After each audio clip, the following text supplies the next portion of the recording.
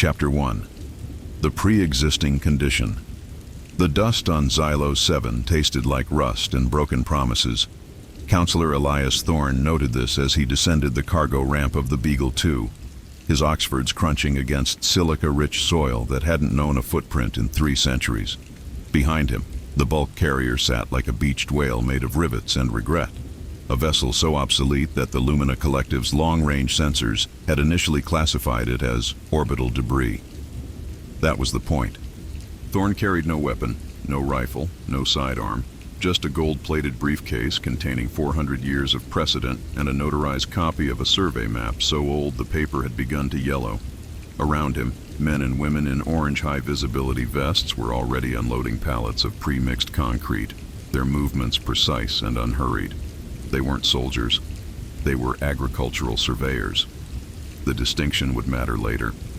A young woman named Chen, freshly graduated from the Martian School of Interstellar Law, set up a folding table near the base of the ramp. Beside it, she unfolded a cheap aluminum lawn chair, the kind sold at orbital discount stations for 12 credits and change. Thorne settled into it with the casual ease of a man arriving at a backyard barbecue, rather than an alien-claimed world. Chen handed him a thermos of coffee. It was terrible. All coffee was terrible in space, but it was the principle of the thing. On the table beside him, a manual typewriter sat waiting, a genuine Smith Corona from the 22nd century, restored with obsessive care.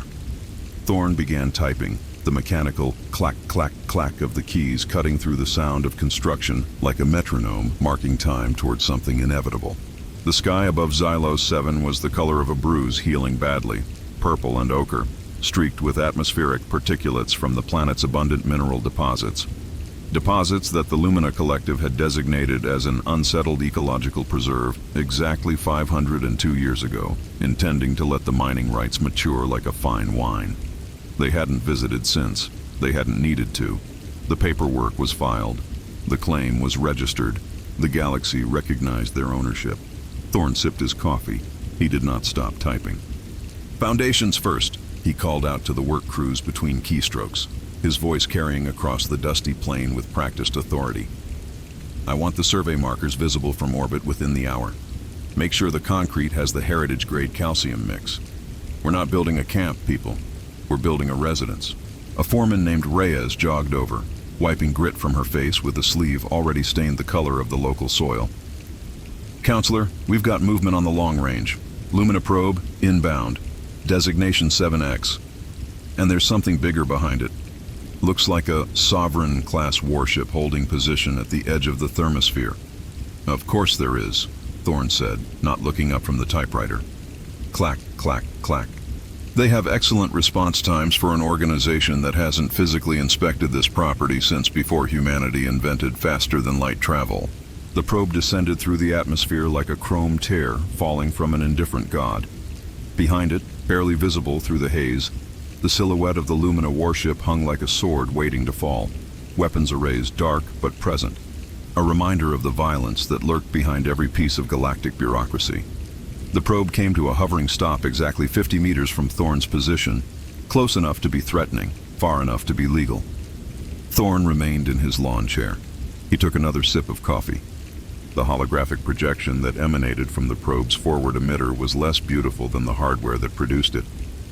Arbiter Vrax materialized in flickering blue light, his insectoid features rendered in exquisite detail, compound eyes that refracted the projection's glow into 1,000 tiny accusations, mandibles that clicked with each syllable, and an expression that managed to convey aristocratic disdain despite belonging to a species that had evolved from something resembling a praying mantis.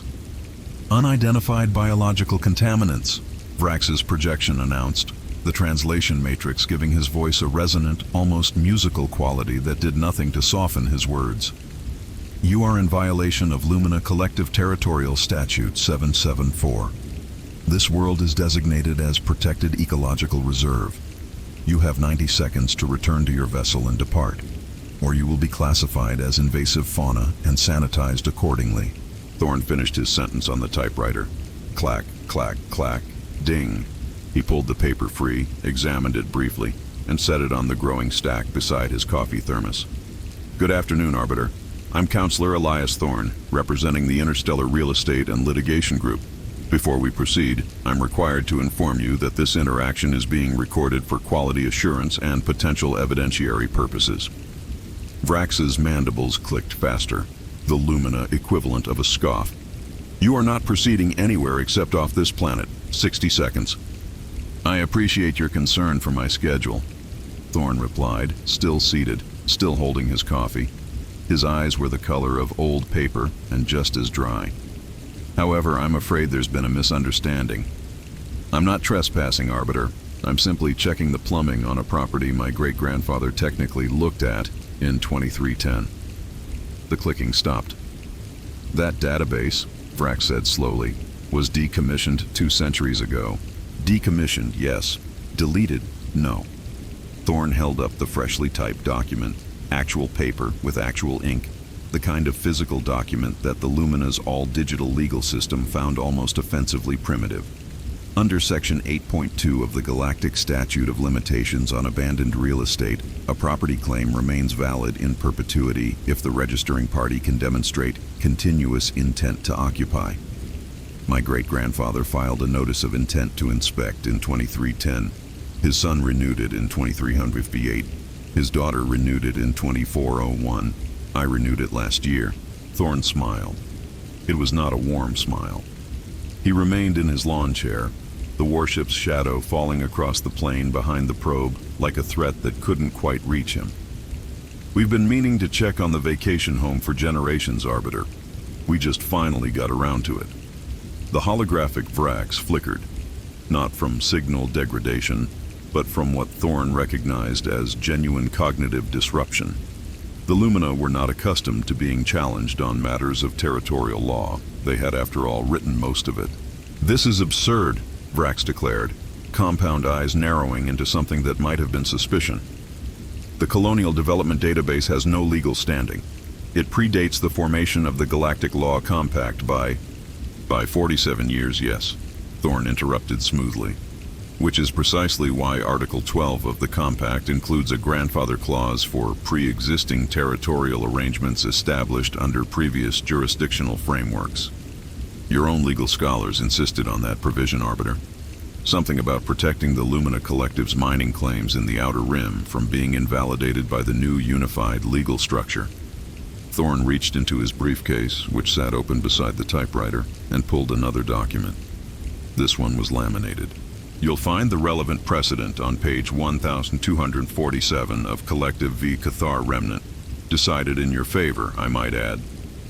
The court ruled that pre-compact claims must be honored if they meet 3 criteria: registration in an official database, periodic renewal of intent, and physical inspection within 1 standard millennium of the original filing.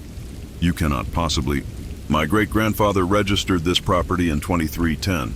The intent was renewed 4 times. And here I am, Arbiter, conducting my physical inspection with... Thorne checked his watch without rising from the lawn chair. Approximately 400 years to spare. I'm not trespassing, I'm coming home. Behind him, the concrete mixers had started churning. The rhythmic thump, thump, thump of machinery beginning its work joined the clack, clack, clack of Chen, who had taken over the typewriter and was now preparing the next round of documentation. A surveyor was hammering a marker into the ground, a simple metal post with a small plaque that read, Thorne Family Trust, established 2310, private property. Vrax's projection flickered again, more violently this time. This is a Lumina preserve. We have exclusive mining rights. Mining rights, yes. Ownership, no. Thorne pulled out a third document. This one was the size of a small poster covered in dense text and official seals. According to your own designation from 2024 Galactic Standard, Xylos 7 is an unsettled ecological preserve. Unsettled, not Lumina territory, not exclusive dominion. Unsettled. You reserve the right to extract minerals here, Arbiter. You never claimed residency. Thorne tapped the document with one finger. But we did. The silence that followed was broken only by the sound of construction and the steady clack, clack, clack of the typewriter. More markers were going up. A foundation was being poured. Somewhere in the distance, a survey drone was mapping the terrain with the methodical precision of a species that had learned long ago that wars were won not with weapons, but with paperwork. "This will not stand," Vrax finally managed, his voice colder now, the musical quality replaced by something that sounded almost like static. "The collective will petition for immediate eviction. You will be removed by force if necessary." "I look forward to the hearing," Thorne replied. He finally rose from the lawn chair, slowly, deliberately, like a man who had all the time in the universe. He produced a small adhesive patch from his pocket, the kind used for emergency repairs on spacecraft hulls. "In the meantime, I'm required by Galactic Statute 8.2 to serve you with this notice of pending litigation regarding the improper classification of our family property as unsettled, when it has in fact been under continuous registered ownership for over 3 centuries. Before Vrax could respond, Thorne stepped forward and pressed the patch directly onto the probe's primary optical lens. The adhesive bonded instantly with the smooth surface, leaving the legal document affixed squarely over the probe's main sensor array, blocking its vision with 3 pages of densely printed Terran legalese. "You've been served, Arbiter. Please inform your legal department that I've also filed a complaint regarding your probe's presence on my property without prior authorization. Under the Residential Privacy Act of 2298, that's a Class 3 violation. The fine is 2,000 credits per hour of unauthorized surveillance." Vrax's projection sputtered. His mandibles worked soundlessly for several seconds. "You cannot find the Lumina Collective for—" "The clock started when your probe entered our airspace," Thorne continued, returning to his lawn chair and settling back into it with the same casual ease. He picked up his coffee thermos. "That was approximately 6 minutes ago. I'll expect payment within 30 standard days. We accept credit transfers, precious metals or equivalent trade goods. No cryptocurrency, please. The transaction fees are murder." He took a long sip of terrible coffee, looking up at the probe with the expression of a man watching a mildly inconvenient weather pattern. "Oh, an arbiter?" Thorne called out, not bothering to raise his voice. "When you petition for eviction, make sure to file in the correct jurisdiction. This planet is registered under the old Terran Colonial Authority framework, which means the case goes to the Galactic Law Library's Legacy Claims Division. Their processing time is currently running about 14 years. I'd start now if I were you." The probe hung in the air for a long moment, its primary lens blinded by legal paperwork, its sensors struggling to track Thorne through secondary arrays. Above it, the warship's silhouette remained motionless, weapons still dark, unable to fire on what was now, legally speaking, a residential property dispute. Then slowly the probe began to ascend, rising through the bruised sky of Xylos 7 with a summons plastered over its eyes like a parking ticket on a windshield. Below, Counselor Elias Thorne remained in his lawn chair, sipping coffee that tasted like burnt regret, watching the construction crews pour the foundations of humanity's most ambitious legal claim. "How long until they respond?" Chen asked, pausing her typing to flex her fingers. "The Lumina? They'll have a formal protest drafted within the hour," Thorne replied. "They'll demand an emergency session at the Galactic Law Library within the week. They'll threaten military action within the month. And then," Thorne smiled.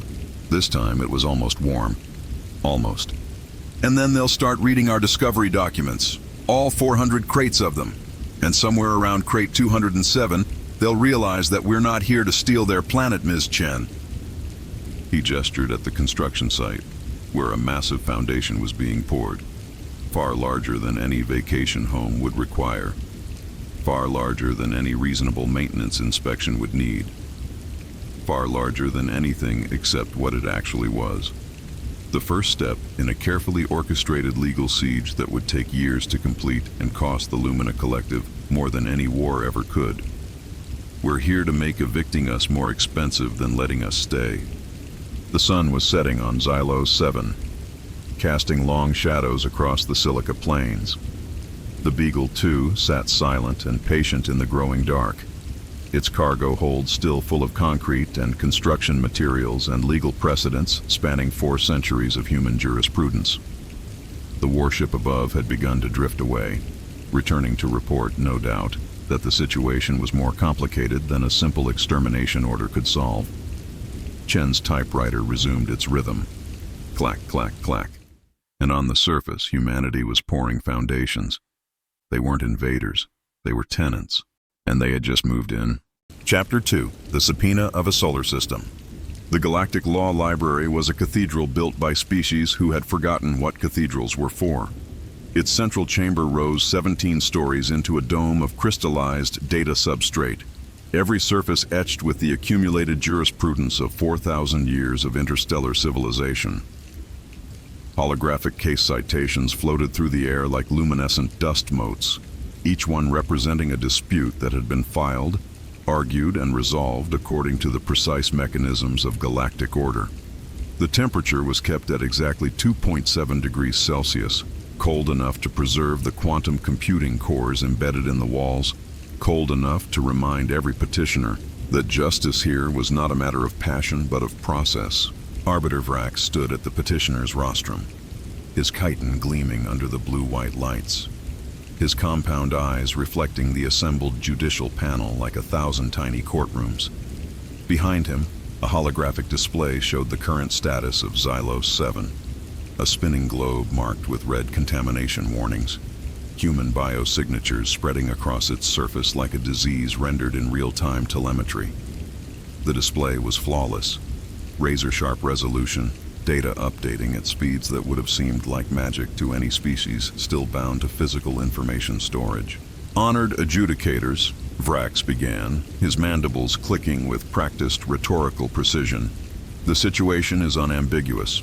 47 standard days ago, a vessel of human origin conducted an unauthorized landing on Lumina Collective territory. The occupants have refused lawful orders to vacate. They have constructed permanent structures in violation of Preservation Statute 774.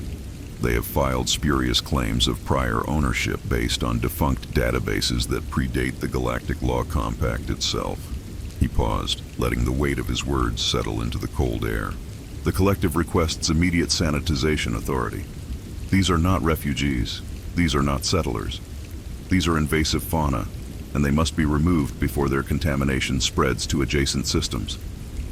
The chief adjudicator, a being of crystalline structure whose species had long ago uploaded their consciousness into mineral lattices, pulsed a soft amber. Agreement, consideration. The other 6 members of the panel flickered in various shades of yellow and orange. The matter seemed straightforward. The Lumina had jurisdiction. The humans had none. Sanitization was a strong word, but legally permissible under the circumstances. Does the collective have documentation of the territorial claim? The chief adjudicator asked, its voice emerging from somewhere deep within its lattice structure. 5 centuries of uncontested registration, Vrax replied, gesturing to summon a holographic file. Mining permits, ecological surveys, development timelines, all properly filed, all properly maintained. The humans have nothing but... The doors at the far end of the chamber opened. The sound that followed was not the whisper of automated panels sliding apart. It was the groan of hinges that had been installed specifically for this moment. Hinges that someone had salvaged from a 19th century New England courthouse and shipped across 400 light-years for the sole purpose of making an entrance that could not be ignored. Counselor Elias Thorne walked through them, his Oxford striking the marble floor with a measured clop, clop, clop that echoed through the cathedral like a heartbeat. He wore a suit that was at least a century out of fashion, charcoal wool, hand-stitched, with a pocket square that matched the gold plating on his briefcase. Behind him came a procession that made the assembled adjudicators pulse in colors that had no easy translation. 400 cargo crates, standard Terran shipping containers, each one 2 meters tall and 1 meter wide, stacked on anti-gravity pallets that hummed with the effort of keeping their contents aloft. The crates were beige, the crates were dented. The crates bore shipping labels from companies that had been defunct since before the Lumina Collective had achieved spaceflight. And beside Thorne, carried by a junior associate with the reverent care of a religious artifact, was a filing cabinet, a genuine 4-drawer steel filing cabinet, olive drab, dented at one corner, with a label on the top drawer that read, Terran Colonial Authority. Tax records, 2287-2312. The procession took 11 minutes to fully enter the chamber. Thorne waited patiently at the respondent's rostrum, hands folded, expression neutral, while crate after crate floated past him and arranged itself in neat rows behind his position. The filing cabinet was placed directly beside him, within arm's reach. When the last pallet had settled into place, the chamber was nearly half full of human cargo. "Honored adjudicators," Thorne said, his voice carrying easily through the vast space without any apparent amplification. "I am Counselor Elias Thorne, representing the Thorne Family Trust and the Interstellar Real Estate and Litigation Group. I apologize for the delay in my arrival. The cargo lifts on this station were not designed for physical evidence of this volume." Vrax's mandibles had frozen mid-click. "What?" he managed. "Is this?" "Discovery materials," Thorne replied pleasantly. "As required under Section 14 of the Galactic Evidence Protocols, I am submitting the complete documentation supporting our claim to the property designated Xylos 7. The adjudicators will find surveys, title registrations, intent renewals, geological assessments, atmospheric analyses, and supporting legal precedents from approximately 400 years of Terran jurisprudence." He paused, reaching over to pull open the top drawer of the filing cabinet. Inside, packed tight as compressed sediment, were manila folders stuffed with yellowed paper. He extracted one at random and held it up for the court to see. "Old Earth tax returns," he announced. 20 tons of them, give or take. Property assessments, income declarations, transfer fees, estate valuations. Every financial transaction associated with the Thorne Family Trust's colonial holdings from 2287 to the present day. All original documents, all requiring manual verification. Behind the petitioner's rostrum, the holographic display of Xylos 7 flickered. Just once, just slightly, as if the chamber's quantum cores had briefly struggled to process what they were seeing. "I trust the court's scanning facilities are adequate," Thorne continued. The chief adjudicator pulsed a color that might have been confusion. "Counselor, the Galactic Law Library maintains the most advanced document processing systems in known space. We can digitize and index the contents of those containers within—" "I'm afraid that won't be possible," Thorne interrupted, his tone apologetic but firm. "Under Section 14, Subsection 7, all parties have the right to demand manual verification of submitted evidence if there is reason to believe that digital processing may introduce transcription errors." He reached into the nearest crate and produced a thick sheaf of tax returns. Actual paper, actual ink. The kind of physical documents that the Lumina's all-digital legal system found almost offensively primitive. The header read, "Internal Revenue Service, Form 1040, Tax Year 2298 "Allow me to demonstrate," Thorne said. He walked the documents to the court's evidence intake terminal, a sleek pillar of crystalline data interface that hummed with processing power, and placed them on the scanning platform. The terminal's blue glow brightened as it began to read. For a moment, nothing happened. Then the glow stuttered, flickered. The holographic display behind Vrax, still showing Xylos 7, began to pixelate at the edges. Characters appeared in the air above the terminal. Processing errors, font match failures, encoding conflicts. The system was trying to read a document printed in Courier New on a dot matrix printer 3 centuries ago, and it was failing. "The typeface is Courier New, modified variant, circa 2290, Thorne explained, his voice calm as the chamber's ambient holograms continued to degrade. "Your optical character recognition databases don't have a match. The system is attempting to approximate, but the serifs are throwing off the letter spacing algorithms. I believe that's what's causing the visual disturbance." The floating case citations that had drifted serenely through the air were now jerking in their orbits, their text scrambling and reforming as the chamber's processing cores struggled to handle input they had never been designed to receive. The holographic Xylos 7 had developed a visible tear down its center, a rendering artifact that made the planet look like it was being split in half by nothing more than a tax form. Vrax stared at the chaos. His compound eyes tracked the glitching holograms, the scrambling text, the crystalline adjudicators whose own light pulses had begun to stutter in sympathy with the overloaded systems. Given that these documents include materials printed in fonts, languages, and formatting conventions that predate your optical character recognition databases by several centuries, Thorne continued, reaching over to remove the tax returns from the terminal. The holograms immediately began to stabilize. I must insist on manual review. He returned to his position beside the filing cabinet, patting it once with something that might have been affection. This, for example, he said, producing a book from the nearest crate, thick, leather-bound, smelling of dust and decay. The title on the spine reading Blackstone's Commentaries on the Laws of England, 1765, is printed in a variant of Caslon typeface that your systems have never encountered. Attempts to digitize it would produce errors. Errors would compromise the evidentiary record. A compromised evidentiary record would be grounds for appeal.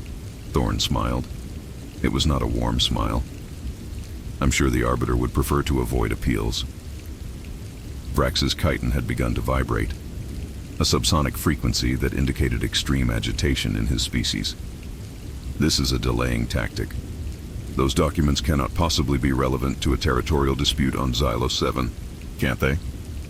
Thorne set the book down and produced another item from the crate, a thick catalog with a faded cover depicting household appliances. This is a Sears, Roebuck & Company catalog from 1923. It contains detailed specifications for prefabricated housing units that were, at the time, marketed for use in remote frontier settlements. The structural specifications in this catalog are directly relevant to establishing the legal definition of permanent habitation under pre-compact colonial law. That is absurd. Then prove it, Thorne said, his voice dropping to something cold and precise. Under Section 14, subsection 12, the burden of proof for irrelevance falls on the challenging party. If the Arbiter wishes to exclude these materials, he must demonstrate, document by document, that each item fails to meet the evidentiary threshold for inclusion. I estimate that process will take approximately... He consulted a small notebook from his jacket pocket. Actual paper, actual handwriting. 37 years, given the current staffing levels of the library's archival division. The chief adjudicator pulsed rapidly through several colors that had no names in any human language. Counselor, surely there is a more efficient... There is, Thorne agreed. The court can accept our evidence as submitted and proceed to rule on the merits of our claim. That would take approximately 6 months. Alternatively, the court can attempt to digitize these materials using your existing systems, accept the errors that will inevitably result, and face the appeals that will inevitably follow. That will take approximately 9 years, plus an additional 5 for the appeals process. He spread his hands, the gesture of a man offering only reasonable options. Or the court can conduct a proper manual review as the law requires. My team has prepared a preliminary index. He produced a single sheet of paper from his jacket. Page 1 of 7,000. We can begin whenever the adjudicators are ready. Vrax stepped forward, his movements sharp with barely contained fury. This is not justice, this is bureaucratic sabotage. You want speed, Arbiter? Thorne met his compound gaze without flinching. Use a laser. You want justice? Start scanning. We've got plenty of paper. The silence that followed was profound. The holographic case citations had finally restabilized, but they seemed dimmer now, less confident in their orbits. The chamber's quantum cores were running hotter than they had in centuries, still processing the aftershock of 20 tons of tax returns that they had never been built to read. The chief adjudicator finally spoke, its amber pulse now tinged with something that might have been resignation. The court will need to assess the scope of the submitted materials before proceeding. Arbiter Vrax, your request for sanitization authority is stayed pending review. For how long? Vrax demanded.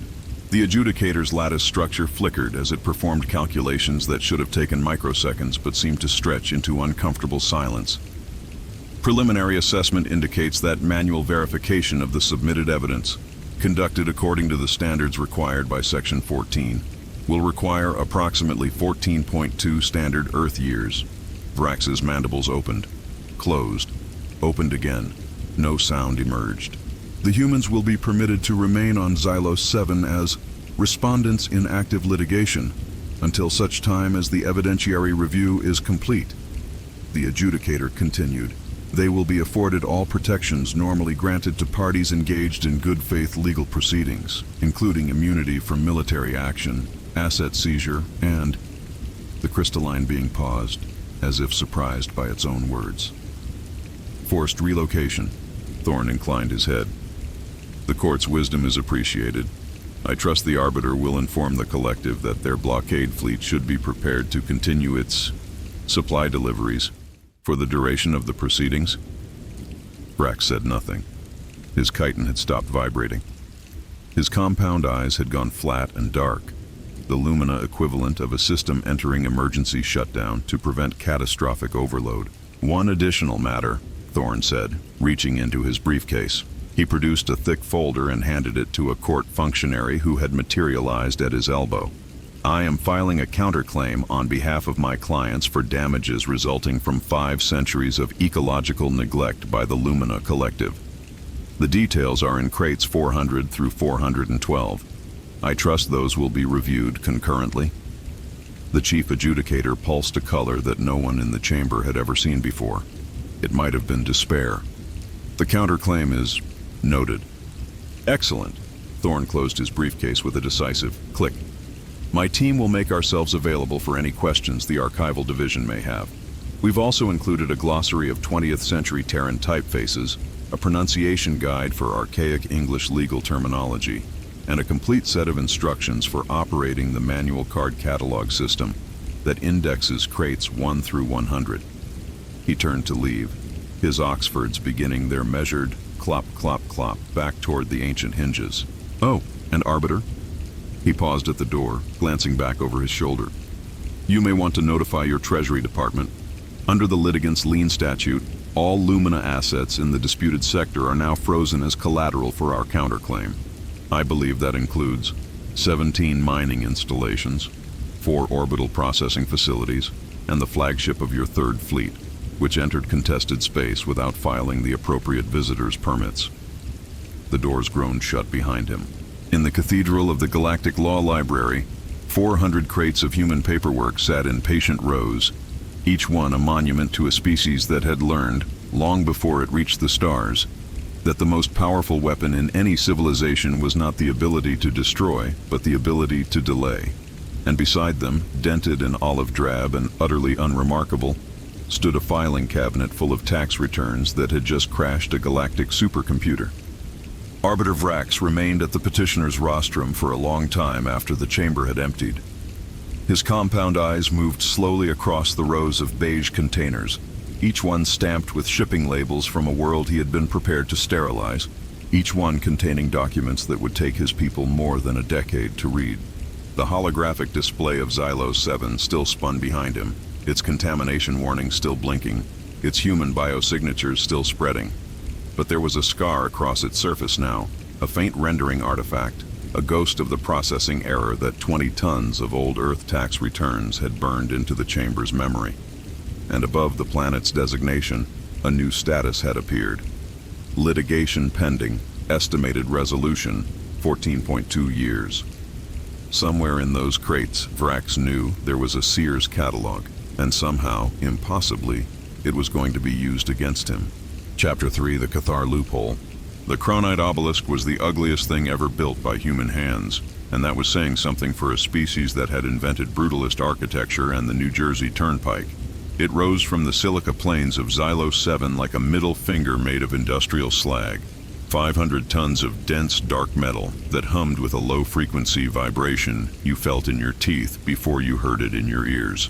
The surface was pitted and scarred, streaked with oxidation patterns that made it look less like a monument and more like something that had been dredged from the bottom of a reactor core, which technically it had been. Cutter. Vance stood at the base of the thing, arms crossed, watching the final welding crews seal the last of the structural plates into place. He was a big man, built like a cargo loader that had learned to walk upright, with hands that had done things in the Outer Rim wars that he didn't talk about, and a voice like gravel being fed through a wood chipper. His official title was Security Chief.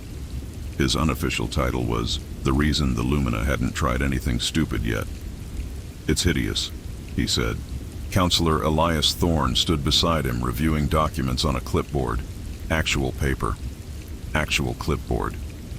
It's a masterpiece, he replied without looking up. It looks like someone melted down a prison and forgot to add the architectural plans. That's essentially what we did. The Chronite was salvaged from a decommissioned penal facility on Tau Cetia 4. The structural density is approximately 4 times that of standard construction materials, which makes it effectively indestructible by conventional means. Thorne made a note on his clipboard. More importantly, it makes it legally indestructible under Article 7 of the Universal Heritage Protocols. Vance turned to look at the lawyer. His expression suggested he was trying to decide whether to be impressed or irritated. You're telling me this pile of radioactive garbage is now a protected historical site? I'm telling you that as of... Thorne checked his watch. 14 minutes ago, this structure was registered with the Galactic Heritage Commission as the Obelisk of Universal Bureaucratic Harmony, a monument to the sacred principles of administrative order that unite all sentient species across the galaxy. The registration was accepted, the seal has been issued, and any attempt to damage, relocate, or demolish this structure is now a Class 1 heritage crime, punishable by sanctions equivalent to the GDP of a mid-sized planetary economy. The low-frequency hum of the obelisk seemed to deepen, as if the structure itself was pleased with its new legal status. Across the construction site, workers were bolting a large sign to the monument's base, a gleaming metal plaque that read, "Protected Heritage Site, Galactic Heritage Commission, do not disturb," in 17 different languages, including 3 that were extinct and 2 that had never been spoken by organic life forms. The Lumina are going to love this, Vance said. It was not a statement of genuine belief. The Lumina are going to have to love this, Thorne corrected, or at least tolerate it. Which brings me to why I asked you here, Mr. Vance. We're expecting visitors. As if on cue, the sky above the construction site began to darken. Not from clouds, Xylos 7's atmosphere was too thin for significant weather patterns, but from the shadows of descending spacecraft. 3 Lumina vessels, each one sleek and curved and bristling with weapon systems that could have reduced the entire human settlement to slag in approximately 8 seconds if their operators had been legally permitted to use them. They weren't, not anymore. The ship settled into a hovering formation above the obelisk, close enough to be threatening, far enough to be technically compliant with the no hostile approach injunction that Thorne had filed the previous week. Their engines hummed at a frequency designed to be uncomfortable to human ears, a petty intimidation tactic that Vance noted with something between amusement and contempt. "Cleanup crew," he observed. "They sent a cleanup crew. That's what they call their planetary sterilization units." "I'm aware," Thorne said mildly. "I've been looking forward to meeting them." A shuttle detached from the lead vessel and descended toward the construction site, touching down approximately 50 meters from the obelisk's base. The ramp lowered with a hydraulic hiss, and a squad of Lumina soldiers emerged. 8 of them, their chitin armor gleaming in the harsh light, their weapons held in what was probably supposed to be a non-threatening position, but still managed to look like they were hoping for an excuse. Behind them came an officer. Thorne recognized the rank insignia, Sanitation Commander, roughly equivalent to a human colonel. The officer's compound eyes swept across the construction site, taking in the human workers, the heavy machinery, the prefab habitats that had sprouted like weeds across the plain, and, rising above it all, the hideous bulk of the Chronite obelisk. "By order of the Lumina Collective," the commander announced, his translator giving his voice a clipped, mechanical quality, "you are instructed to cease all construction activities and prepare for immediate evacuation. This world is designated as ecological preserve. Your presence is..." "I'm sorry, Commander, but I'm going to have to stop you there."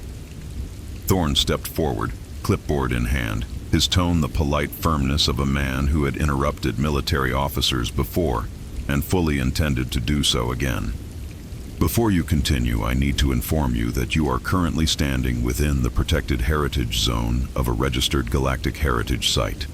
Any hostile action taken within this zone, including verbal threats, brandishing of weapons, or the issuance of evacuation orders without proper judicial authorization, constitutes a violation of Article 7, Section 3 of the Universal Heritage Protocols."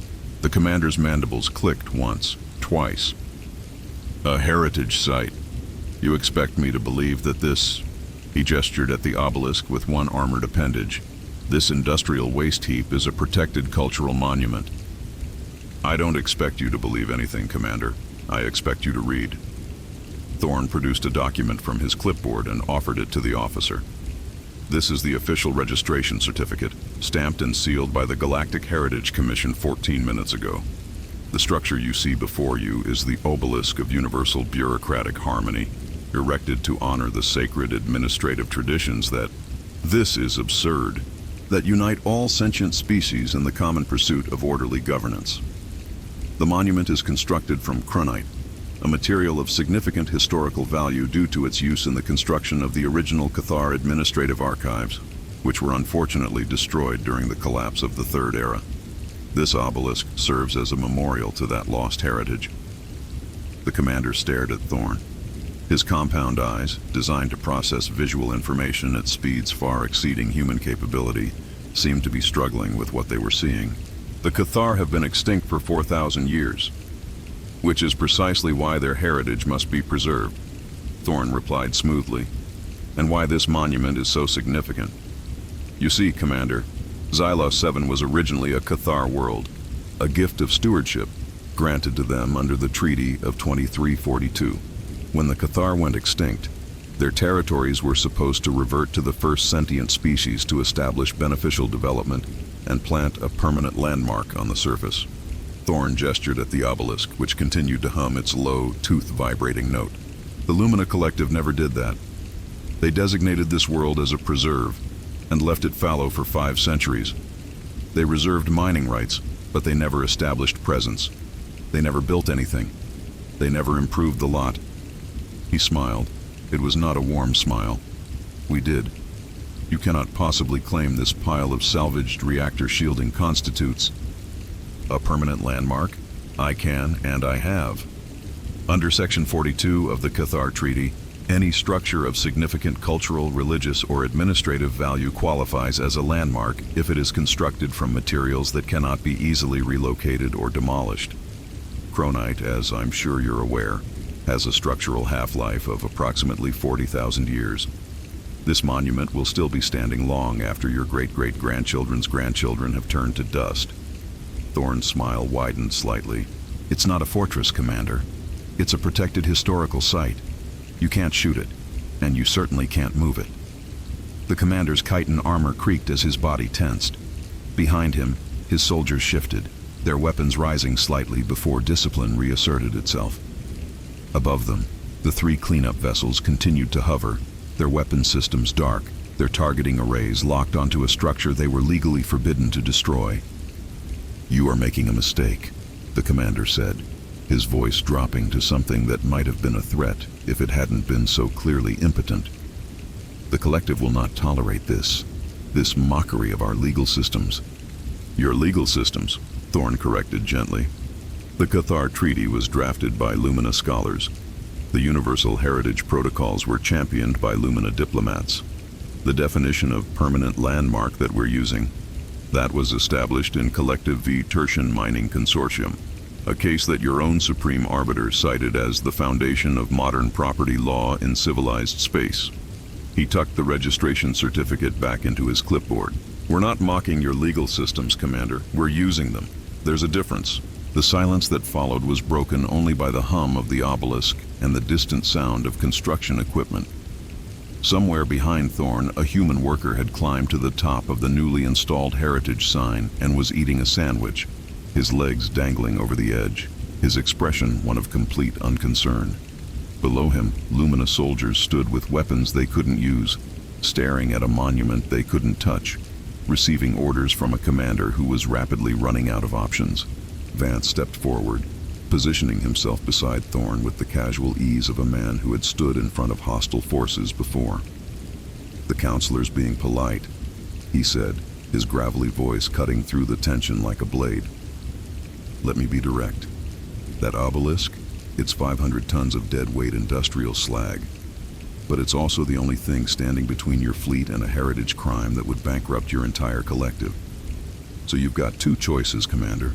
You can fly back up to your pretty ships, report that the situation is complicated, and let the lawyers figure it out over the next decade or so. Or you can give the order to fire. He nodded toward the worker eating his sandwich on top of the heritage sign. "But if you do that, you'd better make sure you get all of us. Because the second that first shot lands, every news outlet in the galaxy is going to be running footage of the Lumina Collective committing a heritage crime against a memorial to an extinct species. And I don't think your PR department is ready for that conversation." The commander's mandibles worked silently. His compound eyes tracked from Vance to Thorne to the obelisk to the worker with the sandwich, who had now produced a thermos and was pouring himself what appeared to be coffee. The 3 cleanup vessels continued to hover overhead, their engines humming their petty intimidation frequency, their weapons still dark. Finally, the commander turned and walked back toward his shuttle. His soldiers followed, their movements stiff with barely contained frustration. The ramp rose, the shuttle lifted, and within 3 minutes, all 3 Lumina vessels had broken formation and begun their ascent back toward orbit. Thorne watched them go, his expression thoughtful. "That went well."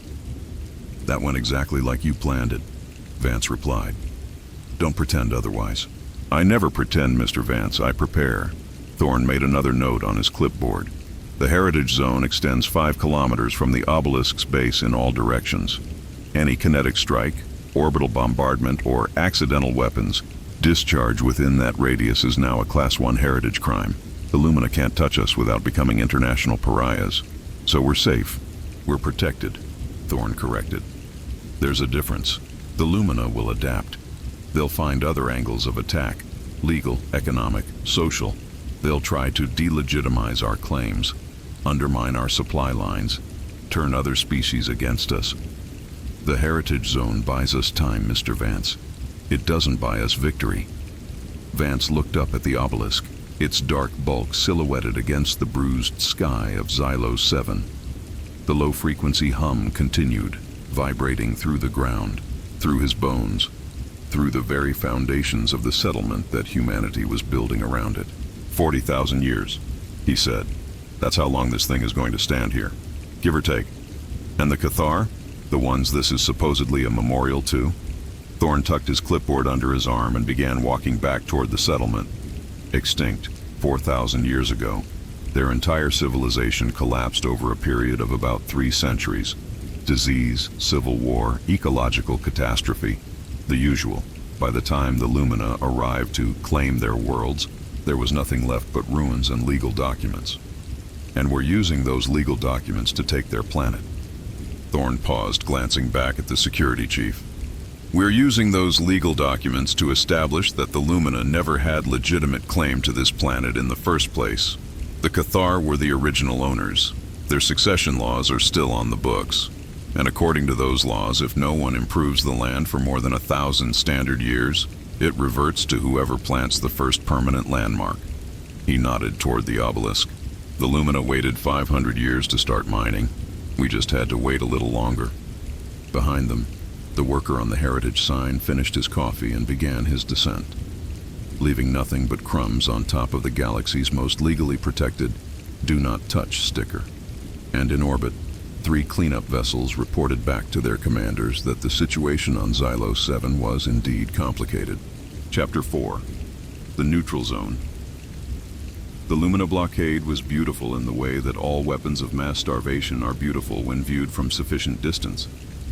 17 warships hung in high orbit around Xylos 7, their hulls gleaming with the cold blue glow of engines held at perpetual readiness, their formations precise enough to have been drawn with a compass and ruler.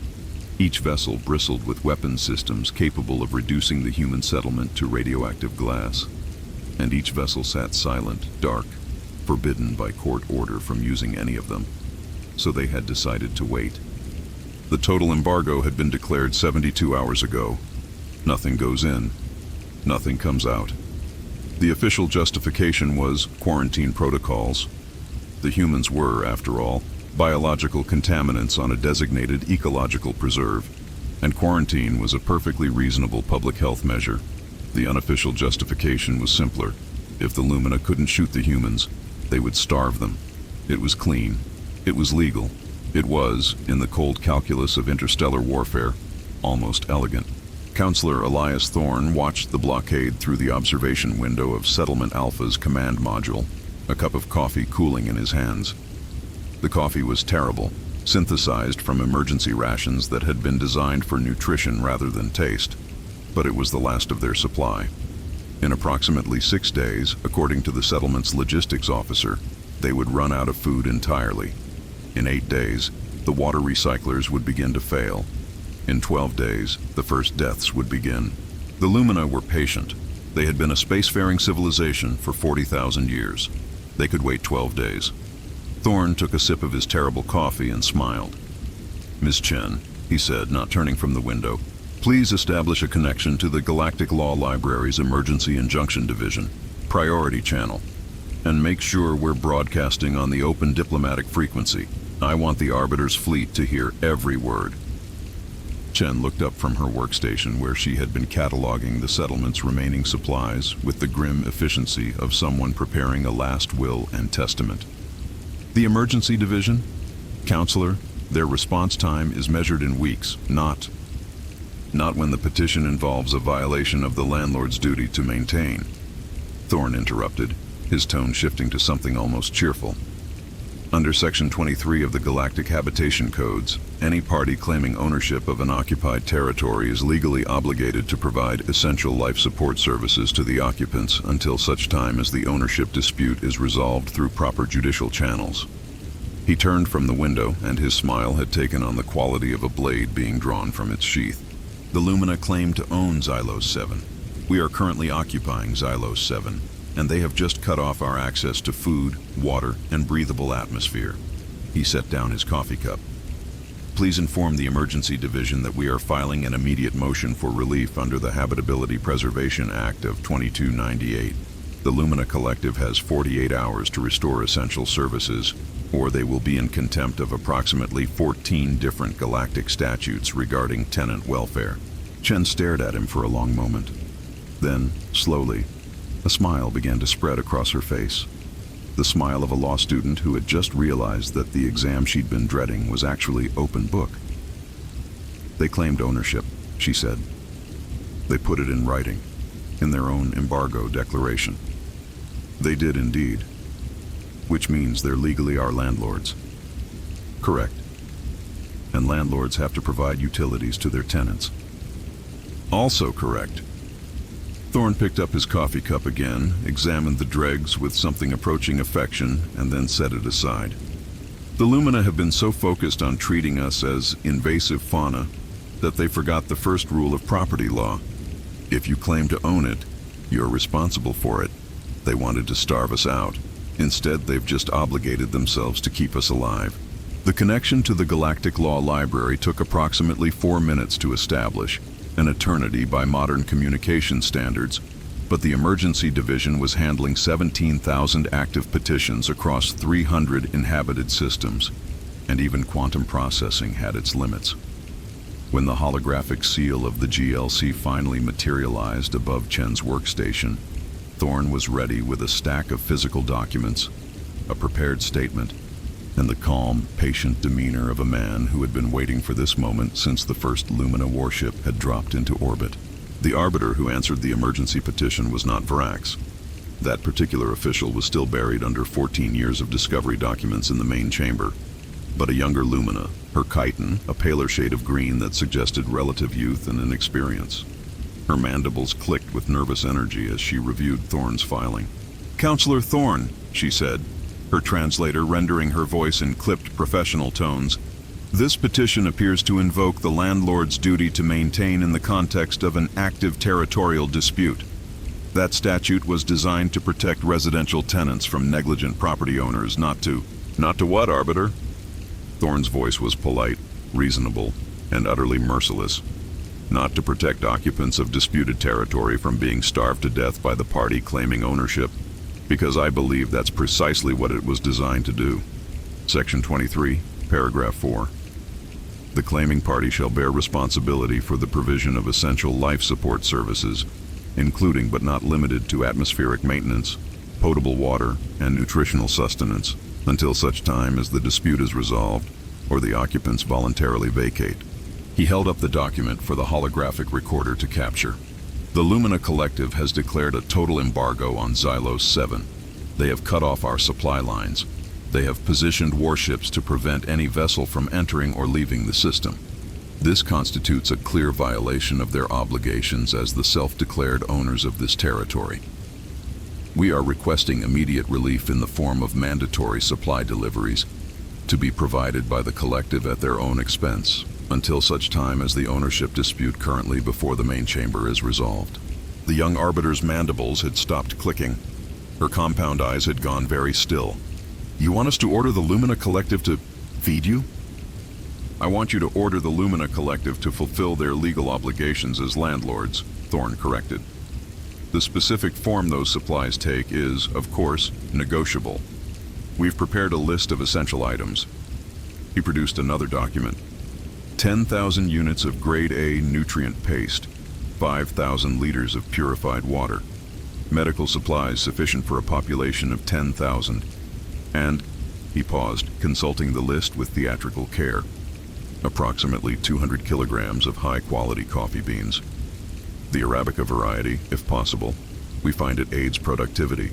Coffee is not an essential life support service. It is when your workforce is operating on 18-hour shifts to maintain critical infrastructure in a hostile environment, Thorne replied smoothly. Fatigue is a safety hazard, Arbiter. Caffeine is a recognized countermeasure. I believe you'll find the relevant precedent in Taurus Versa Outer Belt Mining Consortium, in which the court ruled that reasonable stimulants necessary for the maintenance of worker alertnesses fall under the category of essential workplace provisions. He smiled. It was the smile of a man who had citations for everything. Of course, if the collective would prefer to contest this specific item, we can add it to the discovery queue. Current processing time is approximately 14 years. In the meantime, the coffee remains on the list. The emergency division took 6 hours to render its decision. During that time, the Lumina blockade maintained its position, its cold blue engines glowing against the dark of space, its commanders no doubt confident that the humans below were growing weaker with every passing hour. They were wrong. The humans were growing more caffeinated with anticipation. When the ruling came, it was delivered on the open diplomatic frequency, exactly as Thorne had requested. Every vessel in the blockade heard it. Every officer on every bridge watched as the seal of the Galactic Law Library appeared on their screens, followed by the text of the injunction. Emergency ruling, case Gnome 7749X23. In the matter of Thorne Family Trust versus Lumina Collective, territorial dispute, Xylos 7. Motion for relief under Section 23 of the Galactic Habitation Codes granted. The Lumina Collective, having declared ownership of the disputed territory designated Xylos 7, is hereby ordered to provide essential life support services to the occupants of said territory until such time as the primary ownership dispute is resolved through proper judicial proceedings. Failure to comply within 48 standard hours will result in sanctions including, but not limited to, asset seizure, trade embargo, and formal designation as a negligent landlord under the Interstellar Housing Authority's public registry. A detailed list of required supplies is attached as Appendix A. In the command module of Settlement Alpha, Thorne read the ruling twice, nodded once, and reached for the communication console. The open diplomatic frequency was still active. The entire blockade fleet was still listening. Arbiter Vrax, he said, his voice carrying the warm, helpful tone of a customer service representative delivering excellent news. This is Counselor Thorne speaking on behalf of the residents of Xylos 7. We've just received confirmation that the Emergency Division has ruled in our favor regarding the matter of essential supply provision. I wanted to reach out personally to discuss the logistics of compliance. There was a long pause. Then Vrax's voice crackled through the speakers, older, wearier, and significantly less arrogant than it had been during their first encounter in the GLC chamber. Counselor Thorne, I have read the ruling. Excellent. Then you're aware that the first delivery is due within 48 hours. We've prepared a landing zone near Settlement Alpha for your convenience. I recommend cargo shuttles rather than military dropships. The heritage zone around the obelisk has very specific restrictions on armed vessels, and I'd hate to see any of your pilots accidentally commit a Class 1 heritage crime while delivering our groceries. Another pause, longer this time. You cannot be serious. I'm always serious about nutrition, Arbiter. Speaking of which, Thorne consulted his datapad with exaggerated care. We're running low on grade A nutrient paste. The delivery schedule indicates your first shipment should include approximately 10,000 units. If the delivery is late, I'm afraid I'll have to file a complaint with the housing authority. Repeated violations could result in a 20% rent reduction on the entire star system. Rent reduction on a star system. It's in the statute, Arbiter. Section 23, paragraph 12. I can send you the relevant citations if you'd like. The sound that came through the speakers was not translatable by any known linguistic matrix. It might have been a scream. It might have been a sob. It might have been the sound of a senior Lumina official's worldview collapsing under the weight of a legal system that had suddenly, inexplicably, been turned against him. The supplies, Brax finally managed, his voice flat and hollow, will be delivered. Wonderful. We'll have the coffee ready. Oh, wait. Thorne paused, letting the silence stretch just long enough to be uncomfortable. That's your job now, isn't it? Never mind.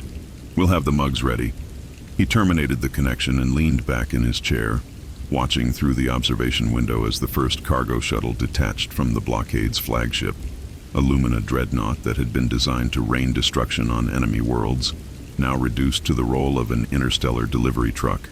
Chen appeared at his elbow, a fresh cup of synthesized coffee in her hands. They're actually doing it. They don't have a choice.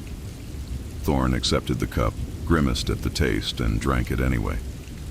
The collective spent 50,000 years building the legal framework that governs galactic civilization. They wrote the statutes, they established the precedents, they created the system. He watched as the cargo shuttle began its descent toward Xylos 7, its hold presumably full of nutrient paste and purified water, and the 200 kilograms of Arabica coffee beans that he had added to the list purely to make a point. They just never imagined that someone would use it against them. Above Xylos 7, the blockade remained in place. 17 warships hanging in silent formation, their weapons dark, their engines still glowing with that cold blue light of perpetual readiness. But now, mixed among them, cargo shuttles were beginning to move. Supply pods were being loaded. Manifest documents were being filed. The Lumina had tried to starve humanity out. Instead, they had become humanity's landlords. And landlords, as Counselor Elias Thorne had helpfully reminded them, have obligations. The first delivery arrived at 0347 local time. 10,000 units of grade A nutrient paste, 5,000 liters of purified water, 300 units of medical supplies, and exactly 200 kilograms of high-quality Arabica coffee beans, vacuum sealed and marked with the official stamp of the Lumina Collective's Quartermaster Division. Thorne was there to receive it personally, clipboard in hand, checking each crate against the manifest with the careful attention of a man who intended to file a formal complaint if so much as a single bean was missing. The Lumina cargo officer who oversaw the unloading refused to make eye contact. His mandibles were clamped tight, his compound eyes fixed firmly on the middle distance, his entire posture radiating the specific kind of humiliation that comes from being forced to serve the enemy you were sent to destroy. Everything appears to be in order, Thorne said pleasantly, signing the delivery confirmation with a flourish. Same time next week? The cargo officer said nothing. He returned to his shuttle, sealed the hatch, and lifted off without a backward glance. Behind Thorne, a worker cracked open the first crate of coffee beans and inhaled deeply. The aroma was rich, dark, and unmistakably expensive, the kind of coffee that senior Lumina officials probably drank at diplomatic functions. They sent the good stuff, the worker observed. Of course they did, Thorne replied, tucking his clipboard under his arm. It's in the statute. Essential supplies must meet the quality standards appropriate to the occupant's reasonable expectations. I cited 3 cases establishing that reasonable expectations must be interpreted in the context of the claimant's own standards of living. He smiled, watching the Lumina shuttle shrink to a speck against the bruised sky. If they're going to be our landlords, they might as well be good ones. Chapter 5. Discovery Phase. The cargo hold of the Beagle 2 smelled like history dying. Dust motes drifted through air that hadn't been properly filtered in decades, catching the green monochrome glow of computer terminals that predated the Galactic Law Compact by at least a century. The smell was old parchment, oxidizing metal, and the particular mustiness of information storage systems that had been designed for permanence rather than convenience. Rows of filing cabinets stretched into the gloom like tombstones in a cemetery of data. Analog tape drives hummed in their racks, magnetic reels spinning with the patient rhythm of machines that had been built to outlast civilizations. Counselor Elias Thorne moved through the archive like a predator in tall grass. Slow, methodical, his footsteps barely audible against the metal deck plates. His sleeves were rolled to his elbows, his jacket discarded somewhere in the maze of shelving units, his usually immaculate appearance sacrificed to the demands of what he called deep research. In one hand, he carried a flashlight. In the other, a cup of coffee that had gone cold 3 hours ago. He hadn't noticed. "The Lumina keep excellent records," he murmured, his voice barely above a whisper, as if speaking too loudly might disturb the sleeping data around him. "That's their strength and their weakness. They document everything, every transaction, every survey, every environmental assessment." Chen followed 3 steps behind, a tablet clutched to her chest like a shield. The tablet was dark. There was no point running digital systems in a space designed specifically to be incompatible with them. But she kept it anyway, a security blanket from a world that made sense. "Counselor, we've been in here for 19 hours. The Lumina records from Xylos 7 would be in their own archives, not here?" "You're right. Their current records are in their own archives, encrypted and protected by security protocols that would take our best hackers decades to crack." Thorne stopped in front of a filing cabinet that looked no different from the hundreds of others. His flashlight played across the label. Galactic Mining Consortium, Environmental Compliance, Sector 7, 218022 But their old records? The ones from before they upgraded to quantum encryption. Those were distributed to every major archive in the galaxy as part of the Transparency Accords of 2245. He pulled open the drawer. Inside, packed tight as geological strata, were folders so old that the paper had begun to yellow, and the ink had faded to a ghostly brown. The smell that wafted up was pure archaeology, the scent of secrets that had been buried so long that everyone had forgotten they existed. The Lumina signed the Transparency Accords because they wanted to prove how responsible they were, Thorne continued, his fingers walking through the folders with practiced ease. They opened their environmental records to public scrutiny, every mining operation, every ecological survey, every assessment of planetary resources. They were so proud of their compliance record. His fingers stopped. He pulled a folder free, holding it up to the green glow of the nearest terminal. They forgot that compliance records also document non-compliance. The folder was labeled Xylos 7, Preliminary Environmental Assessment, 2184 RAL. Thorne carried it to a reading table, one of dozens scattered through the archive, each one equipped with a magnifying lamp and a document scanner so old it used actual photographic film and spread its contents across the surface. Chen leaned in, squinting at the faded text. "What am I looking at?" The Lumina's original survey of Xylos 7 conducted 412 years ago. Thorne's voice had dropped even lower, taking on the reverent quality of a priest reading scripture. They were assessing the planet for mining potential, standard procedure. But look here, he pointed to a section near the bottom of the first page. Section 7, Ecological Impact Assessment. Chen read aloud, her voice halting as she deciphered the archaic formatting. Initial surveys indicate presence of 17 distinct microbial ecosystems in subsurface aquifers. Recommendation: full ecological mapping before extraction operations commence. Estimated timeline: 40 standard years. Keep reading. Addendum, dated 2186. Full ecological mapping deferred pending budgetary review. Extraction operations to proceed on accelerated timeline. Environmental monitoring to be conducted concurrently with mining activities. Chen looked up. They skipped the ecological survey. They did more than skip it. Thorne flipped to another page, this one covered in dense columns of numbers. They proceeded with preliminary extraction tests in 2187. Look at the atmospheric readings. Chen studied the numbers. Even with her limited background in environmental science, the pattern was obvious. The methane levels tripled over 6 months. and these particulate readings indicate that their extraction tests destabilized 3 of the 17 microbial ecosystems. Thorne finished.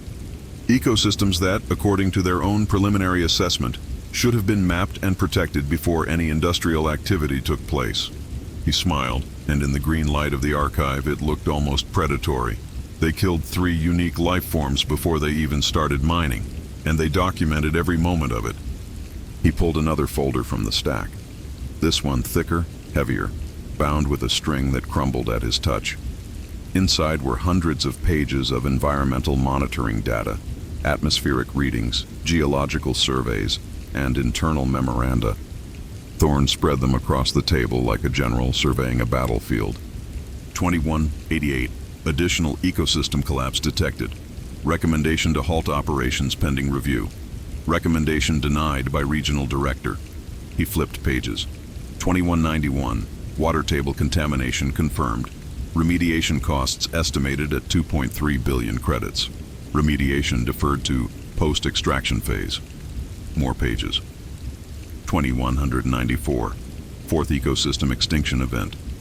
Internal memo suggests reclassifying affected species as non-essential biota to avoid regulatory penalties. Chen's face had gone pale in the green light. They covered it up. They didn't need to cover it up. They just reclassified it. Thorne's voice was soft, almost gentle, but there was something beneath it, a cold satisfaction that came from watching a trap close. Under Lumina law, non-essential biota don't require protection, so they simply declared that the life forms they were killing weren't important enough to save. Problem solved, profits preserved, records filed.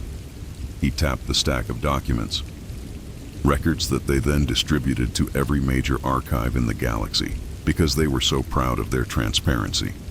The archive hummed around them, tape drives spinning, cooling systems cycling, the patient machinery of information preservation doing its work in the darkness. Somewhere in the settlement above, 10,000 humans were sleeping, eating, building, unaware that their entire legal strategy had just shifted from defense to offense. How much? Chen asked.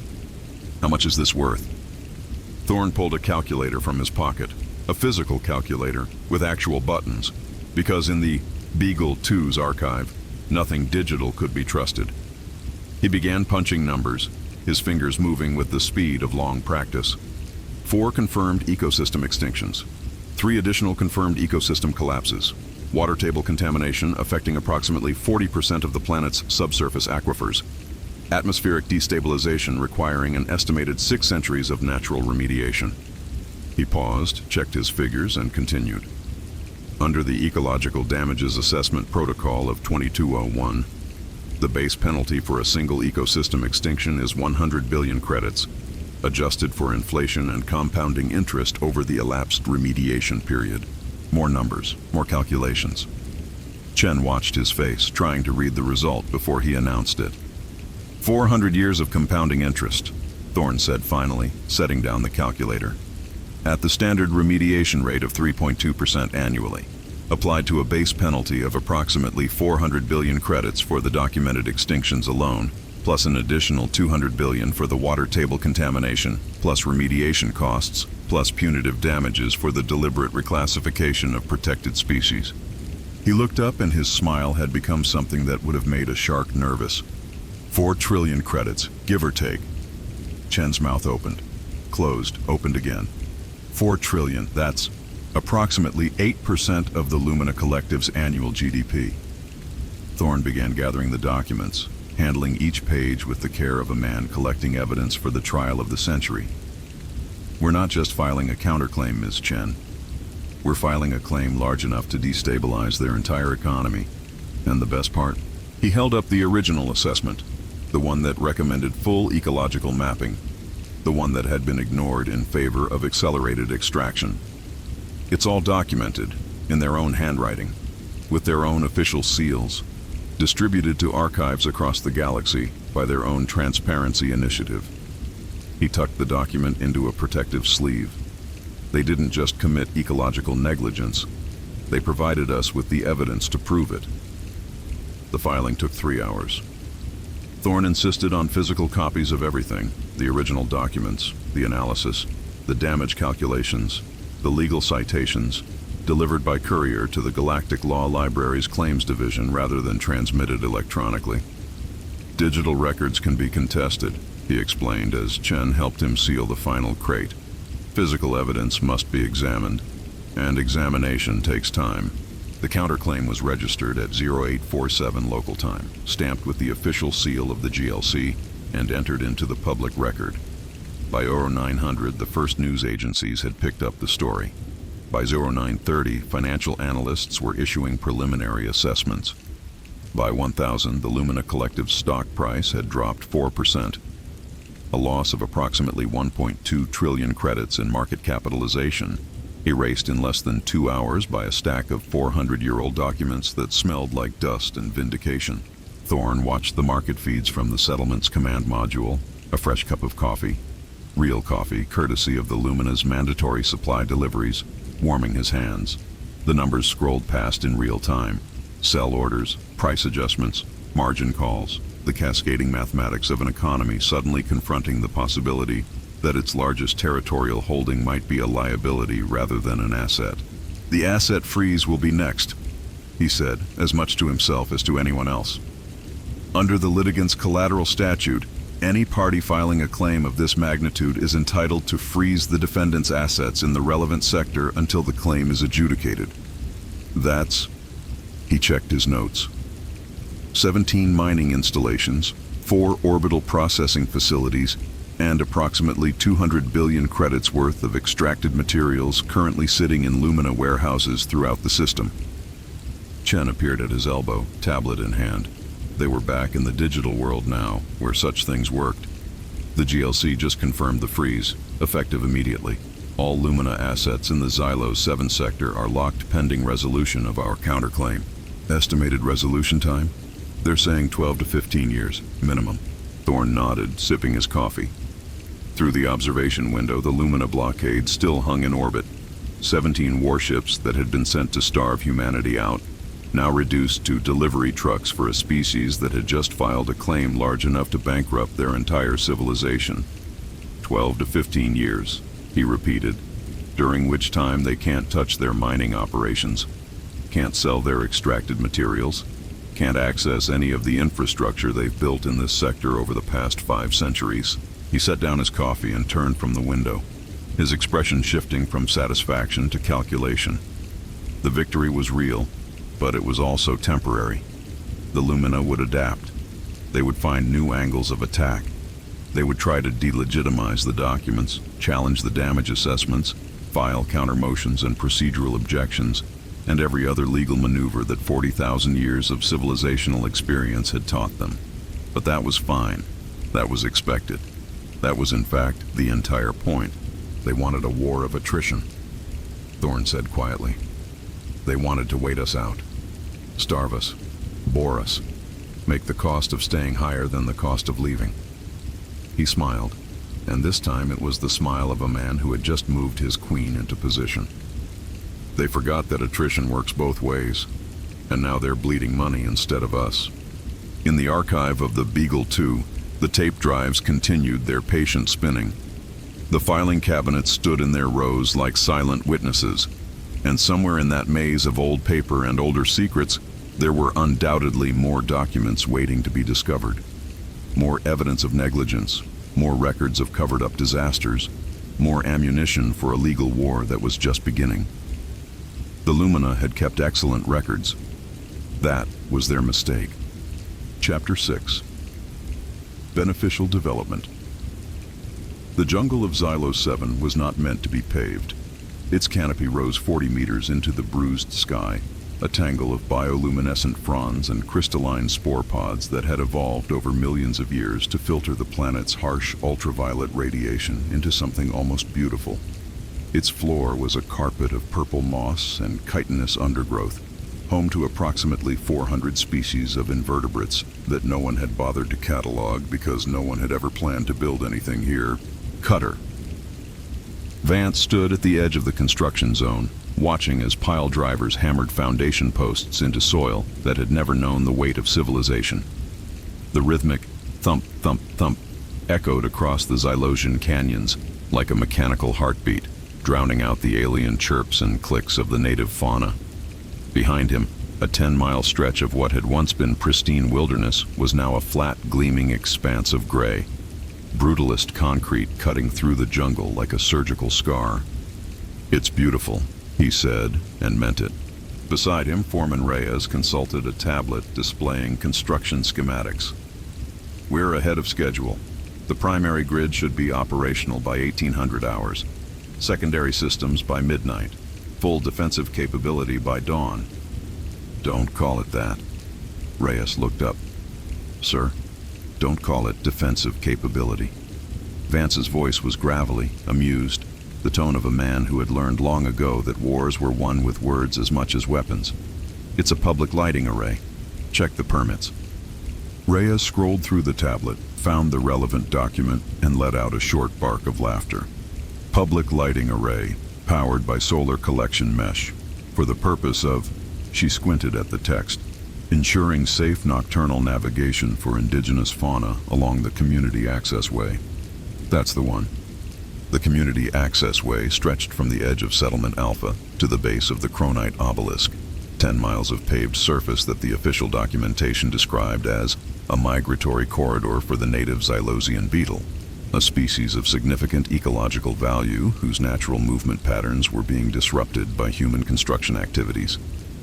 The beetles in question were approximately the size of a human thumbnail, possessed no apparent intelligence, and had shown zero interest in using the 10-mile highway that humanity had built specifically for their convenience. But they were documented, they were cataloged, and they were now protected under 17 different environmental regulations that the Lumina Collective had spent the past 5 centuries championing as evidence of their commitment to ecological stewardship. A high-pitched whine cut through the air, the sound of survey drones approaching from the east. Vance didn't look up. He had been expecting them for hours. "Inspection team," Reyes reported unnecessarily. 3 atmospheric craft, Lumina Registry. They're requesting landing clearance." "Granted. Direct them to Pad 7. Vance finally turned, his expression settling into something that might have been a smile on a less weathered face. "And make sure Counselor Thorne knows his audience has arrived." The Lumina inspection team consisted of 4 officials in the gray uniforms of the Collective's Environmental Compliance Division. Mid-level bureaucrats with compound eyes that tracked every detail and mandibles that clicked with barely concealed suspicion. They had been sent to document violations.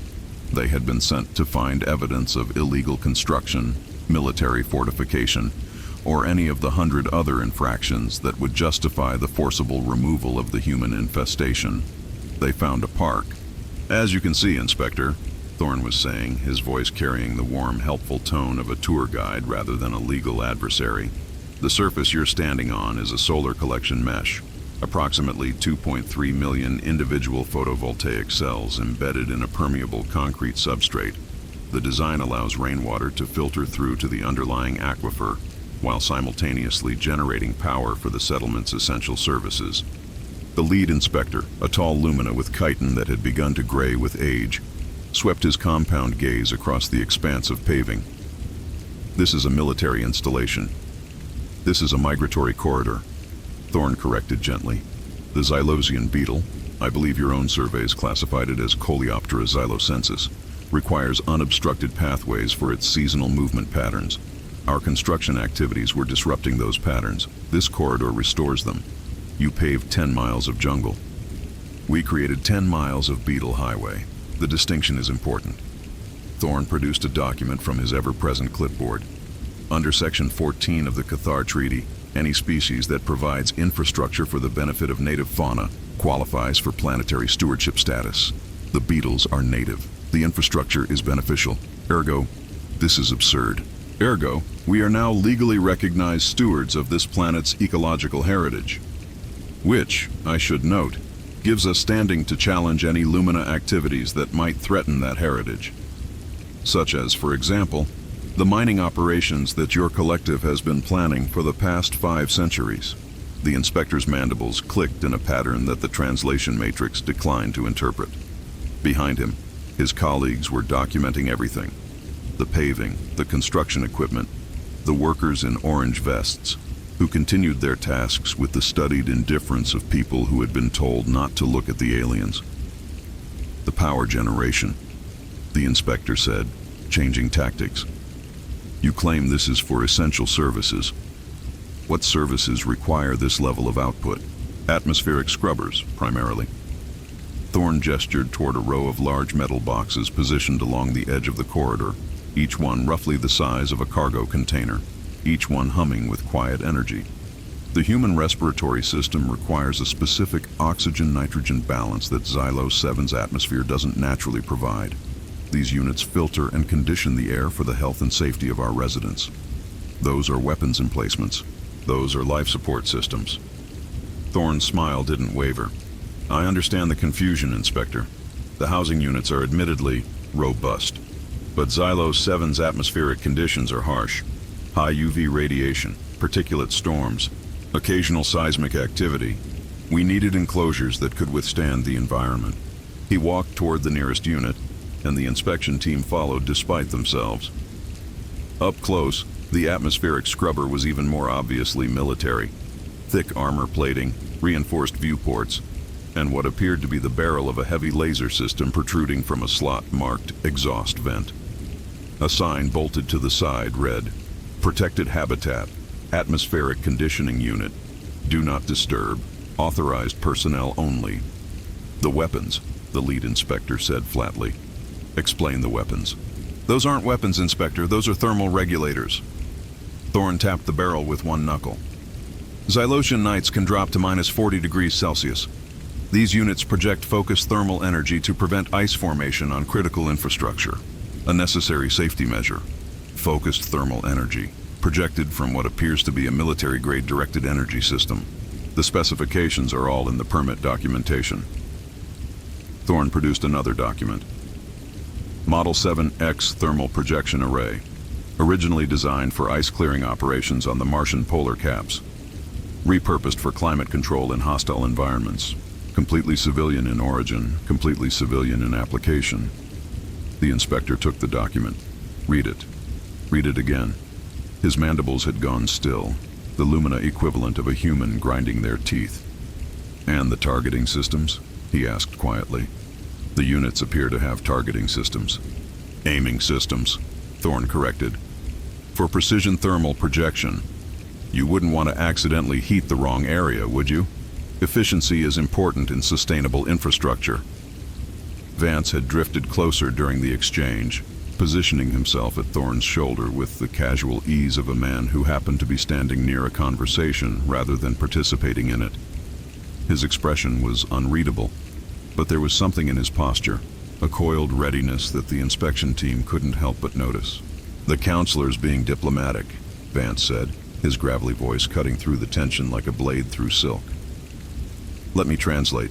You're looking at 12-point defense emplacements, 4 anti-armor batteries, and enough thermal projection capacity to turn a Lumina dropship into slag before it gets within 2 kilometers of our perimeter. The inspector turned to face him. You admit these are weapons?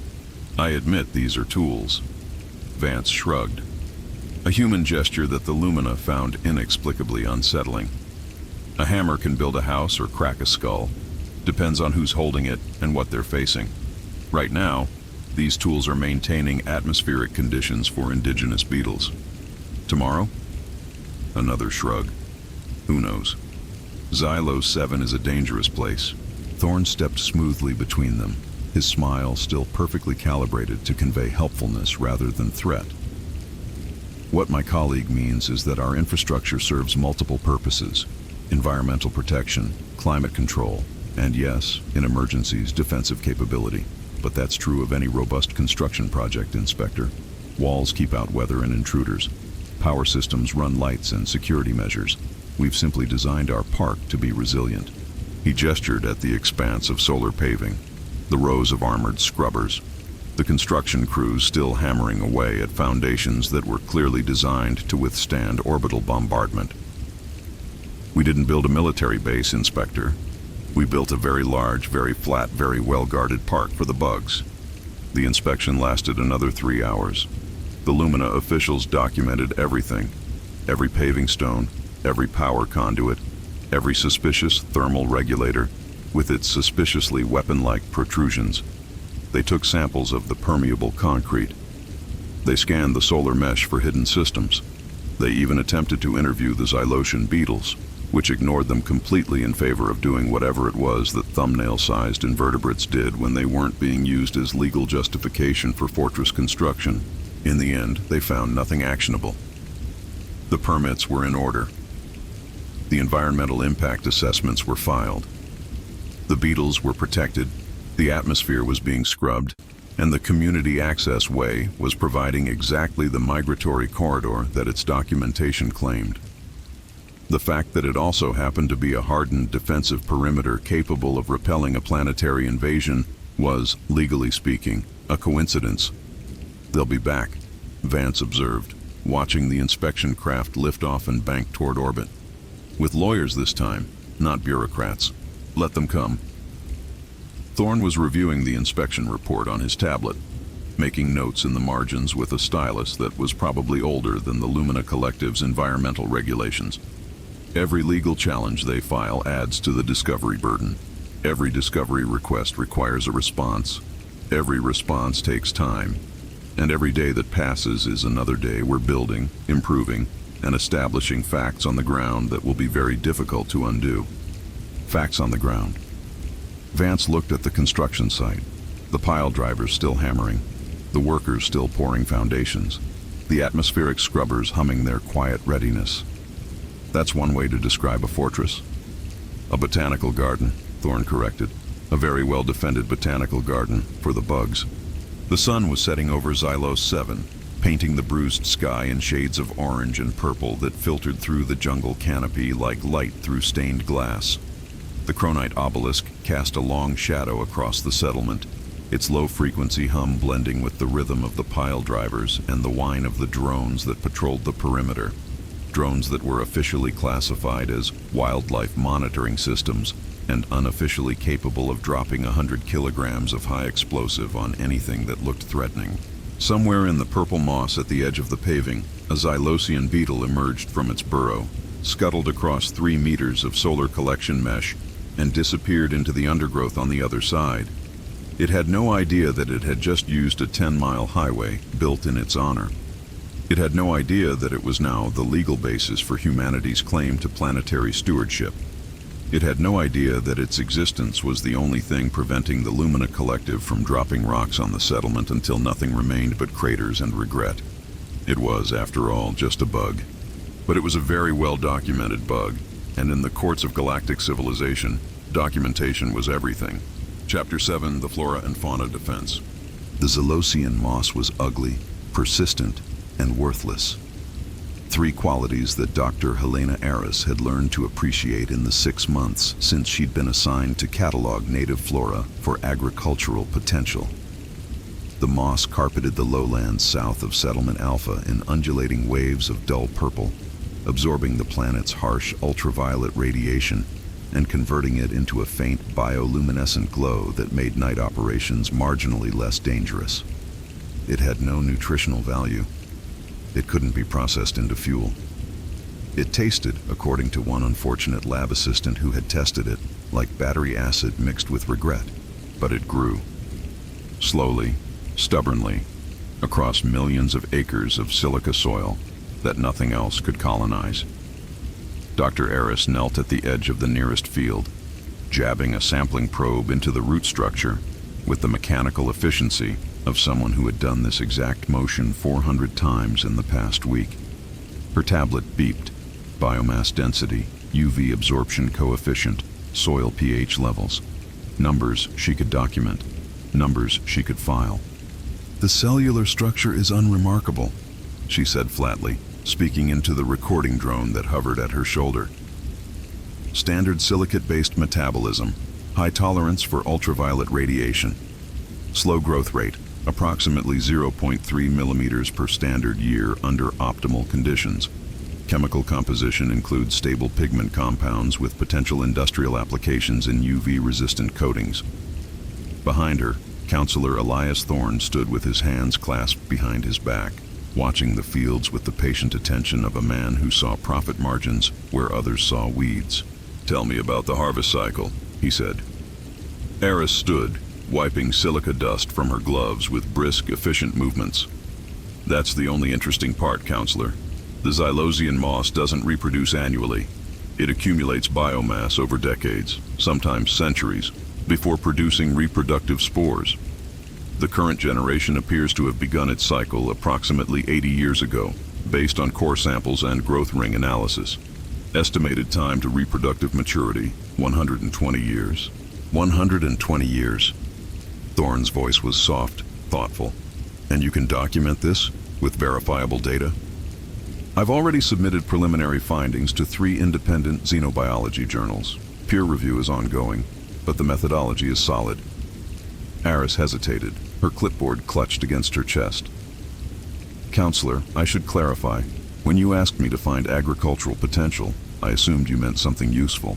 This moss is essentially industrial waste that happens to be alive. The pigment compounds might be worth extracting in bulk, but the processing costs would exceed market value by a factor of..." "Dr. Eris." Thorne turned to face her, and his smile was the smile of a man who had just found a loophole large enough to drive a civilization through. "Have you ever heard of the Lex Agricola?" The GLC hearing was scheduled for 3 days later. The Lumina had filed an emergency motion to reclassify the human settlers as ecosystem contaminants, a legal designation that would strip them of protected litigant status and authorize immediate remediation measures. The argument was straightforward. Humans were not native to Xylos 7. Humans were disrupting native ecology through standard biological processes, and therefore humans should be removed with the same efficiency applied to any invasive species. Arbiter Vrax presented the case personally. His chitin gleamed under the cold lights of the GLC chamber, his compound eyes reflecting the assembled officials with something approaching confidence.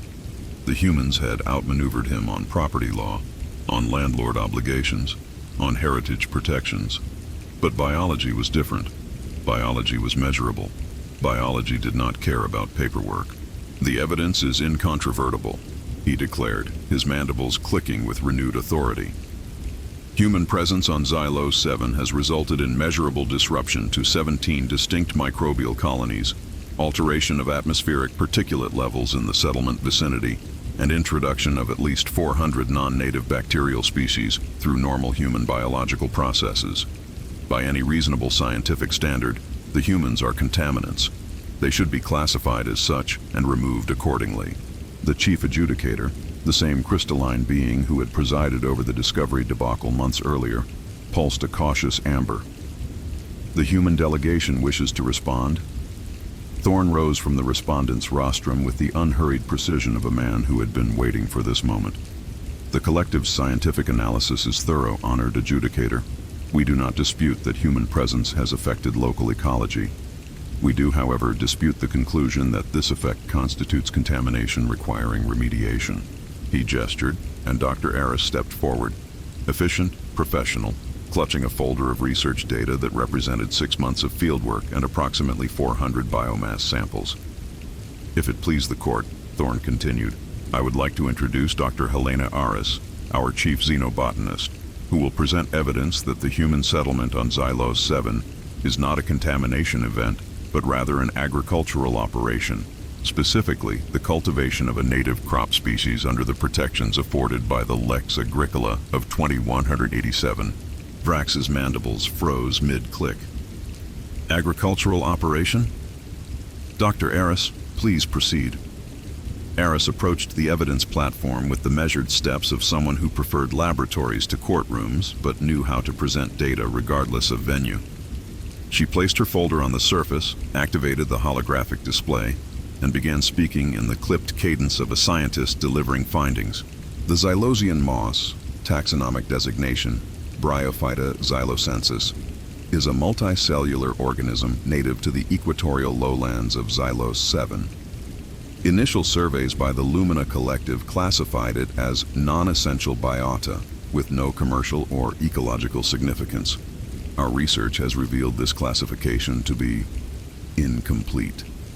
The holographic display filled with images. cross-sections of cellular structure, soil composition analyses, growth rate charts, chemical extraction yields.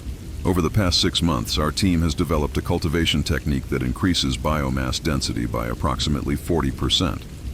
The process involves introducing specific nutrient compounds derived from human biological waste. She paused, glancing at Thorne, who nodded, into the soil substrate surrounding target populations. The result is accelerated root development and improved UV absorption efficiency, which translates to higher pigment yields for industrial extraction. Vrax rose from his seat. This is irrelevant. The question before the court is whether humans are ecosystem contaminants, not whether they can fertilize weeds. With respect, Arbiter, Thorne interjected smoothly, the question before the court is whether humans have legal standing to remain on Xylos 7. The Lex Agricola provides explicit protection for any species engaged in the cultivation, improvement, or harvesting of agricultural products on previously unclaimed or disputed territory. Dr. Aris has just demonstrated that we are cultivating and improving a native crop species, which brings us to the matter of harvesting. He nodded to Aris, who pulled up a new set of data. Core sample analyses, growth ring measurements, biomass accumulation projections. The Xylosian moss, Aris continued, operates on an extended reproductive cycle. Unlike terrestrial plants, which typically produce seeds or spores annually, Xylosensis accumulates reproductive potential over a period of approximately 120 to 150 standard years before releasing spores. This reproductive event represents the harvest window for any agricultural operation, the point at which accumulated biomass can be processed for maximum pigment extraction yield. And when? Thorne asked, his voice carrying the weight of a question whose answer he already knew. Is the current generation expected to reach reproductive maturity? Based on core sample analysis, growth ring dating, and biomass accumulation rates cross-referenced with geological survey data, Aris consulted her tablet. The current moss field south of Settlement Alpha will reach reproductive maturity in approximately 120 standard years, plus or minus 5 years depending on atmospheric conditions. The chamber fell silent. The crystalline adjudicator's amber pulse had frozen mid-cycle. Vrax's compound eyes had gone flat, the look of a being watching a trap close. Under the Lex Agricola, Thorne said, his voice soft and precise, farmers cannot be evicted from disputed territory during an active harvest cycle. The protection extends from the moment of planting through the completion of harvest. Dr. Aris has documented that we initiated cultivation operations 6 months ago and that the harvest will not be complete for another 120 years. He spread his hands, the gesture of a man presenting unavoidable conclusions. You can evict us as soon as the moss is ripe, Arbiter. See you in the next century. Vrax was on his feet before Thorne finished speaking. This is a farce. They are not farmers. They are not cultivating anything. They are. His mandibles worked furiously. They are poking rocks with sticks and calling it agriculture. The legal definition of cultivation under the Lex Agricola is quite broad, Thorne replied unruffled. Section 4, Paragraph 7. Any deliberate action taken to enhance the growth, health, or reproductive potential of a biological organism shall constitute cultivation for the purposes of this statute. We have taken deliberate action. We have enhanced growth. We have documented everything with verifiable methodology. He turned to the adjudicator, his expression settling into patient reasonableness. The arbiter objects to our methods. He finds them unorthodox. But the Lex Agricola does not specify which crops must be grown or how quickly they must mature, or whether the farmers must actually intend to consume what they harvest. It simply protects those who cultivate.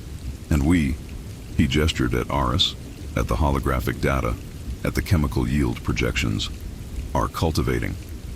The chief adjudicator's crystalline form pulsed through several colors. Confusion, resignation, something that might have been grudging acknowledgement. Finally, it settled on a pale blue.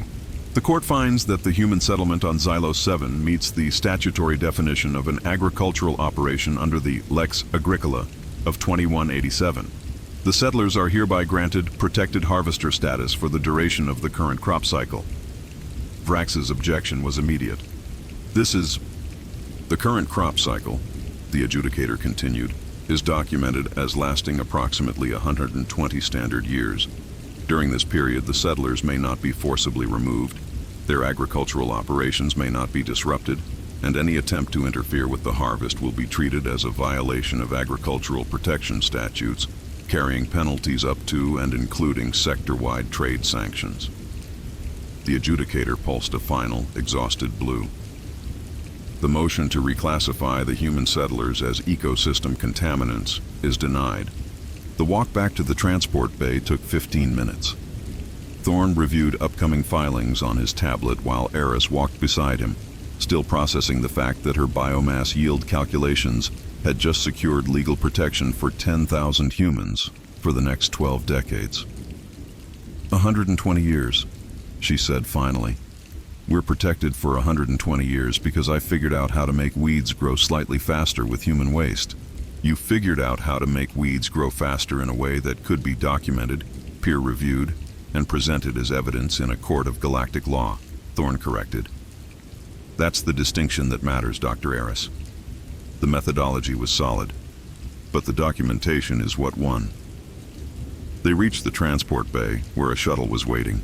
Through the observation windows, the cold blue glow of Lumina warships was visible in the distance, still orbiting, still watching, still waiting for an opportunity that was now 120 years away. What happens when the harvest is over? Eris asked. When the moss reproduces, and we don't have agricultural protection anymore. Thorne's expression didn't change. By then, Dr. Eris, we will have established 17 other legal protections to take its place. That's the nature of this kind of warfare. You don't win with a single maneuver. You win by making every day, every month, every year more expensive for your enemy than it is for you. He stepped onto the shuttle ramp, then paused. Besides, I'm told that the Xylosian moss has several subspecies, each with its own unique reproductive cycle. Our next task is to begin cultivating those as well. Staggered planting schedules, overlapping harvest windows. By the time the Lumina work through the legal implications, we should have continuous agricultural protection for the next 500 years. Eris stared at him. You want me to find more weeds? I want you to find more opportunities. Thorne's smile was thin and professional. You're efficient at it. On the surface of Xylos 7, the purple moss continued its slow accumulation, absorbing radiation, producing pigment, adding fractions of millimeters to root structures that would take another century to mature. In the fields south of Settlement Alpha, human workers moved among the dull purple expanses, jabbing sampling probes into root clusters, recording biomass density on clipboards, carefully tending to a crop that none of them would live to see harvested. They weren't really farmers. They knew it. The Lumina knew it. The entire galactic legal establishment knew it. But the paperwork said otherwise, and in the courts of civilized space, paperwork was all that mattered. Somewhere in the moss fields, a worker finished her sampling run, logged the final data point, and packed up her equipment. The moss beneath her boots was worth nothing. No nutritional value, no fuel potential, no market demand. Just stubborn purple biomass clinging to silica soil. But it was documented stubborn purple biomass. And documentation, as Counselor Thorne had explained, was worth more than any mineral deposit in the galaxy. Chapter 8. The Audit of Ages. The mandatory arbitration session was held in Conference Module 7C of Waystation Neutral, a repurposed cargo bay that the Galactic Law Library had converted into a mediation facility approximately 2 centuries ago, and hadn't bothered to update since. The walls were bare metal, stained with the ghosts of shipping labels that no solvent could fully remove. The air recyclers wheezed with the particular rhythm of machinery that had been scheduled for maintenance sometime in the previous decade. Folding tables lined the perimeter, each one slightly uneven, each one bearing the scars of 1,000 contentious negotiations. Counselor Elias Thorne sat at one of those tables, a cup of synthesized coffee cooling in front of him. The coffee was terrible. Station-grade nutrient slurry with caffeine additives that the dispenser optimistically labeled as Arabica blend. He drank it anyway. In his experience, mandatory arbitration was always more productive when everyone present was equally uncomfortable. Across the room, Arbiter Vrax had claimed a table of his own, surrounded by junior officials who shuffled documents and whispered in frequencies that human ears couldn't quite parse. The Lumina delegation had been required to attend by GLC protocol, some subsection of the dispute resolution framework that mandated good faith engagement before any new motions could be filed. They had not wanted to come. Their posture made that abundantly clear. Thorne waited. Patience was cheap. Arbitration time was billed by the hour. Eventually, the session mediator, a tired-looking crystalline being whose lattice structure had gone slightly cloudy with age, announced a recess for informal consultation between parties. This was bureaucratic code for, "We're all exhausted and someone should probably try talking before we waste another 6 hours on procedural objections." Thorne rose from his table, collected his coffee, and walked toward the Lumina delegation with the measured pace of a man who had nowhere else to be. Arbiter Vrax. His voice was flat, professional, the tone of someone fulfilling an obligation rather than seeking connection. "The mediator seems to think we should consult informally. I'm told it improves outcomes." Vrax's mandibles clicked once, a controlled sound.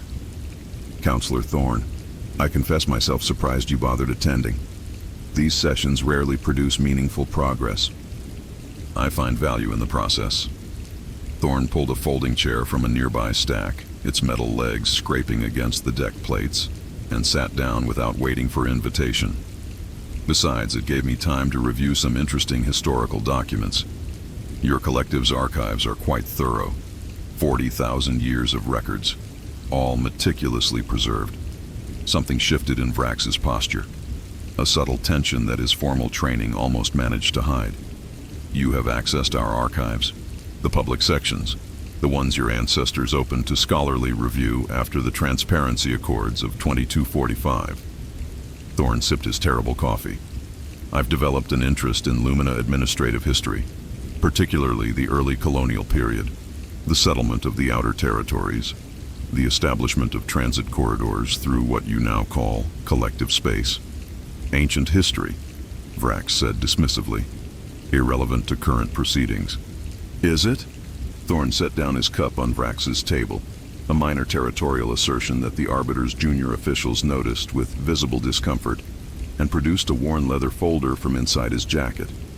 The folder was battered, its edges soft with age, and clearly contained physical documents. "I found something in the transit records from the 2180s, specifically the records pertaining to the Nebula transit tax." Vrax's mandibles clicked faster.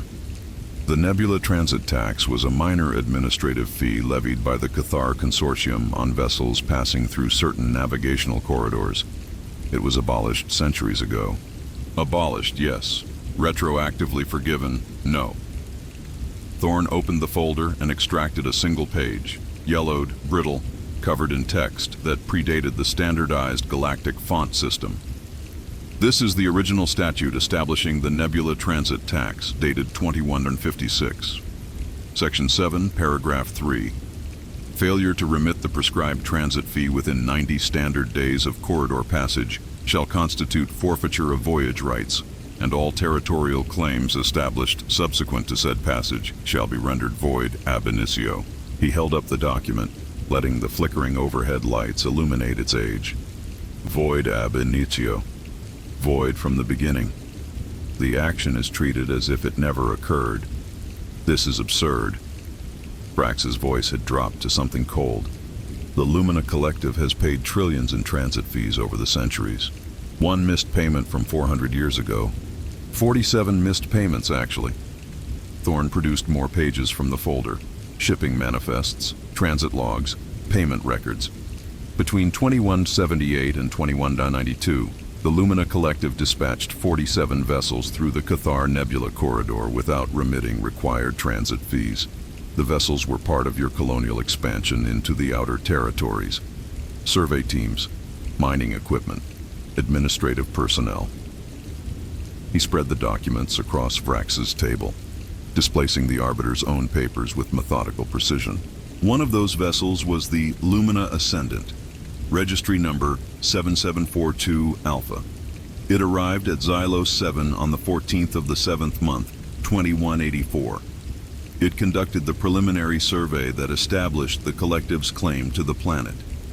And according to your own transit records, he tapped one of the yellowed pages. It never paid its passage fee. Vrax stared at the documents. Around them, the arbitration session continued its low murmur, other delegations conducting their own informal consultations, unaware that a 400-year-old receipt was reshaping territorial law in the outer territories. "This is a technicality," Vrax said finally. "A clerical error from a defunct administration. Clerical errors are my specialty, Arbiter." Thorne's expression didn't change.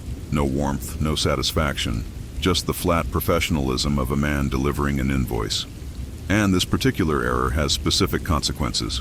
Under Section 7, Paragraph 3, the Lumina Ascendant's voyage rights were forfeited when it failed to pay.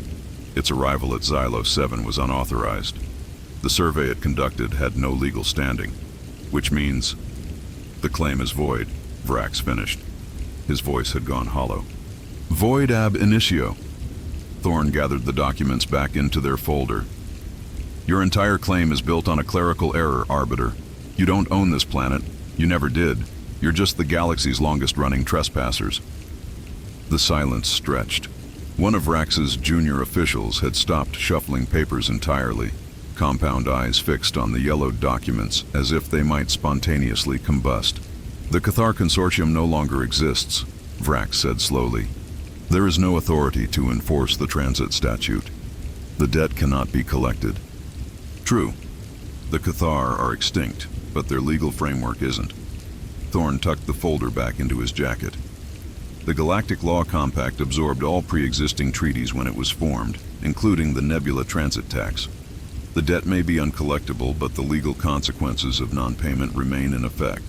He retrieved his coffee cup from Vrax's table and stood, the folding chair scraping again against the deck. "I'm not asking you to pay the tax, Arbiter. I'm pointing out that you never did. And because you never did, your original survey team had no authority to claim Xylos 7.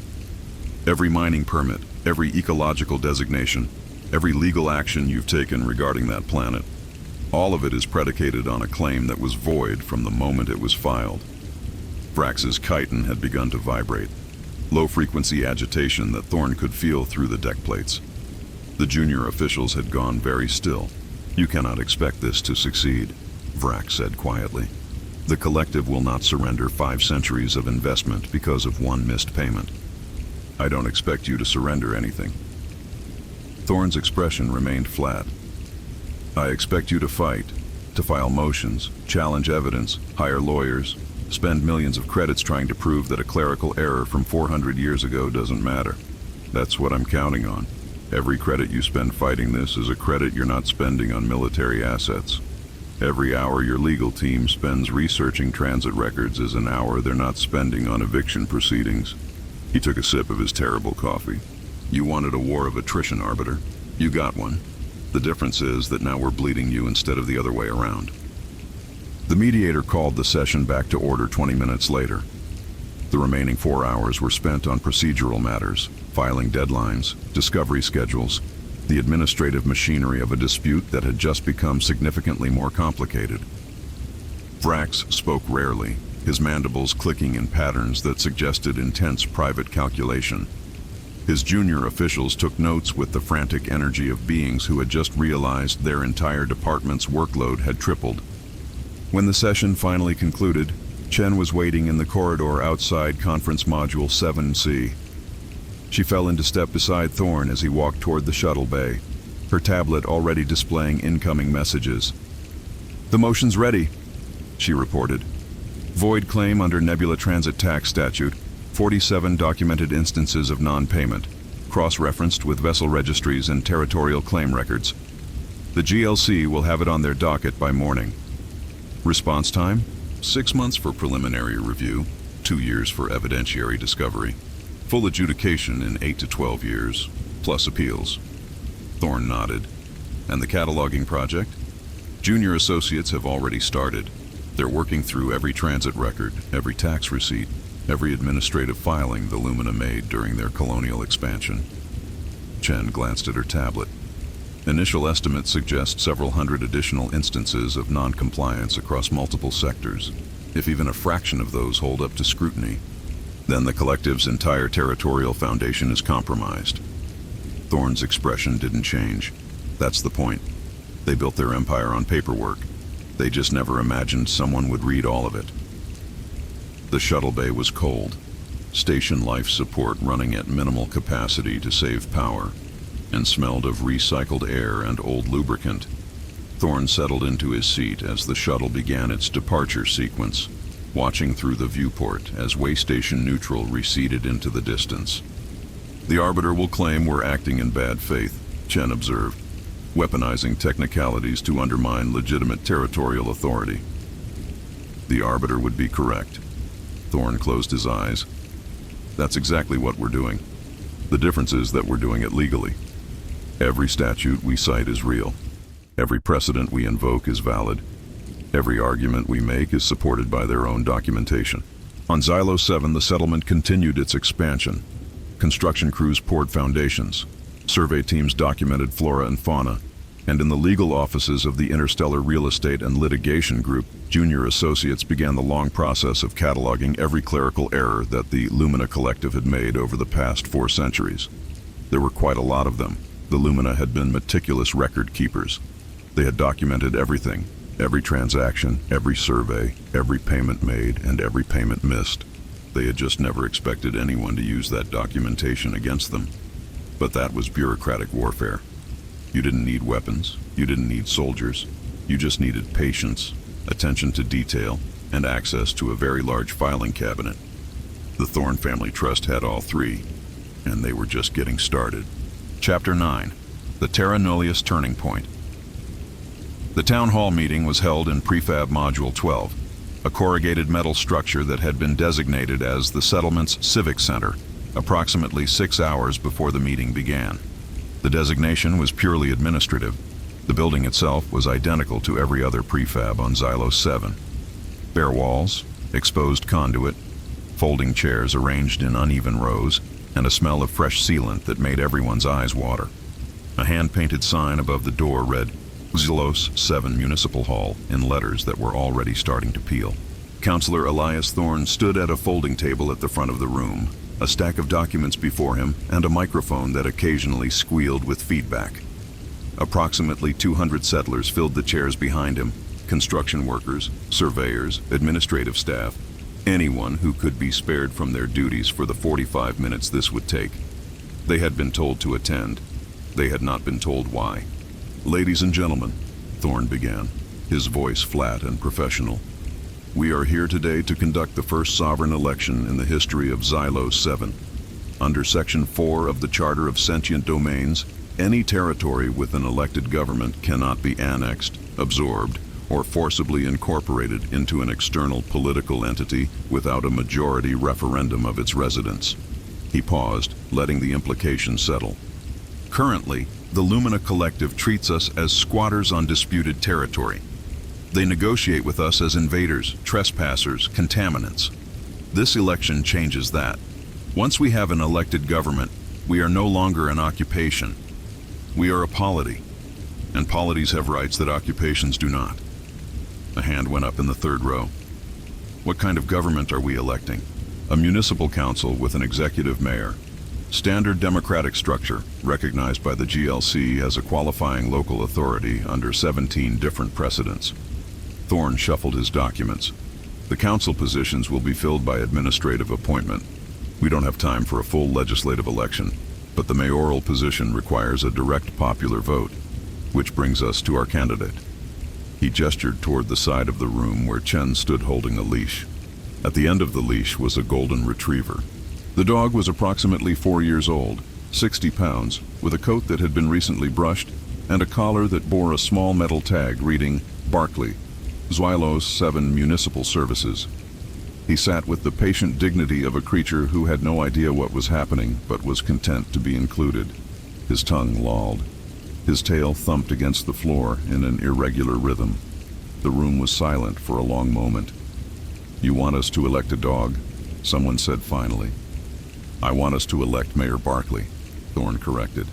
There's a legal distinction. The murmuring that followed was not precisely objection, more confusion. mixed with the particular exhaustion of people who had learned to expect the unexpected from their legal counsel. Thorne waited for it to subside, then continued. The Charter of Sentient Domains defines a qualified political entity as any being capable of participating in governance through expression of preference, response to constituent needs, and symbolic representation of community values. It does not specify species. It does not require verbal communication. It does not mandate any particular cognitive threshold. He held up a document. This is the official GLC commentary on the Charter, published in 2298. Page 47, paragraph 3. The framers deliberately avoided specifying biological or cognitive requirements for political participation, recognizing that the galaxy contains a vast diversity of sentient life forms whose decision-making processes may differ substantially from humanoid norms. Thorne set down the document and looked at the assembled settlers. The Lumina will challenge this election. They will argue that a dog cannot be a legitimate political leader. And to make that argument, they will have to define what sentience means, legally, precisely, in a way that excludes golden retrievers, but includes every other species currently participating in galactic governance. He smiled. It was not a warm smile. That process, according to our estimates, will take approximately 20 years, during which time Xylos 7 will remain a recognized local polity with all the protections that status provides. The vote took 11 minutes. There was one candidate. The ballot was a simple checkbox. 200 settlers marked their forms, deposited them in a cardboard box that had been repurposed from medical supply packaging, and watched as Chen counted the results with the mechanical efficiency of someone who already knew the outcome. 197 votes in favor, she announced. 3 abstentions. No votes against. Thorne nodded. The election is certified. Please welcome the first mayor of Xylos 7, His Honor Barclay. Barclay wagged his tail. Someone in the back of the room applauded. A single uncertain clap that trailed off into silence. The dog looked around the room with an expression of mild interest, then lay down on the floor and began licking his paw. The inauguration ceremony will be brief, Thorne continued. Chen, if you would. Chen produced a small sash, blue fabric with gold trim, clearly salvaged from something else, and draped it over Barclay's back. The dog tolerated this with the patience of an animal accustomed to human nonsense. A photographer from the settlement's documentation team snapped several images. Barclay sitting, Barclay standing, Barclay looking vaguely in the direction of the camera while his tongue hung out. These photographs will be included in our filing with the GLC, Thorne explained. Visual documentation of the peaceful transfer of power to a democratically elected executive. The municipal charter, along with certified election results and photographic evidence, will be transmitted to the Galactic Law Library within the hour. And the Lumina? Someone asked. What happens when they find out we elected a dog? They will file an objection. Specifically, they will file a motion to invalidate the election on the grounds that the candidate does not meet the cognitive requirements for political office. Thorne began gathering his documents. To support that motion, they will need to establish a legal definition of sentience that can be applied consistently across all member species of the Galactic Law Compact. They will need to prove that Barclay lacks whatever qualities that definition requires, and they will need to do so without accidentally disqualifying any of the 17 non-humanoid species that currently hold seats on the GLC's governing council. He tucked the documents into his briefcase. 3 of those species communicate exclusively through bioluminescent patterns. 2 of them have no individual consciousness. They're hive minds that elect representative nodes. One of them is technically a fungal network that makes decisions through chemical signaling. Thorne's expression remained flat. If the Lumina want to argue that a dog can't be a mayor because it can't speak or reason in humanoid terms, they're going to have to explain why a mushroom can. The filing reached the Galactic Law Library at 1847 local time. By 1900, it had been logged, stamped, and entered into the public record. By 1930, the first Lumina objection had been filed, a hastily drafted motion arguing that the election was a transparent mockery of democratic principles and should be invalidated immediately. Thorne read the objection in his office, a cup of terrible coffee cooling beside him. Barkley sleeping on a mat in the corner. "They're arguing bad faith," Chen reported, scrolling through her tablet. "They claim we elected a dog specifically to create a legal paradox, not because we genuinely believe it's qualified for office." "They're correct." Thorne didn't look up from the document. "Our motives are irrelevant to the legal question. The election was conducted according to proper procedure. The candidate met the stated requirements. The voters expressed their preference freely. Whether we did it sincerely or strategically doesn't change the outcome." The GLC is requesting clarification on the sentience issue. They want both parties to submit briefs defining the cognitive requirements for political participation. Of course they do. Thorne set down the objection and reached for his coffee. That's the trap. The moment the Lumina try to define sentience narrowly enough to exclude Barkley, they risk excluding half the species in the compact. The moment they define it broadly enough to include everyone, they can't exclude a dog. There's no definition that serves their purposes without creating larger problems. He took a sip of coffee, grimaced at the temperature, and drank it anyway. "How long for the sentience review?" "Initial estimates are 15 to 20 years for a comprehensive legal framework. Longer if multiple species file amicus briefs defending their own cognitive processes."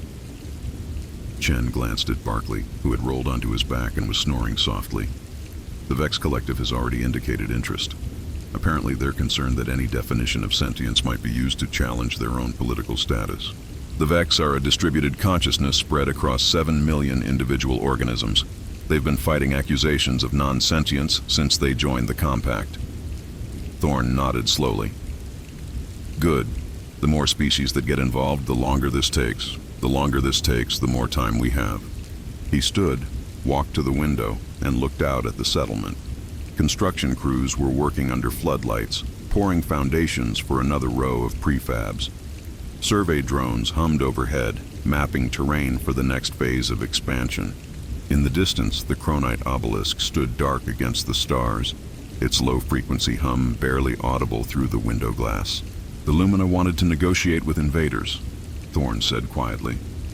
"They wanted to deal with us as a temporary problem, pests to be removed, contaminants to be cleaned. Now they have to negotiate with a government. They have to recognize us as a political entity with legitimate authority over this territory.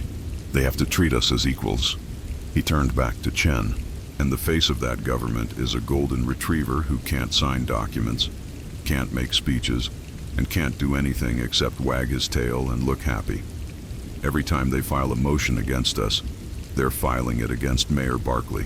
Every time they demand a response, they're demanding it from a dog. Chen looked at Barkley, who had woken up and was now scratching behind his ear with his hind leg. "It's humiliating for them. It's procedurally correct." Thorne's expression didn't change. "That's what matters. The humiliation is just a bonus." The GLC's formal response arrived 3 days later. The election was recognized as provisionally valid pending resolution of the sentience inquiry. Xylos 7 was redesignated from disputed territory to provisional municipal authority, and the Lumina Collective was informed that any further actions against the settlement would need to be conducted through diplomatic channels appropriate to relations between recognized political entities. Thorne read the decision in the same office, the same terrible coffee, Barkley still sleeping on the same mat. 20 years, Chen said. Minimum. That's how long the sentience review is expected to take. 20 years of being a government instead of an occupation. Thorne set down the decision. 20 years of building infrastructure, establishing precedents, creating facts on the ground that will be very difficult to undo. 20 years of the Lumina having to file diplomatic protests instead of military orders. He looked at Barkley, who had woken up at the sound of voices and was now sitting attentively, tail wagging, apparently convinced that this meeting might involve food. His honor has served his constituents well. Chen produced a treat from her pocket, a small biscuit that Barkley accepted with dignified enthusiasm. The Lumina are requesting a formal meeting with the mayor's office, she reported. They want to discuss terms for peaceful resolution of the territorial dispute. Schedule it. Thorne was already reaching for his briefcase.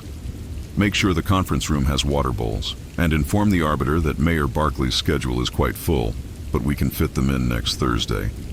He paused at the door. Oh, and Chen, Make sure we get photographs of the meeting.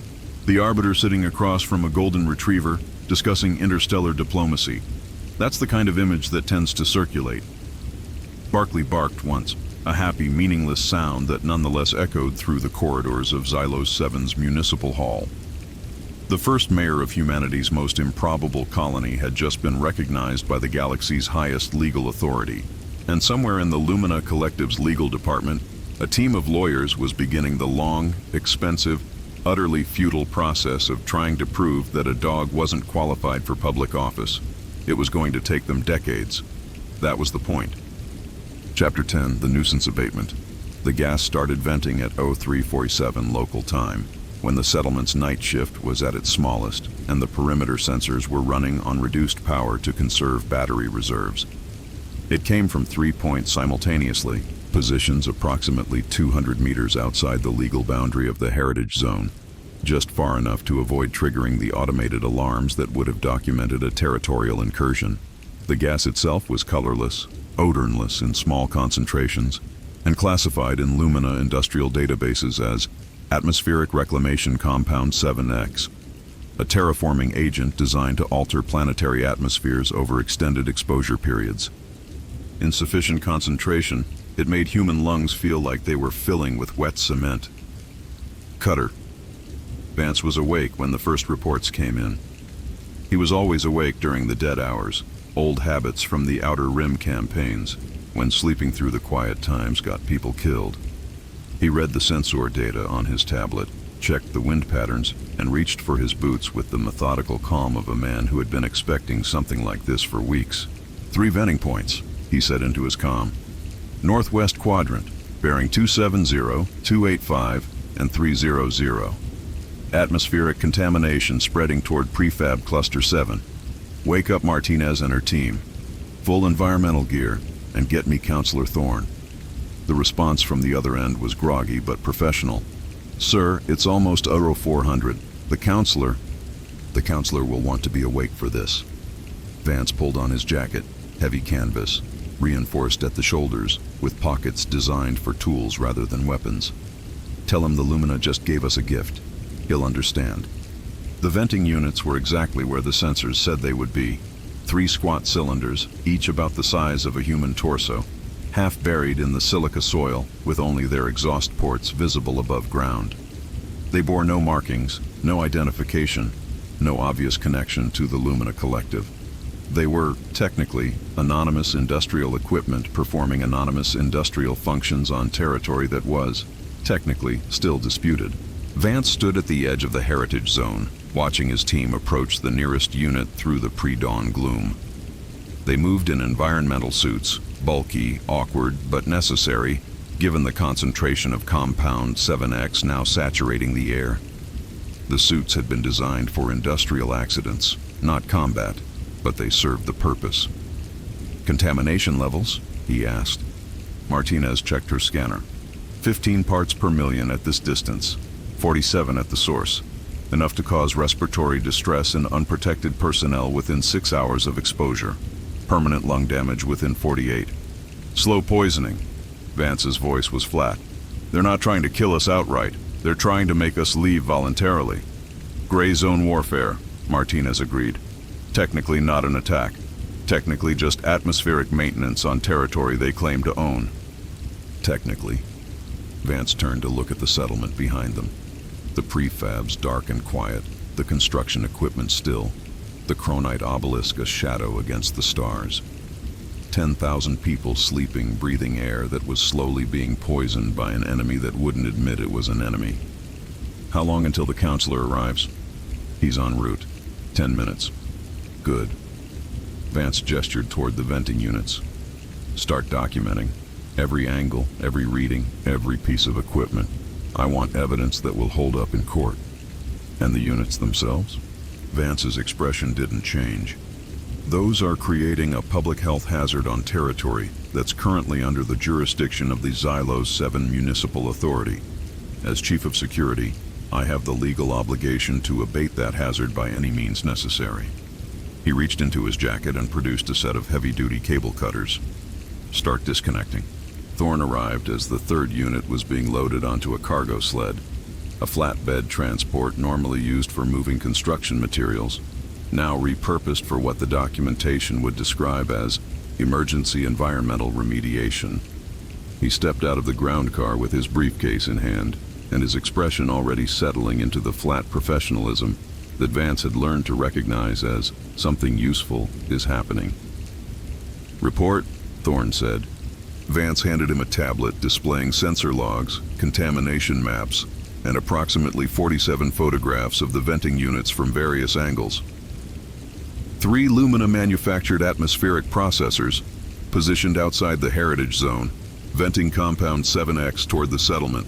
Contamination levels sufficient to cause respiratory damage with prolonged exposure. No identification markings. No personnel present at time of discovery. Sabotage. Gray zone warfare. They're calling it atmospheric maintenance. Standard terraforming procedure. Nothing to do with the human settlement that happens to be downwind. Vance's voice carried the particular contempt of a soldier who had seen this tactic before. They'll claim it's coincidental. They'll claim they were just preparing the planet for future Lumina habitation. They'll claim whatever their lawyers tell them to claim. Thorne was scrolling through the photographs, his eyes moving with the rapid precision of someone cataloging evidence. The question is what we claim, and what we do with those units. Already handled. Vance gestured toward the cargo sled, where Martinez and her team were securing the 3rd cylinder. I've confiscated them as evidence of environmental contamination. Under Section 12 of the Xylos 7 Municipal Code, which we ratified last week, the Chief of Security has authority to seize any equipment creating a public health hazard pending investigation. You wrote a law specifically for this situation. I wrote a law for any situation where someone tries to poison us without technically attacking us. Vance shrugged. This seemed like a likely scenario. Thorne's expression flickered, something that might have been approval, quickly suppressed. And the Lumina? They'll want their equipment back. They can file a claim. Property recovery requests go through the municipal court, which is currently backlogged with... Vance checked his tablet. Approximately 300 pending cases, mostly related to the ongoing territorial dispute. Estimated processing time is 18 to 24 months, during which time the equipment remains in our custody. As evidence? Vance's smile was thin and professional. Can't release evidence while an investigation is ongoing. That would compromise the integrity of the case. The formal notification to the Lumina Collective was transmitted at 0630, just as the sun was beginning to paint the Xylosian sky in shades of bruised purple and infected orange. The document was 12 pages long, dense with legal citations, and signed by both Counselor Thorne and Chief Security Officer Vance. It informed the collective that 3 pieces of unauthorized industrial equipment had been discovered contaminating the atmosphere of Xylos 7. That said equipment had been confiscated pursuant to the nuisance abatement provisions of the municipal code, and that any party wishing to claim ownership of the equipment would need to submit a formal property recovery request, along with documentation proving legal right to possess atmosphere-altering devices within the Xylos 7 heritage zone. The response came 4 hours later. A furious transmission from a Lumina captain whose vessel had apparently been providing logistical support for the atmospheric maintenance operation. Those units are collective property. The captain's voice crackled through the settlement's communication system, his translator struggling to convey the full extent of his outrage. You have no authority to seize military. He stopped, corrected himself. Industrial assets belonging to a sovereign galactic power. Thorne was in his office when the transmission arrived, reviewing the contamination data with the careful attention of a man preparing for litigation. He activated the response channel with one hand while making notes with the other. Captain, I appreciate your concern for your equipment. However, I should inform you that by identifying these units as collective property, you've just established formal Lumina ownership of devices that were actively contaminating a populated settlement. That's quite helpful for our case. Your case? The nuisance abatement action we're filing with the GLC this afternoon. Environmental contamination of a recognized municipal authority, perpetrated by equipment now confirmed to belong to the Lumina Collective. Thorne's voice was pleasant, helpful, the tone of a bureaucrat clarifying a minor procedural matter. I should also mention that under the Polluter Liability Statute of 2201, the owner of contaminating equipment is financially responsible for all remediation costs, medical expenses, and punitive damages arising from the contamination event. The line was silent for a long moment. "We will retrieve our equipment," the captain said finally, "by force if necessary." "I wouldn't recommend that, Captain. The equipment is currently being held in our evidence storage facility, which is located—" Thorne paused, consulting a document, "inside the heritage zone. Any attempt to retrieve it by force would constitute a heritage crime, as we discussed in previous proceedings. Additionally, the equipment is now classified as material evidence in an active legal proceeding, which means any interference with it would be contempt of the Galactic Law Library." Another silence. Longer this time. "You cannot keep our property indefinitely." "I'm not keeping anything, Captain. I'm simply following proper legal procedure. The equipment will be returned to its rightful owner as soon as the investigation is complete and all outstanding claims have been resolved." Thorne made another note. "Current estimated timeline for resolution is approximately 3 to 5 years, depending on the complexity of the remediation assessment and the number of individual medical claims filed by affected residents." 3 to 5 years. "These things take time, Captain. Environmental law is complicated." Thorne's tone shifted slightly, still pleasant, but with an edge beneath it. "Of course, the timeline could be shortened considerably if the collective were willing to settle the matter out of court. A formal admission of responsibility, compensation for damages, and a binding agreement to cease all atmospheric maintenance activities within censor range of our settlement. I could have a draft settlement agreement prepared by end of day." The transmission ended without a response. Vance appeared in Thorne's doorway approximately 10 minutes later, a cup of coffee in each hand. The terrible synthesized kind that was all the settlement had, but hot and caffeinated and therefore acceptable. "They're not going to settle," he said, handing one cup to Thorne. "No." Thorne accepted the coffee, took a sip, grimaced. "But they're also not going to try to retrieve the equipment. The heritage zone makes that too expensive. And they can't claim ownership without admitting responsibility for the contamination. So they lose either way. They lose either way." Thorne set down his coffee and pulled up a new file on his tablet, an inventory list.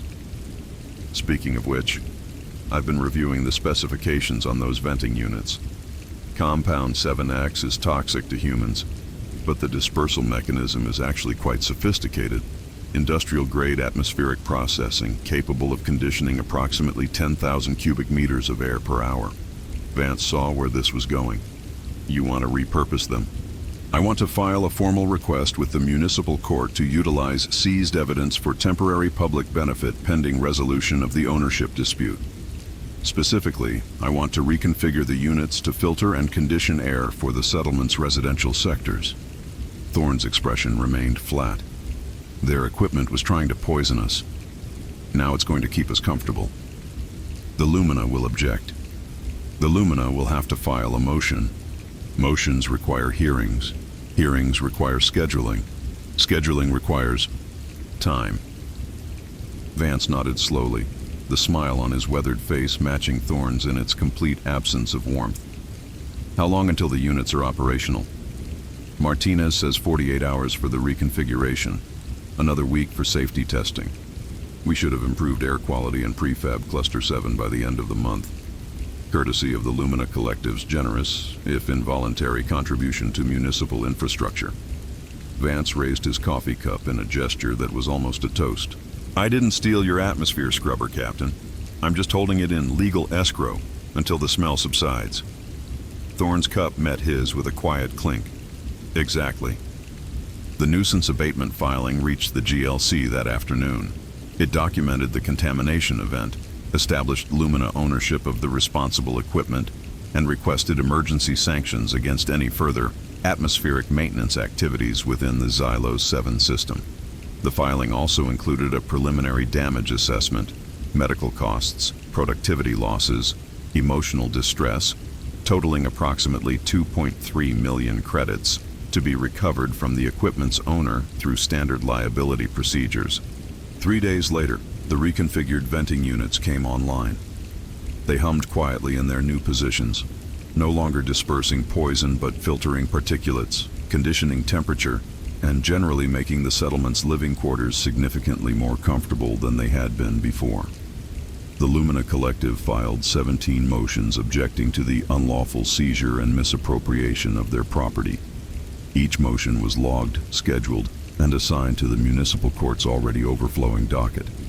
Estimated time to resolution, 4 to 6 years. In the meantime, the equipment remained where it was, repurposed, operational, and generating exactly the kind of ironic justice that made excellent material for the settlement's internal newsletter. The headline ran, "Lumina donation improves air quality in Cluster 7. Vance clipped it out and pinned it to the wall of his office. It was, he decided, the best piece of military equipment he had ever confiscated. Chapter 11. Stand your ground. The frontier gate wasn't much to look at. 2 prefab guard towers flanking a gap in the perimeter barrier, connected by a crossbar that bore a hand-painted sign reading, Xylos 7 Municipal Boundary, authorized entry only. The barrier itself was construction fencing, the kind used on Earth to keep pedestrians away from active work sites. It wouldn't stop a determined child, let alone a military assault. But that wasn't the point.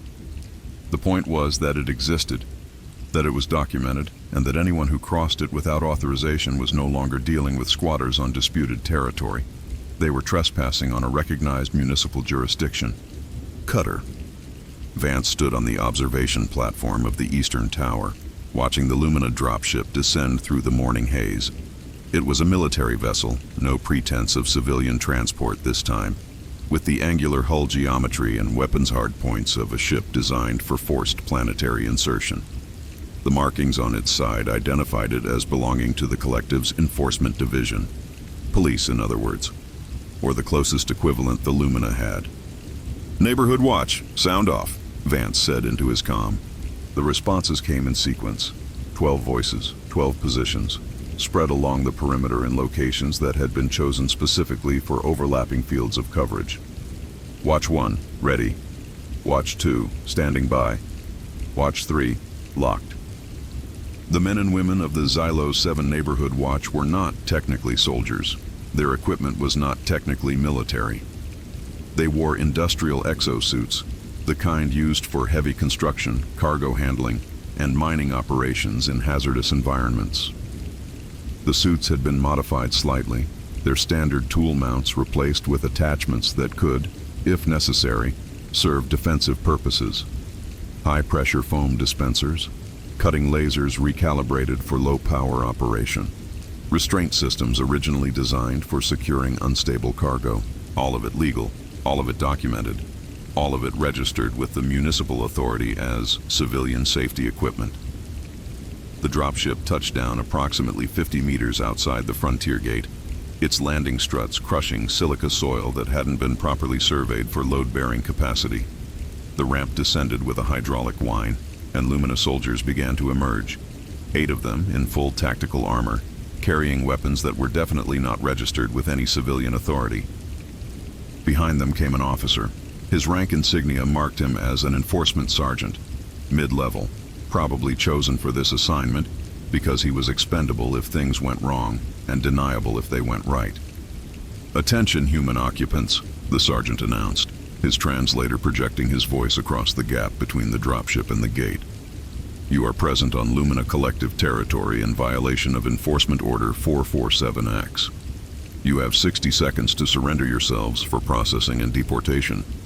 Failure to comply will result in forcible extraction." Vance leaned on the railing of the observation platform, his posture deliberately casual. He was wearing his exosuit, a scarred, dented piece of equipment that had seen service in the Outer Rim campaigns before being retired to civilian use. But the helmet was off, his weathered face visible to the Lumina optics that were undoubtedly recording everything. "Morning, Sergeant," he called down. "Nice ship. You got a permit for that?" The sergeant's mandibles clicked in a pattern that the translator rendered as contempt. "This is not a negotiation. You have 50 seconds. See, that's the thing." Vance straightened, reaching for a clipboard that had been hanging from a hook on the railing. The clipboard was battered, stained with what might have been oil or might have been coffee, and contained approximately 40 pages of densely printed documentation. You're currently attempting to enter the jurisdiction of the Xylos 7 Municipal Authority without prior authorization.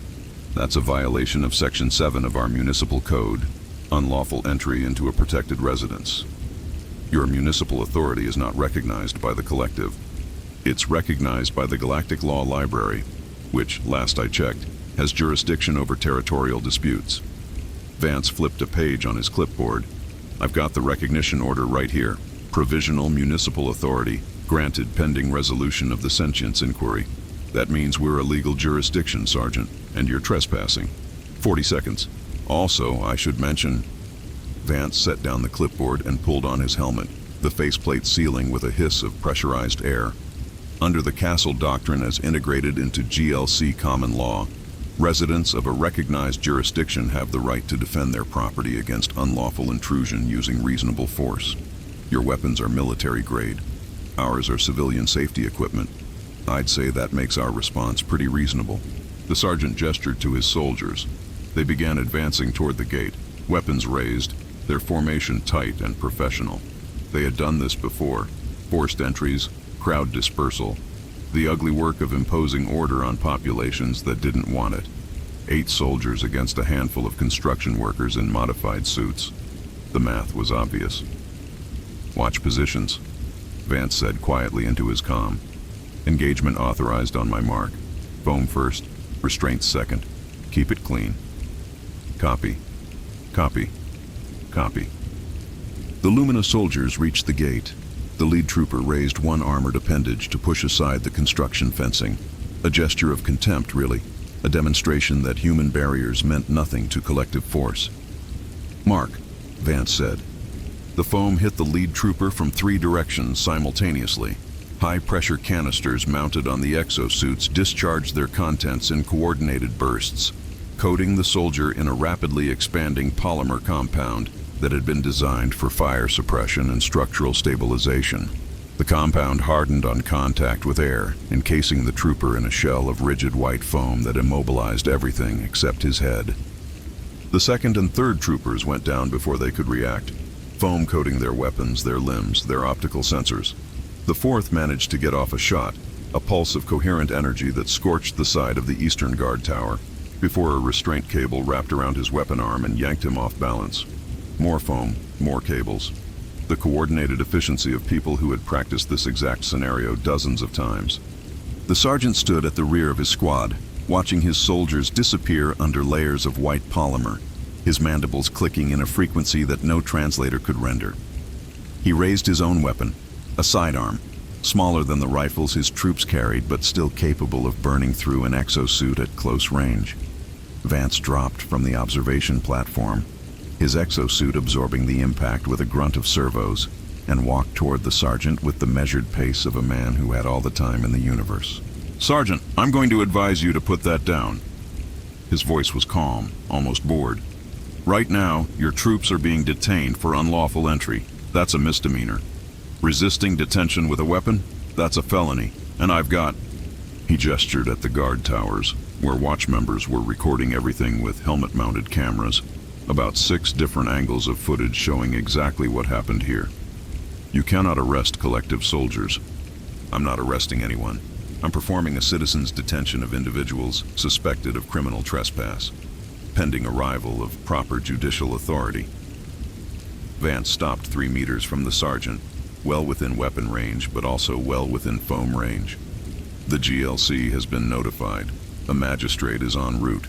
Your troops will be processed according to municipal code, and you'll have the opportunity to post bond and contest the charges through proper legal channels." The sergeant's weapon didn't waver. "The collective does not recognize your jurisdiction. The collective doesn't have to recognize anything. The GLC does, and they already have." Vance's helmet tilted slightly, the exosuit equivalent of a shrug. "Look, Sergeant, I'm just doing my job. You came to our gate. You tried to enter without authorization, and my people stopped you using legally registered civilian safety equipment. Nothing that happened here violates any statute I'm aware of. You want to dispute that? Fine. Get a lawyer. File a motion. Take it to court. He gestured at the foam-encased soldiers behind the sergeant. "In the meantime, your people are going to spend the next 6 to 8 hours in that foam while it cures. Then we'll cut them out, process them, and hold them for the magistrate. Bail hearing should be sometime tomorrow, assuming the docket isn't too backed up. This is an act of war. This is an act of self-defense against an unlawful detainment attempt." Vance's voice hardened slightly. "Your troops came here to forcibly extract civilians from their homes. We stopped them, legally, cleanly, with documentation and witnesses and exactly the kind of proportional response that holds up in court." He took one step closer, his faceplate now centimeters from the sergeant's compound eyes. "You want a war, Sergeant? Come back with a declaration. Come back with authorization from the GLC. Come back with something that looks like legal standing instead of a squad of trigger-happy enforcers and a 60-second ultimatum." His voice dropped to something that was almost a whisper. "But if you come at us like this again, unauthorized, undocumented, trying to drag our people off to whatever processing facility you've got in mind, we will foam every soldier you send. We will detain every officer, and we will file so much paperwork that your legal department will be digging out from under it for the next decade." The sergeant's weapon arm trembled, not with fear, Vance judged, but with the particular frustration of a being who had been sent to do a simple job and found himself in a situation that no amount of firepower could resolve. "The collective will respond to this," he said finally. "I'm counting on it." Vance stepped back, gesturing toward the dropship. "Now you can holster that weapon and wait for the magistrate like a civilized enforcement officer, or you can try to shoot your way out, in which case I'd like to direct your attention to watch positions 4, 7, and 11, who are currently aiming restraint systems at your legs, your weapon arm, and your thorax." He paused. "Your call, Sergeant. Just doing my job. Move along." The weapon went down. The sergeant's posture shifted. Defeat, resignation. The particular slump of a being who had just realized that the enemy wasn't going to play by rules he understood. Vance turned and walked back toward the gate, keying his comm as he went. "Watch positions. Stand down to monitoring status. Somebody get Counselor Thorne on the line. Tell him we've got 8 guests for the holding facility, and we're going to need bail paperwork for..." He paused, checking the insignia on the foam-encased soldiers. 6 enlisted personnel and 1 non-commissioned officer. "And the sergeant?" Martinez's voice crackled through the comm.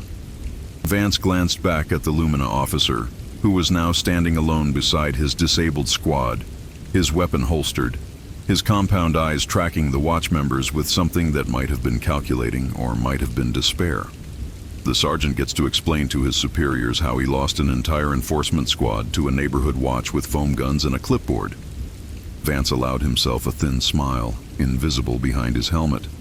"I think that's punishment enough." The magistrate arrived 4 hours later, a minor judicial official from the GLC's regional circuit, clearly annoyed at being summoned to a disputed territory for what he probably considered a waste of his time. He processed the detained soldiers with the mechanical efficiency of someone who had done this 1,000 times, recorded their statements, and set bail at the standard rate for unlawful entry charges. The Lumina Collective paid the bail within the hour. The soldiers were released, escorted back to their dropship, and lifted off without further incident. Thorne was waiting in Vance's office when the security chief returned from the frontier gate, a cup of terrible coffee in his hands and a tablet displaying the day's legal developments. "The GLC has formally logged the incident as a civil matter arising from disputed jurisdictional claims," Thorne reported.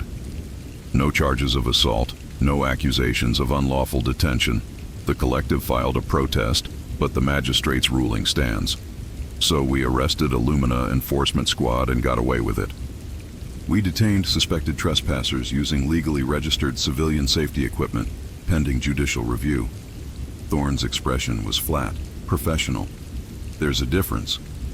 Vance dropped into his chair, the exosuit's servos whining as they powered down to standby mode. "And next time, they'll come with more soldiers, better equipment, authorization that actually holds up. Probably." Thorne set down his tablet. "But that takes time. Time to draft authorization. Time to get GLC approval. Time to coordinate a response that won't result in another embarrassing incident." He smiled. Thin, professional, completely without warmth. Every day they spent preparing is another day we're building. Another day we're establishing facts on the ground. Another day the cost of removing us goes up. Castle Doctrine. Vance shook his head slowly. I can't believe that actually worked. It worked because we documented everything. Because we used proportional force. Because we had a magistrate on standby and bail paperwork ready to file. Thorne stood, collecting his tablet. The Lumina think this is a military problem. They keep sending soldiers. We keep treating those soldiers like what they legally are. Trespassers on private property, subject to civilian detention procedures. He paused at the door. They'll adapt eventually. They'll find a legal framework that lets them use force. But by then, we'll have adapted too. That's the game, Mr. Vance. Not winning. Just staying in play longer than they expect. Vance looked out the window of his office toward the frontier gate where his watch members were already repairing the scorch mark on the guard tower. The construction fencing had been replaced. The documentation had been filed. Everything was back to normal. If normal meant a settlement that had just arrested an alien enforcement squad and lived to tell about it. Just doing my job, he said quietly. Move along. The frontier gate stood quiet in the afternoon light, waiting for the next visitor who didn't have a permit. Chapter 12, The Protection Racket. The subspace video conference was held in a converted storage closet that the settlement's IT department had optimistically renamed Communications Suite Alpha. The room was approximately 3 meters by 4, lit by a single overhead panel that flickered every 30 seconds, and furnished with a folding table, 2 chairs, and a communication array that had been salvaged from the Beagle DW2's original navigation suite. The array was old, temperamental, and required manual calibration before each transmission. It was also one of the few pieces of equipment in the settlement capable of establishing secure connections across multiple star systems simultaneously. Counselor Elias Thorne sat at the folding table, a tablet in front of him displaying connection status for 37 active feeds.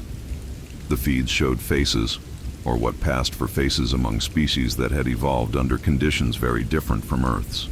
Crystalline lattice structures pulsing with internal light, membranous sacs containing swirling gases that occasionally formed recognizable patterns, clusters of sensory stalks that tracked his image with unsettling precision, and, scattered among the exotic, a handful of beings that were almost recognizable. Bilateral symmetry, forward-facing sensory organs, manipulator appendages. The oppressed, in other words, the marginalized. The species that had been on the wrong end of Lumina Collective's stewardship for centuries, and had never had the resources or the legal expertise to do anything about it. Until now. Thank you all for joining this consultation, Thorne began, his voice flat and professional. I understand that establishing secure communication across this many systems is expensive, so I'll be direct. The Lumina Collective is currently engaged in a territorial dispute with my clients on Xylos 7. Over the past 18 months, we have successfully blocked their eviction attempts, frozen their assets in the disputed sector, and established a recognized municipal authority on what they consider their property. He paused, letting the translation matrices do their work across 37 different linguistic frameworks. We have done this using their own laws, their own precedents, their own bureaucratic machinery, turned against them. He leaned forward slightly. And I am here to offer you the same service. The first response came from a being that appeared as a column of shifting geometric patterns on the display, a representative of the Veth Concordance, a collective intelligence that had been administered by the Lumina for the past 3 centuries. The Concordance has attempted legal challenges before.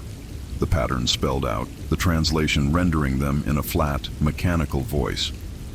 The collective's legal resources are effectively infinite.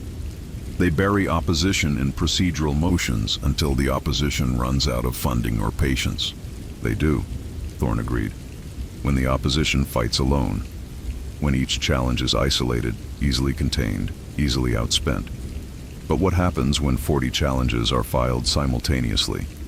When the collective's legal department has to respond to 40 separate discovery requests, 40 separate motions for injunctive relief, 40 separate claims for damages, all at once. He pulled up a document on his tablet and shared it to the conference feed.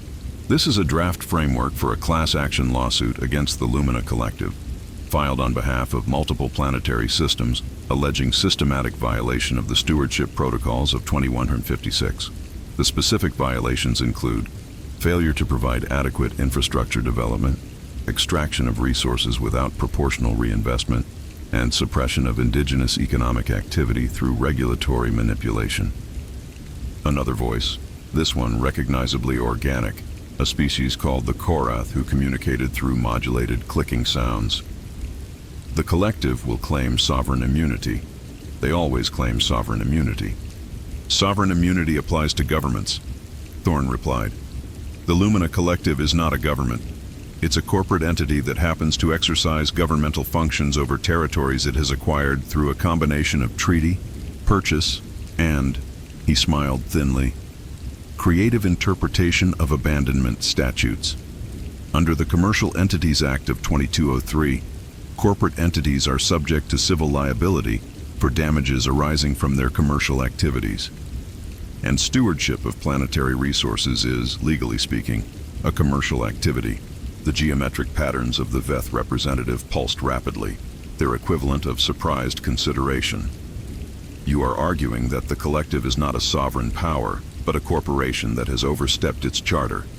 I am arguing that the collective has spent 40,000 years building a legal framework that protects its interests while appearing to serve the broader galactic community. That framework has loopholes, contradictions, places where the letter of the law conflicts with the collective's actual practices. Thorne's expression didn't change. My job is to find those places and exploit them. Your job is to provide me with the documentation I need to do it. The conference continued for 3 hours. Representatives from 37 systems described their grievances. Resources extracted without compensation. Infrastructure promised but never delivered. Local industries suppressed to prevent competition with Lumina enterprises. Thorne took notes, asked questions, identified patterns. The collective's methods were remarkably consistent across different sectors. Acquire territory through legal maneuvering, extract value, provide minimal services, and use regulatory complexity to prevent any challenge to the arrangement.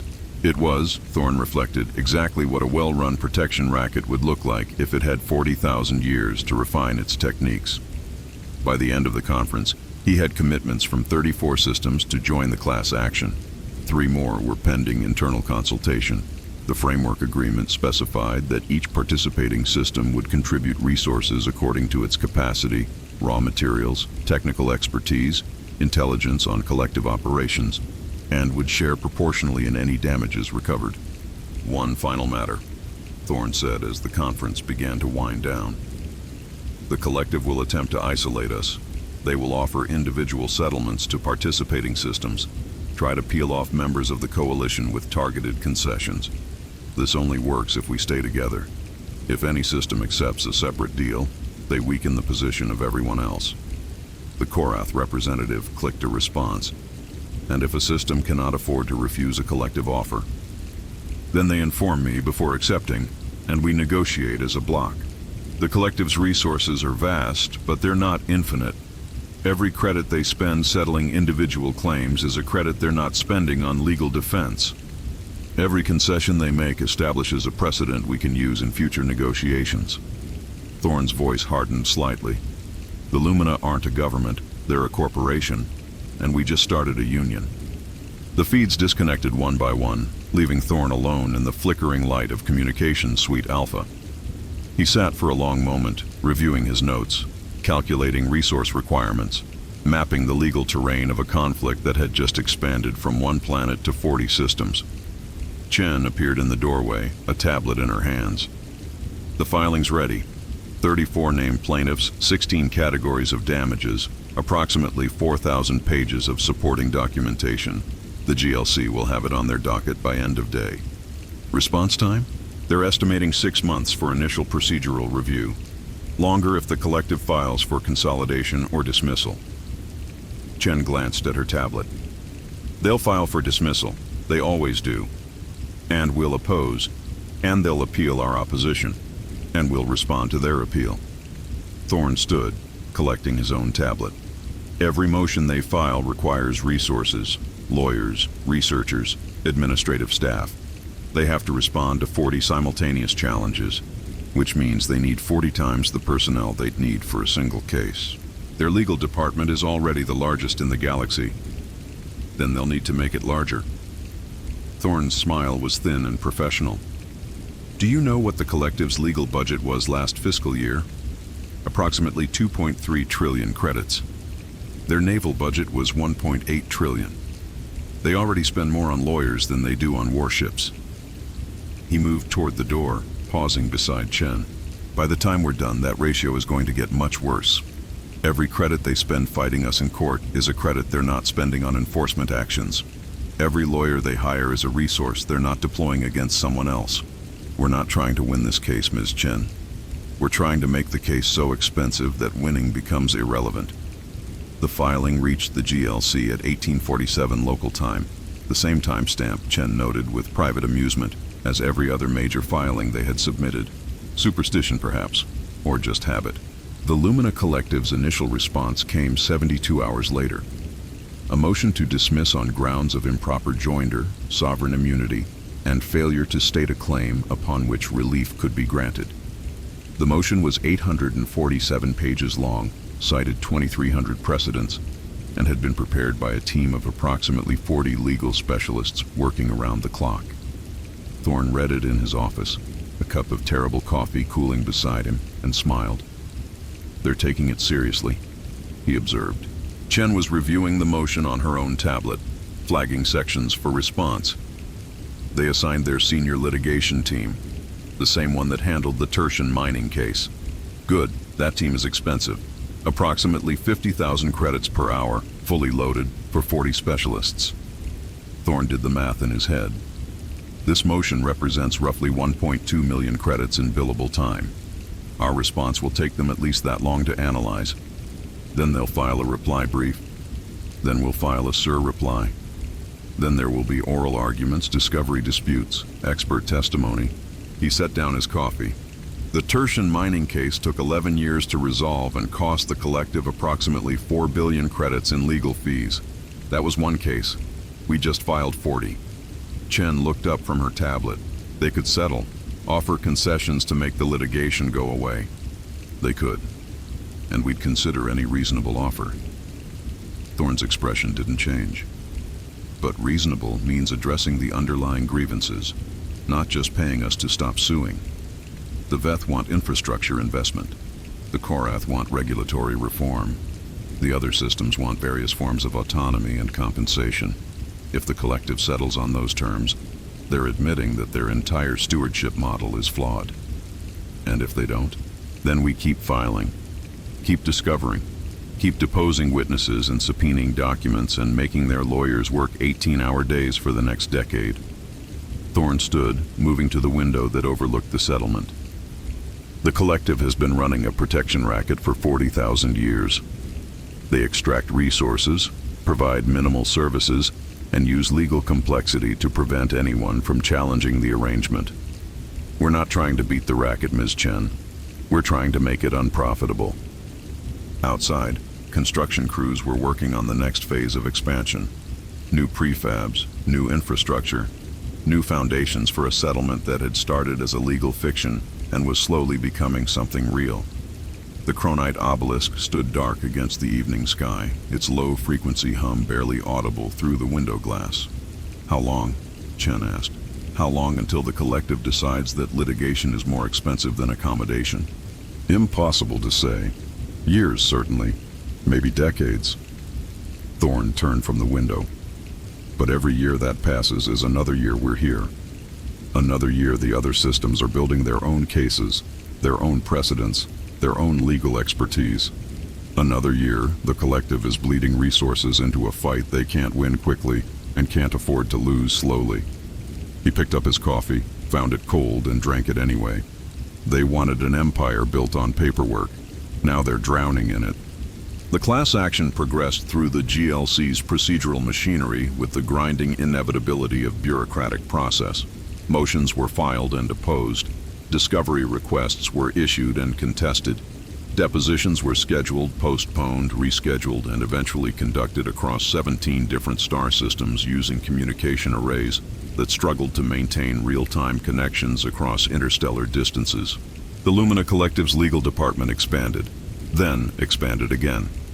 By the end of the first year, they had hired approximately 2,000 additional specialists to handle the increased caseload.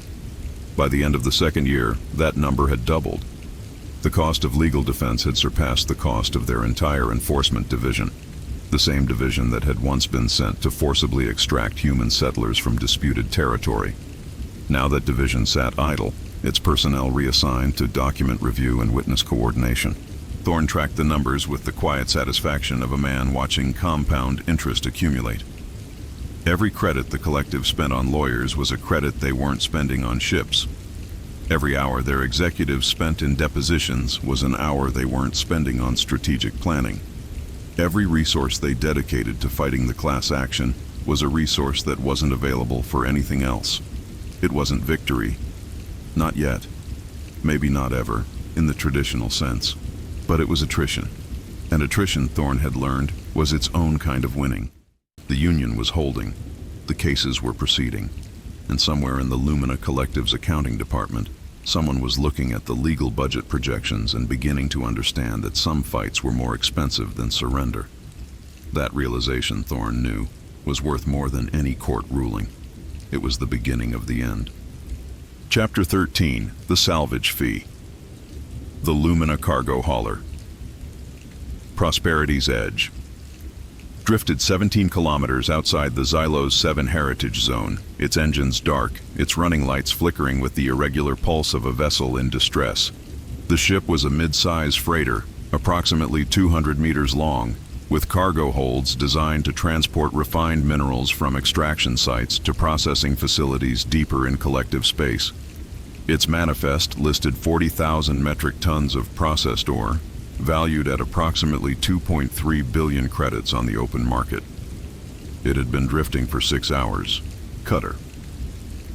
Vance reviewed the sensor data on his tablet, standing in the observation bay of the settlement's newly commissioned harbor control facility, a prefab structure that had been designated as the official maritime authority for Xylos 7's orbital space approximately 3 days before the Prosperity's Edge experienced its unfortunate mechanical failure. What happened to them? Chen asked, studying the same data over his shoulder. Drive malfunction, according to their distress beacon. Primary reactor went into emergency shutdown. Backup systems insufficient for full propulsion. Vance's voice was flat, professionally neutral. They've been broadcasting a general distress call for the past 4 hours. No Lumina vessels have responded. Because the nearest Lumina fleet assets are currently engaged in document review for the class action depositions. Yes. Vance set down his tablet. Convenient timing. Chen glanced at him. We didn't have anything to do with their reactor failure. No, we didn't. Vance's expression didn't change. We also didn't have anything to do with the navigational beacon that guided them into this particular shipping lane, or the subspace interference that's making it difficult for their distress signal to reach collective assets, or the fact that the only vessels capable of rendering assistance within the next 12 hours happen to be registered with the Xylos 7 Municipal Authority. He paused. Convenient timing, he repeated. The rescue operation was conducted with textbook precision. 3 utility vessels, repurposed mining tenders that had been retrofitted with towing equipment and emergency repair systems, launched from Xylos 7's newly constructed orbital platform and reached the Prosperity's Edge within 2 hours. The vessels were crewed by personnel whose previous experience included deep space salvage operations, emergency response coordination, and, in several cases, the kind of creative problem-solving that came from careers in the Outer Rim where official help was never coming. The Prosperity's Edge's captain, a Lumina officer named Vreth, watched from his bridge as human technicians swarmed over his vessel's engineering section. The technicians were efficient, professional, and utterly indifferent to his objections. "This is a collective vessel," Vreth transmitted, his mandibles clicking with agitation. "We do not require assistance from—" "Captain, your reactor is in emergency shutdown. Your backup systems are insufficient for propulsion. and your life support will fail in approximately 18 hours if you don't restore power. The voice belonged to the human salvage coordinator, a woman named Torres, whose previous career had included maritime asset recovery in the asteroid belts. Under the Universal Salvage Convention of 2089, any vessel in distress has the right to receive emergency assistance from the nearest capable party. You're in distress. We're capable. We're assisting. I did not request assistance. Your distress beacon did. That's legally equivalent to a request under Section 7 of the Convention. Torres's voice was pleasant, helpful, the tone of someone explaining a simple concept to a confused customer. Don't worry, Captain. We'll have you back under power within 6 hours. The paperwork can wait until then. The repairs took 8 hours. The human technicians identified the fault, a cascade failure in the reactor's primary coolant system, caused by what the official report would describe as accumulated stress fractures consistent with deferred maintenance, and implemented temporary patches that restored enough power for basic propulsion. The Prosperity's Edge was towed to a stable orbit, its cargo secured, its crew safe. Then the invoice arrived. Captain Vreth stared at the document on his display, his compound eyes tracking across the numbers with increasing velocity. The invoice was 12 pages long, itemized in excruciating detail, and totaled approximately 9.2 billion credits. This is 4 times the value of my cargo, he said finally. Torres's image appeared on his communication display, her expression professionally sympathetic. Salvage fees are calculated based on the total value of the assets recovered, Captain. Your vessel, at current market rates, is valued at approximately 1.8 billion credits. Your cargo is valued at 2.3 billion. The combined recovery value is 4.1 billion credits. That does not explain a fee of 9.2 billion. The base salvage fee is 200% of recovered value, per the Universal Salvage Convention. That's 8.2 billion. The additional billion covers emergency response mobilization, specialized equipment deployment, hazard compensation for personnel working in contested space, and administrative processing fees. Torres's smile didn't waver. It's all itemized on pages 7 through 11, very transparent. Vreth's mandibles had stopped clicking. His compound eyes had gone flat and dark, the expression that Thorne had learned to recognize as system overload. The collective will not pay this. The collective doesn't have to pay it immediately, Captain. Under the convention, you have 90 standard days to settle the invoice. After that, interest accrues at 3.2% monthly, and we're entitled to place a lien on the recovered assets until payment is received. Torres's expression shifted to something almost apologetic. I should mention that your vessel and cargo are currently in our custody pending that payment. Standard procedure. The convention requires us to maintain control of salvaged assets until the salvage claim is resolved. You are holding my ship hostage. We're holding your ship in salvage escrow. There's a legal distinction. Torres glanced at something off-screen. I should also mention that any attempt to remove the vessel without settling the salvage claim would constitute theft of assets currently under legal protection. The GLC takes a dim view of that sort of thing. Sanctions, trade restrictions, formal designation as a maritime outlaw. It gets messy. The Prosperity's Edge remained in Zylo 7 orbit for the next 47 days. During that time, its cargo of processed ore sat in its holds, appreciating in value as market prices fluctuated upward, while the salvage claim accrued interest at 3.2% monthly, approximately 294 million credits in additional fees by the time the collective's Treasury Department finally authorized payment. The final settlement was 9.7 billion credits, transferred via secure financial protocols to accounts controlled by the Xylos 7 Municipal Authority. Thorne reviewed the transfer confirmation in his office, a cup of terrible coffee growing cold beside him. That's 3 salvage operations this month, Chen reported, scrolling through financial records on her tablet. Total recovery, 27.3 billion credits. The collective's insurance rates for shipping through this sector have increased by 340%, and their clients starting to look for alternatives. Chen pulled up a new document. We've received 17 inquiries about shipping security services from companies that previously contracted exclusively with Lumina-affiliated carriers. They want to know if we can guarantee safe passage through Xylos 7 space. Can we? We can guarantee that any vessel registered with our authority won't experience the same unfortunate mechanical failures that seem to plague Lumina-flagged shipping. Chen's expression remained professionally neutral. For a reasonable fee, of course. Of course. Thorne set down his coffee. And if a Lumina vessel does experience difficulties, then we render assistance according to our obligations under the Universal Salvage Convention. We're very conscientious about our obligations. The protection racket, because that's what it was, Thorne acknowledged privately, stripped of legal euphemism, expanded over the following months. Ships that registered with the Xylos 7 Maritime Authority passed through the sector without incident. Ships that didn't experienced difficulties. Reactor failures, navigation errors, mysterious subspace interference that delayed distress signals just long enough for human salvage vessels to arrive first. The Lumina Collective filed protests. They filed injunctions. They filed motions accusing the human settlement of piracy, extortion, and deliberate sabotage of commercial shipping. Each filing was met with counter-filings, discovery requests, and procedural motions that added months to the resolution timeline. We're not sabotaging anything, Thorne explained during a particularly contentious arbitration session, his voice carrying the patient reasonableness of a man stating obvious facts. We're simply providing services that the collective seems unwilling or unable to provide.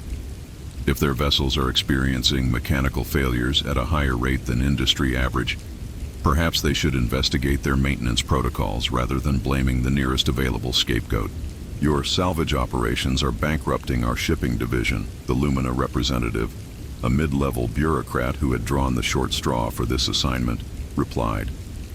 Insurance costs have tripled. Clients are abandoning contracts. The Treasury is projecting losses of... The Treasury's projections are not my concern, Thorne interrupted smoothly. My concern is ensuring that distressed vessels in our sector receive timely assistance. If that assistance happens to be expensive, I would suggest that the collective invest in better maintenance for their fleet. Prevention is cheaper than salvage. That's just good business. The arbitrator, a crystalline being whose lattice structure had developed a visible crack from the stress of mediating this particular dispute, pulsed a weary amber. The matter is continued pending further discovery. Both parties are ordered to submit additional documentation within 60 standard days.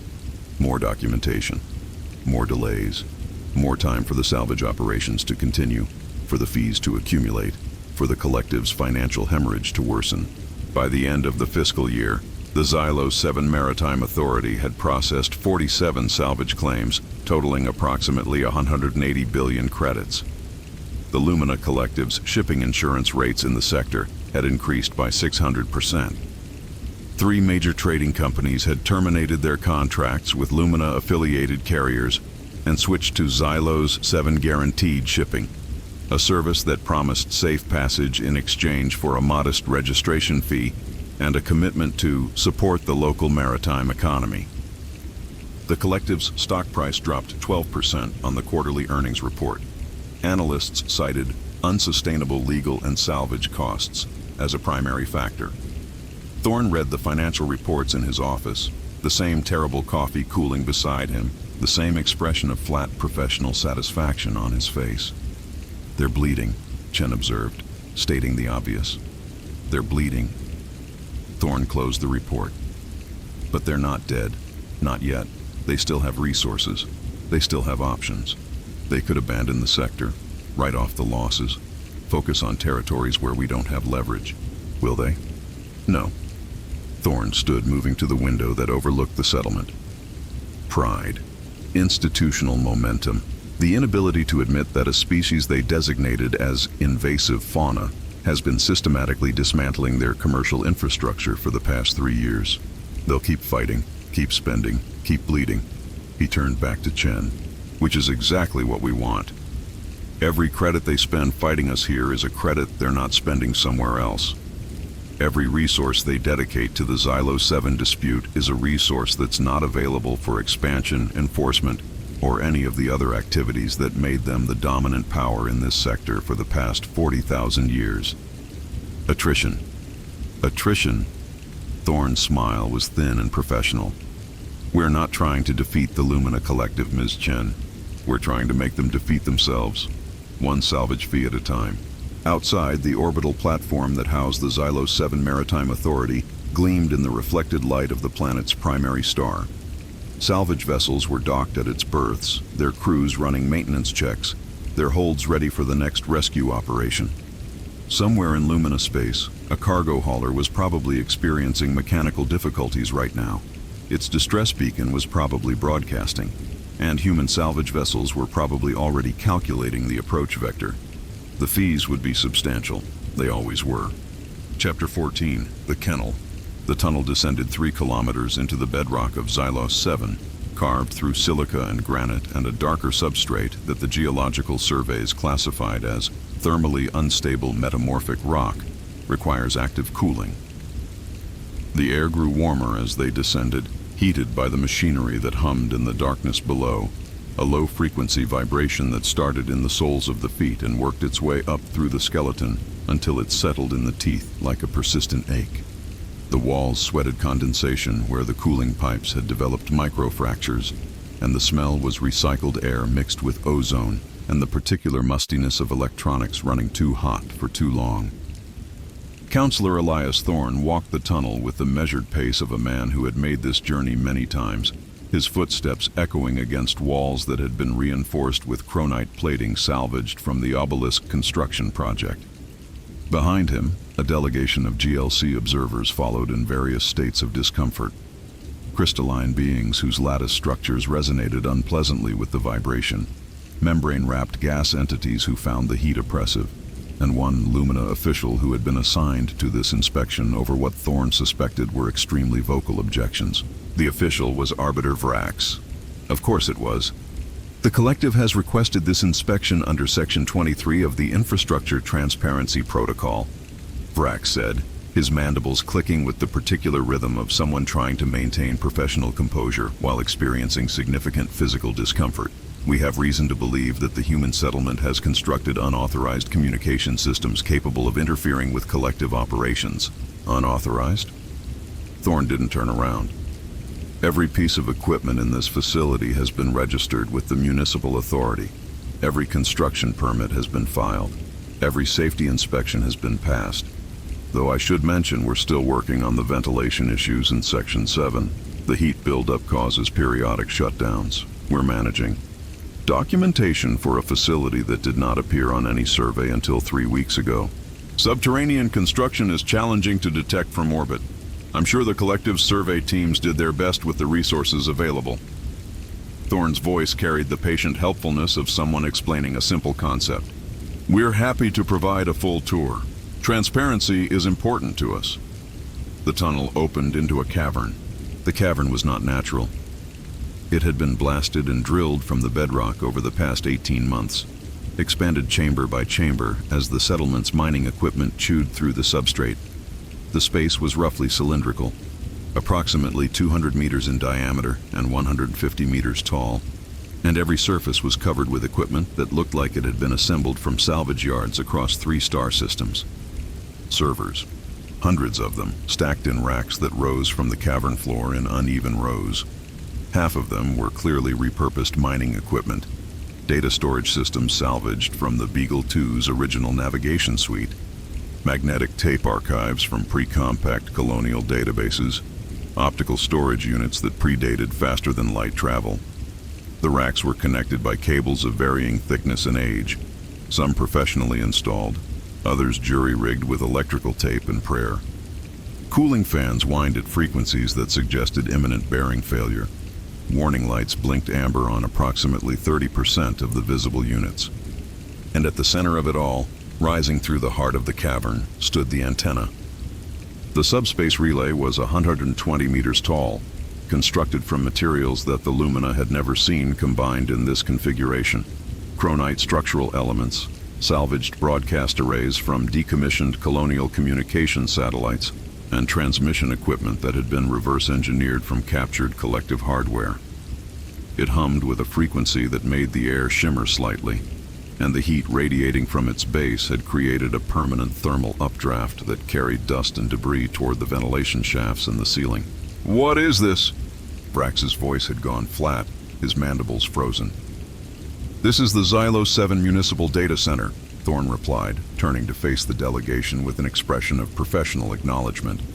"Specifically, this is our subspace relay, a communication system capable of maintaining data connections across approximately 40% of known galactic space. We use it primarily for legal research, document filing, and coordination with our coalition partners." "This is not a municipal data center. This is..." Vrax's compound eyes tracked across the mismatched server racks, the flickering warning lights, the cables held together with industrial adhesive. "This is a mirror site. A backup facility," Thorne corrected gently.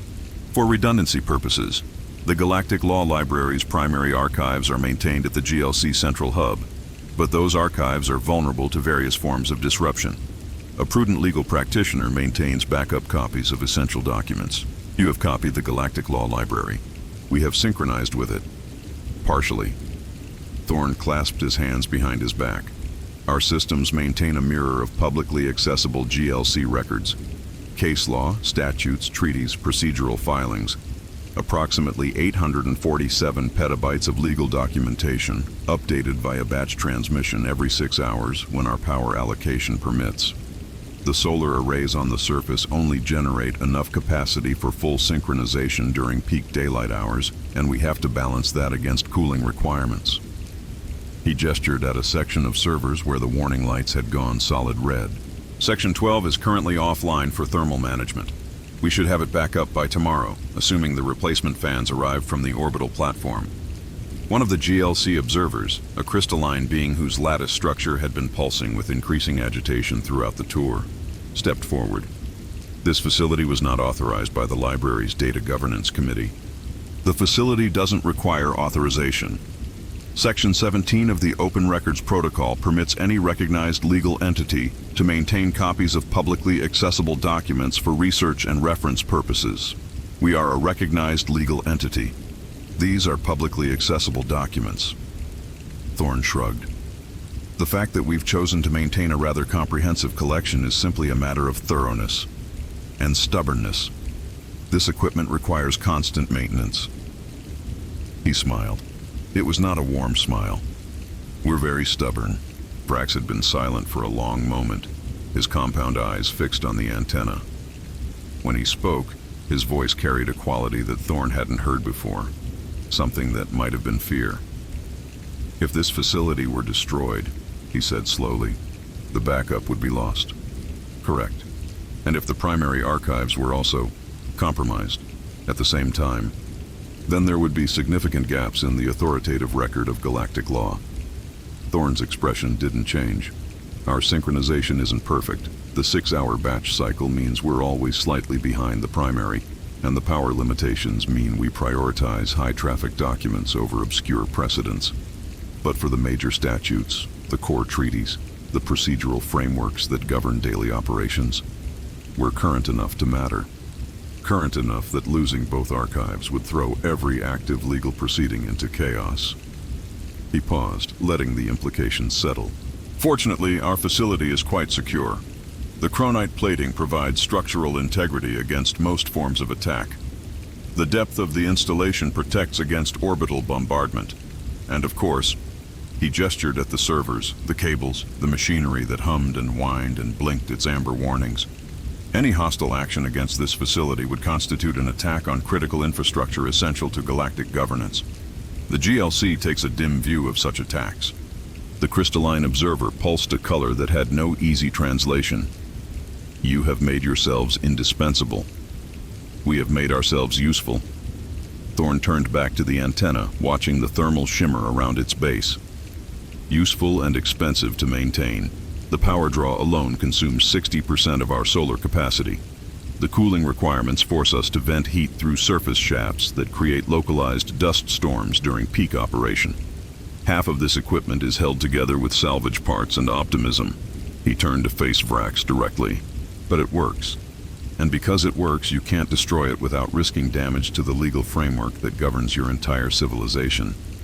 We aren't just reading the law, Arbiter. We're hosting it. If you attack Xylos 7, you're not just attacking a human settlement. You're attacking infrastructure that 40% of the galaxy's legal systems now depend on for backup access. Vrax's chitin had begun to vibrate, the low-frequency agitation that Thorne had learned to recognize as extreme stress. This is extortion. This is infrastructure development.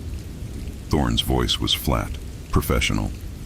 We saw a gap in the galactic data architecture and we filled it, with salvaged equipment, improvised engineering, and a maintenance budget that would make your procurement officers weep. The fact that filling that gap happens to make our position more secure is simply a fortunate coincidence. The collective will tolerate whatever the cost-benefit analysis indicates they should tolerate. Thorne's voice hardened slightly. Right now, the cost of attacking us is disruption to legal infrastructure that your own systems depend on. The benefit is removing 10,000 humans from a planet you weren't using anyway. The math doesn't work, Arbiter, and you know it. The inspection concluded 2 hours later. The GLC observers documented everything: the servers, the antenna, the chronite plating, the cooling systems that wheezed, and the power conduits that occasionally sparked. Their reports would be filed with the Data Governance Committee, the Infrastructure Oversight Board, and approximately 17 other regulatory bodies. The reports would generate discussions. The discussions would generate committees. The committees would generate recommendations. And by the time any of those recommendations became actionable policy, the facility would be even more deeply integrated into galactic infrastructure, more essential, more indispensable, more impossible to remove without consequences that no rational actor would accept. That was the point. Thorne walked the delegation back to the surface, his footsteps echoing through the chronite-lined tunnel, the low-frequency hum of the relay fading behind them. Vrax walked in silence, his mandibles still, his compound eyes fixed on the path ahead. At the tunnel entrance, the Arbiter stopped. "You have made a mistake," he said quietly. "The collective does not forget. The collective does not forgive. You have made yourselves essential today, but that will not protect you forever." "Nothing protects anyone forever, Arbiter."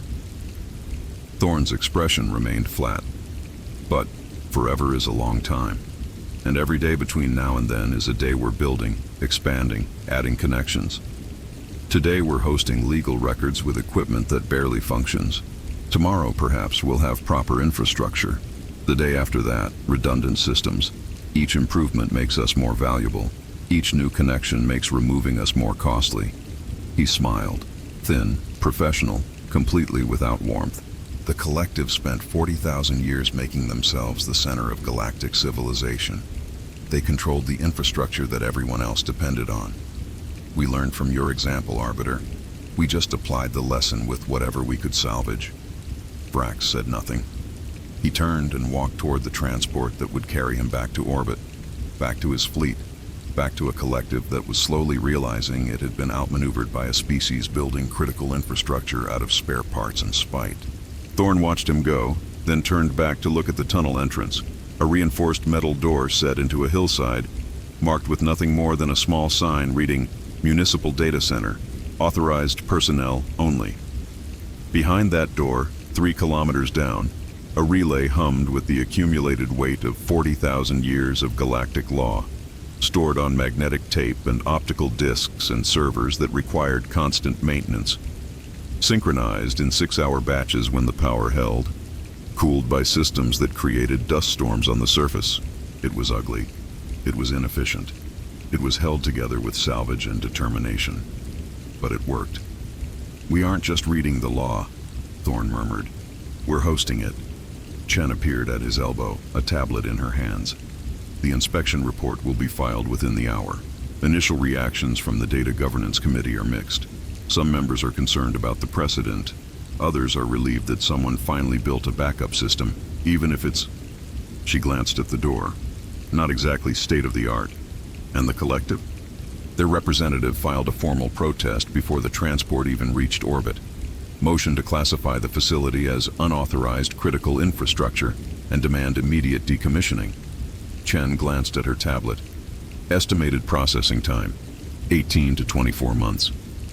During which time we continue operating, continue synchronizing, continue making ourselves more essential.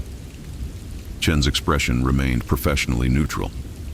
And hopefully replace the cooling fans in Section 7 before they catch fire. Thorne nodded slowly, watching the door to the tunnel, the door to a facility that had just become one of the most valuable pieces of infrastructure in known space, despite being built from salvage and running on solar power that barely covered its needs. The collective built their empire on control of essential systems, he said quietly. Trade routes, communication networks, legal frameworks. They made themselves central to galactic civilization. He turned to Chen. We just did the same thing, with equipment they would have scrapped, on power budgets they would have laughed at. His smile was thin and professional. They should have paid more attention to what we could do with their garbage. The sun was setting over Xylos 7, the sky turning the color of old rust and industrial smoke. The chronite obelisk stood dark against the fading light, its low-frequency hum mixing with the deeper vibration of the relay 3 kilometers below. Critical infrastructure, essential services, built from salvage, powered by solar, cooled by hope and vent shafts. The collective had wanted to remove humanity from Xylos 7. Now, removing humanity meant risking the collapse of backup systems that 40% of the galaxy's legal operations had quietly started depending on. That was the checkmate. Everything else was just maintenance schedules. Chapter 15. The Offer. The negotiation chamber on Waystation Neutral had been upgraded since Thorne's last visit. New folding tables, slightly better lighting, air recyclers that wheezed at a marginally less concerning frequency. The improvements were cosmetic. The fundamental character of the space remained unchanged. Bare metal walls, exposed conduit, the faint smell of lubricant and desperation that seemed to permeate every arbitration facility in the outer territories. Counselor Elias Thorne sat at one of the new folding tables, a tablet in front of him displaying case summaries and financial projections, a cup of station coffee cooling at his elbow. The coffee was slightly better than usual. Someone had apparently invested in a new dispenser, but still fell well short of acceptable. He drank it anyway. Negotiations were always more productive when everyone was equally uncomfortable. Across the chamber, the Lumina delegation occupied 3 tables arranged in a semicircle. There were 7 of them: lawyers, financial officers, and one figure whose rank insignia marked her as something significantly more senior than anyone Thorne had faced before. Her chiton was darker than Vrax's, polished to a matte finish that absorbed light rather than reflecting it. Her compound eyes tracked Thorne's movements with the patient precision of a predator assessing prey. Director Scythax, head of the Lumina Collective's Strategic Acquisitions Division, the person they sent when they were done playing games. Counselor Thorne. Her voice was smooth, cultured, translated through a matrix that gave it the careful enunciation of old wealth. Thank you for agreeing to this meeting. I understand your time is valuable. It is. Thorne didn't stand. As is yours, Director. I assume you didn't travel 3 systems to discuss procedural matters. I did not. Scythax gestured, and one of her subordinates placed a document on the table between them. Physical paper, heavy stock, bearing the official seal of the Lumina Collective's Treasury Division. I am authorized to present a settlement offer on behalf of the Collective. A comprehensive resolution to all outstanding disputes between your clients and our organization. Thorne didn't touch the document. I'm listening. Full recognition of the Xylos 7 Municipal Authority as a sovereign local government, with all rights and protections that status entails. Immediate withdrawal of all pending legal challenges to your territorial claims. Cancellation of the ecosystem contaminant designation and formal acknowledgement of your agricultural operations. Scythax's mandibles clicked once, a controlled sound, almost rhythmic. Additionally, the Collective is prepared to offer financial compensation for the costs your clients have incurred during this dispute. Legal fees, infrastructure development, opportunity costs. A lump sum payment of 1.2 trillion credits, transferred immediately upon execution of the settlement agreement. The number hung in the air. 1.2 trillion credits. More money than the entire human presence on Xylos 7 had cost to establish. more than the value of every asset they had built, every claim they had filed, every legal victory they had won. It was, by any reasonable measure, a generous offer. Thorne took a sip of his terrible coffee. And in exchange, dismissal of the class action lawsuit, withdrawal from the coalition you have assembled, termination of your salvage operations in the Xylos sector, and, Sithax paused, her compound eyes fixed on Thorne's face, decommissioning of your subspace relay facility. You want us to shut down the data center. We want you to return to your original scope of operations, a small settlement on a disputed planet, pursuing legitimate property claims through established legal channels. Sithax's voice remained smooth, reasonable. You have proven your point, Counselor. You have demonstrated that humanity is capable of operating within the galactic legal framework. The collective acknowledges this. We are prepared to recognize your achievements and compensate you fairly for your efforts. She pushed the document slightly closer. Take the money. Take the recognition. Take the victory. And stop before you cause damage that cannot be undone. Thorne looked at the document. He looked at the Lumina delegation, the lawyers with their tablets, the financial officers with their projections, the director with her polished chitin and patient predator's eyes. He looked at the number written on the settlement offer, the 12 digits that represented more wealth than most human colonies would see in a century. Then he pushed the document back across the table. No, Sithax's mandibles froze. For a long moment she didn't move, the stillness of a being processing unexpected input. No. The offer is rejected. Thorne's voice was flat, professional, carrying the tone of a man declining a lunch invitation rather than a trillion-credit settlement. The terms are unacceptable. Counselor, I don't think you understand. I understand perfectly, Director. Thorne set down his coffee cup. You're offering us money to go away, to stop the class action, to shut down the infrastructure that makes your commercial operations in this sector unprofitable, to return to being a minor inconvenience that you can manage through normal legal channels. He leaned forward slightly. But we're not a minor inconvenience anymore. We're a structural problem. The coalition we've assembled represents 40 systems that have been waiting for someone to challenge the collective stewardship model. The salvage operations have raised insurance costs across half your shipping network.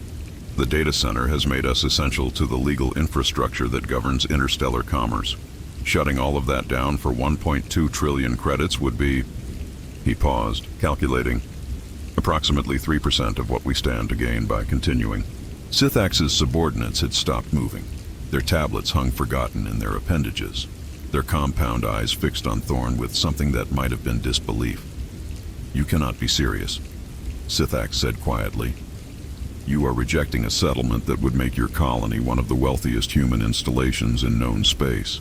I am rejecting a settlement that would end our leverage before we finished using it. Thorne picked up his tablet, scrolled to a new document, and set it on the table between them. Counteroffer.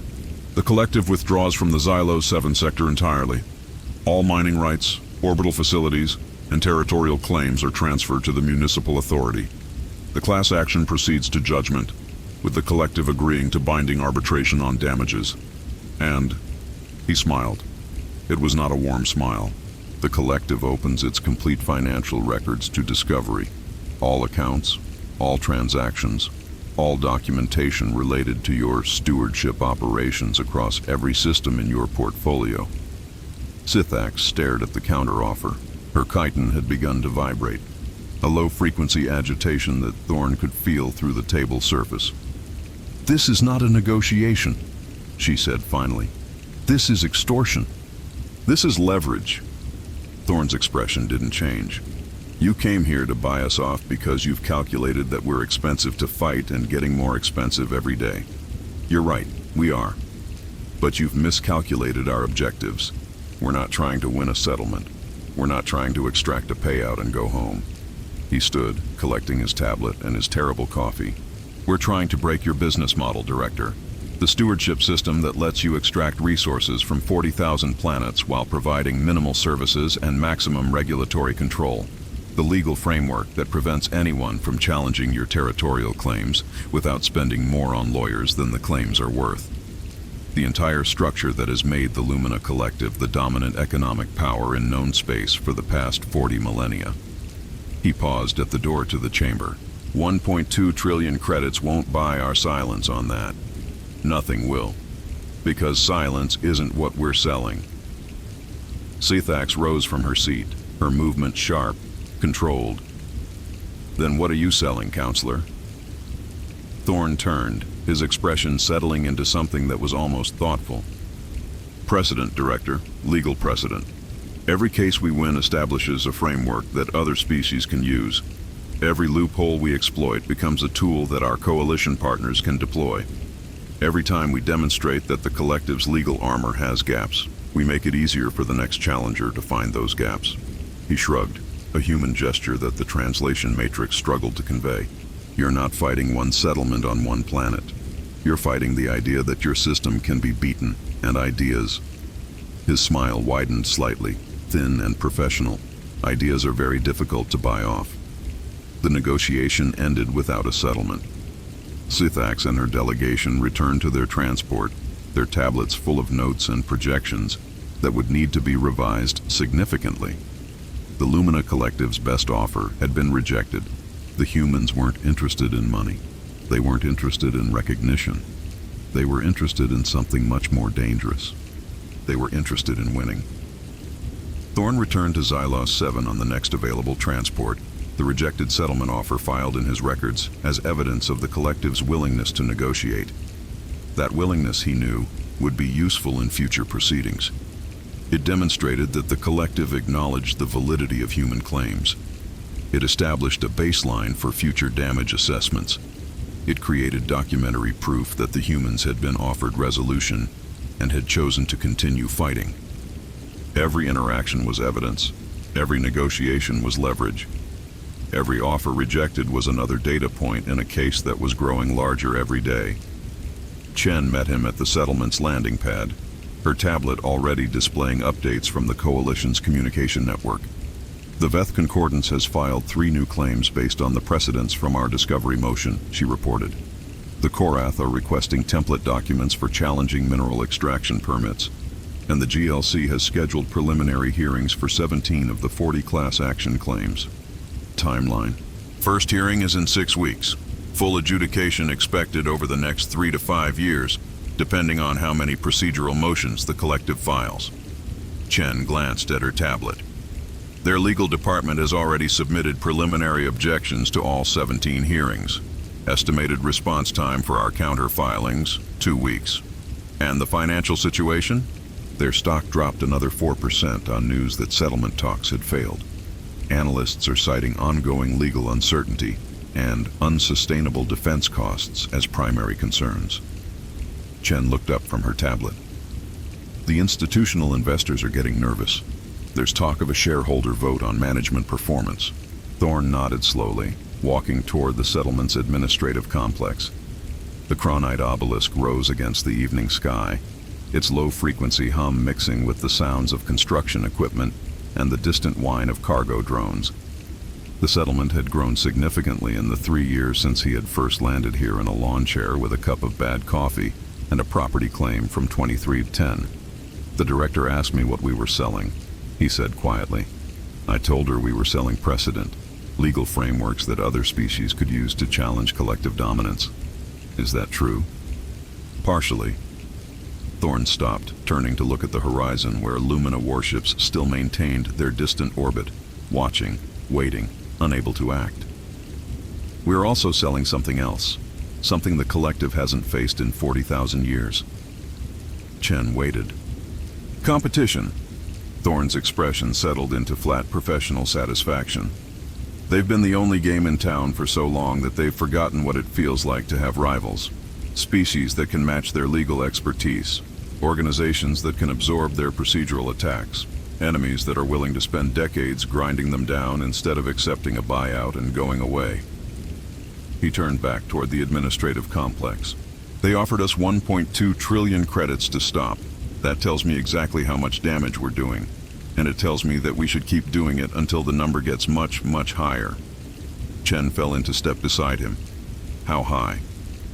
High enough that paying us becomes cheaper than continuing to exist as currently structured. Thorne's smile was thin and cold. The collective's entire business model is predicated on being too expensive to challenge. We're proving that the challenge is worth the cost. Every day we continue, more species realize that. Every precedent we establish, more challengers emerge. He reached the door to the administrative complex and paused, his hand on the access panel. They don't need to beat us, Miss Chen. They need to beat the idea that they can be beaten. And that idea... He keyed the door open. That idea is already out there. Spreading, growing, becoming impossible to contain. The door slid closed behind them. On the landing pad, the transport that had carried Thorne back from Way Station Neutral was already being refueled for its next trip. Carrying documents, carrying evidence, carrying the accumulated weight of a legal war that was slowly reshaping the balance of power in known space. The Lumina Collective had offered 1.2 trillion credits for peace. Humanity had said no. Some things were worth more than money. Precedent, for instance. Precedent was priceless. Chapter 16, The Grandfather Clause. The final hearing was held in the GLC's Grand Adjudication Chamber, a space designed to intimidate, with vaulted ceilings that disappeared into shadow and gravity calibrated 15% above standard to make everyone feel the weight of the proceedings. The chamber's acoustics amplified every sound. The click of mandibles, the rustle of documents, the low hum of translation matrices working overtime to render 47 languages into mutual comprehension. Counselor Elias Thorne sat at the respondent's rostrum, a worn leather briefcase at his feet, a cup of terrible station coffee cooling on the table before him. He had been sitting for 6 hours, listening to the Lumina Collective's final argument, their ultimate attempt to establish undeniable ownership of Xylos 7 and terminate humanity's presence once and for all. It had been, he admitted privately, an impressive presentation.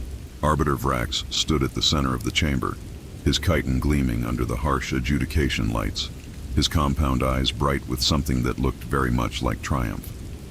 Behind him, a holographic display filled the space with images of Xylos 7, not the settlement, not the construction, but the planet as it had been 10,000 years ago. Pristine, undeveloped, sacred.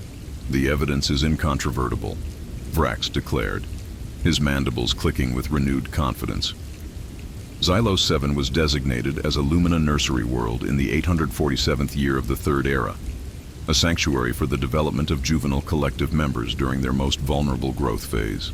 The designation was recorded in official collective archives. The facilities were constructed according to sacred protocols. The world was maintained in pristine condition for 10,000 years. The holographic display shifted, showing architectural renderings of structures that had long since crumbled to dust. Nursery chambers, growth pools, the infrastructure of a civilization caring for its young. This designation predates human presence by millennia, Vrax continued. It establishes the collective's sacred and legal claim to Xylos 7 beyond any possible dispute. The humans are not merely trespassers, they are desecrators of a sanctuary world, violators of the most fundamental protections that galactic law provides. He turned to face the chief adjudicator, the same crystalline being who had presided over every major hearing in this dispute, its lattice structure now pulsing with the slow amber of impending judgment. The collective requests immediate termination of all human claims, immediate evacuation of all human presence, and formal designation of Xylos 7 as a protected heritage site under Article 7 of the Universal Heritage Protocols. The chamber fell silent.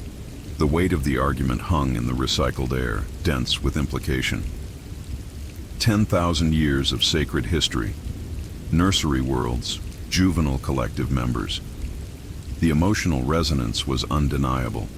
Even species that had no love for the Lumina could understand the significance of protecting the places where young were raised. The chief adjudicator's lattice pulsed a slow, considering blue. The human delegation wishes to respond. Thorne rose from the respondent's rostrum. He did not reach for his tablet. He did not activate any holographic display. He simply bent down, opened his worn leather briefcase, and extracted a single document, yellowed polymer pages, brittle with age, covered in text that predated the standardized galactic font system by several thousand years. I have one question for the Arbiter, Thorne said, his voice carrying across the chamber with the flat clarity of someone stating obvious facts. Before I respond to his argument, Vrax's mandibles clicked once, wary.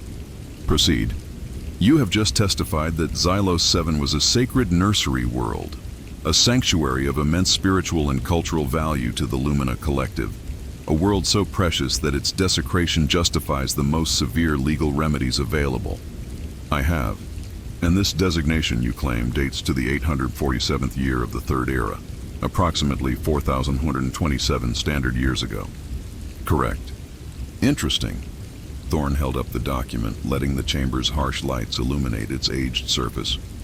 Because I have here a document from that same year, the 847th year of the Third Era, a filing submitted to the Galactic Arbitration Council, the predecessor organization to the GLC, by the Lumina Collective itself. He walked toward the evidence platform, his footsteps echoing in the sudden silence. This document is a bankruptcy petition, a request for sovereign debt protection under Article 12 of the Sovereign Debt Protocols. The Collective was experiencing what their official histories describe as the consolidation crisis, a minor economic disruption. In reality, they were drowning in debt and needed protection from their creditors. He placed the document on the evidence scanner. The chamber's systems hummed as they authenticated the polymer substrate, the ink composition, the linguistic markers that confirmed its origin. Authentication confirmed, the system announced. Document origin, Third Era, year 847, Lumina Collective official filing. Vrax's mandibles had frozen. His compound eyes tracked the document with the intensity of a being watching a weapon being aimed at his head. As part of the bankruptcy petition, Thorne continued, the Collective was required to provide a complete inventory of their assets. Every territorial holding, every facility, every world in their portfolio, listed with its assessed value for purposes of debt calculation. He turned to a specific page, holding it up so the chamber's optical systems could project its contents onto the main display. Page 127, Territorial Holdings Outer Sectors, and here, he pointed to a line item that the display magnified for all to see. Xylos 7, listed as... He paused, letting the translation matrices complete their work. Xylos 7, classification, undeveloped. Assessed value, 0. Notes, barren world, no commercial potential, no strategic significance, recommended for divestiture. The silence that followed was absolute. 0 value. Thorne repeated. No commercial potential, no strategic significance, recommended for divestiture. He turned to face Vrax directly. This is your sacred nursery world, Arbiter. This is your sanctuary of immense spiritual value. This is the world so precious that you've spent 4 years trying to remove us from it. Vrax's chitin had begun to vibrate, the low-frequency agitation that indicated extreme stress. The assessment was, the document was prepared by administrative staff who did not understand. The document was prepared by the Lumina Collective and submitted to a galactic authority as an accurate representation of your assets. Thorne interrupted. It was signed by your Treasury Division. It was certified by your legal counsel. It was accepted by the Arbitration Council as the basis for your debt restructuring. He turned back to the Chief Adjudicator. Under the doctrine of estoppel, a party cannot claim a position that contradicts their own prior sworn statements. The Collective swore, under penalty of perjury, that Xylos 7 was worthless. They listed it as 0 value. They recommended it for divestiture. They did this to minimize their debt obligations, to avoid paying creditors based on assets they claimed were worthless. He smiled. It was not a warm smile. Now they want to claim that same world is a sacred nursery of immense value. They want it both ways. They want the debt benefits of declaring it worthless and the legal protections of declaring it sacred. He shook his head slowly. The doctrine of estoppel exists specifically to prevent this kind of contradiction. You cannot swear an asset is worthless when you owe money, then swear it's priceless when someone else wants it. Vrax was on his feet, his mandibles clicking in rapid, untranslatable patterns. The circumstances were different. The assessment criteria. The assessment criteria were the Collective's own standards, Thorne said flatly. applied by the collective's own officials, submitted under the collective's own seal. If Xylos 7 was truly a sacred nursery of immense value, why wasn't it listed as such? Why wasn't its cultural significance reflected in the assessed value? Why was it recommended for divestiture, for being sold off to pay debts? He paused, letting the questions hang in the heavy air. There are two possibilities, Arbiter. Either Xylos 7 was genuinely worthless in the 847th year of the Third Era, in which case your nursery claims are a fabrication created specifically for this proceeding, or Xylos 7 was valuable, and your ancestors committed bankruptcy fraud by deliberately undervaluing assets to avoid creditor claims. He spread his hands. Which would the collective prefer to admit? The chief adjudicator's lattice had shifted from amber to a deep troubled violet, a color that had no easy translation, but suggested profound judicial discomfort. The other observers in the chamber had gone still, their translation matrices working overtime to process the implications of what they had just witnessed. The collective's motion to designate Xylos 7 as a protected heritage site is denied, the adjudicator announced finally, its voice carrying the weight of reluctant conclusion.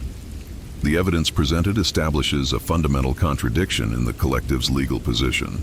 Under the doctrine of estoppel, the collective is bound by their prior official statements regarding the status and value of Xylos 7. Vrax's voice was hollow. The ruling stands. The adjudicator's violet pulse deepened. Additionally, the court notes that the bankruptcy petition submitted in the 847th year of the Third Era appears to remain open. No completion certificate has been filed. No restoration of sovereign status has been documented. This matter is referred to the Administrative Review Division for further investigation. The chamber erupted.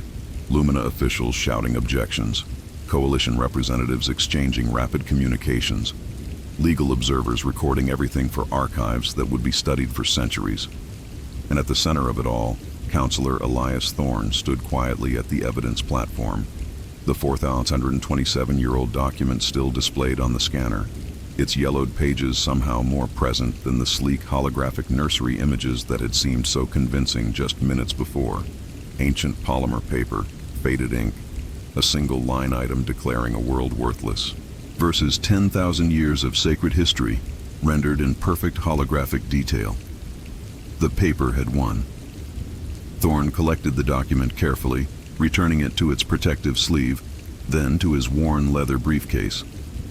Vrax stood frozen at the center of the chamber, his mandibles still, his compound eyes tracking Thorne's movements with something that might have been hatred or might have been despair. Arbiter, Thorne said quietly, pausing beside the Lumina official on his way to the exit. Your ancestors made a choice 4,000 years ago. They decided that short-term financial benefit was worth more than the truth. They declared Xylos 7 worthless because it reduced their debt obligations. They never imagined anyone would find that document. He smiled. Thin, professional, completely without warmth. They were wrong. The walk back to the transport bay took 15 minutes. Chen fell into step beside Thorne as he exited the chamber, her tablet already filling with notifications from coalition partners, news agencies, and legal observers who wanted statements, reactions, analysis. The administrative review, she said. The bankruptcy investigation. What happens now? Now they spend the next 60 years trying to prove their ancestors didn't commit fraud. Thorne's expression didn't change. They'll fail. The document is authentic.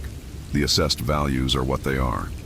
Either they admit the nursery claim was fabricated, or they admit their bankruptcy filing was fraudulent. There's no third option.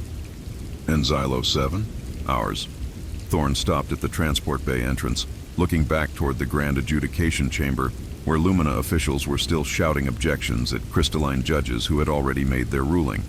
The doctrine of estoppel binds them to their own prior statements. They swore it was worthless. They can't unswear it now. He stepped into the transport, settling into his seat as the vessel began its departure sequence.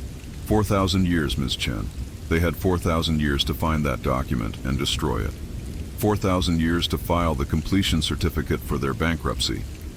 4,000 years to clean up the contradictions in their own records. He closed his eyes. They didn't, and now they're bound by every word their ancestors wrote. every assessment, every valuation, every lie they told to avoid paying their debts. The transport lifted off, carrying them away from the station, away from the chamber, away from the wreckage of the Lumina Collective's final argument.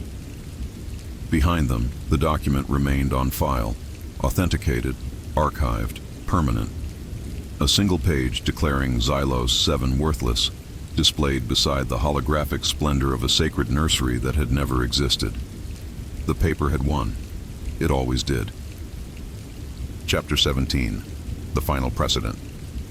The sun rose over Xylos 7, painting the silica plains in shades of rust and amber, the light catching the angular mass of the cronite obelisk and turning its industrial ugliness into something that almost resembled a monument. The low-frequency hum of the structure mixed with the sounds of the settlement waking up. Cargo drones launching from the orbital platform, construction equipment starting its daily cycle, the distant whine of the subspace relay's cooling vents creating their morning dust storm 3 kilometers below.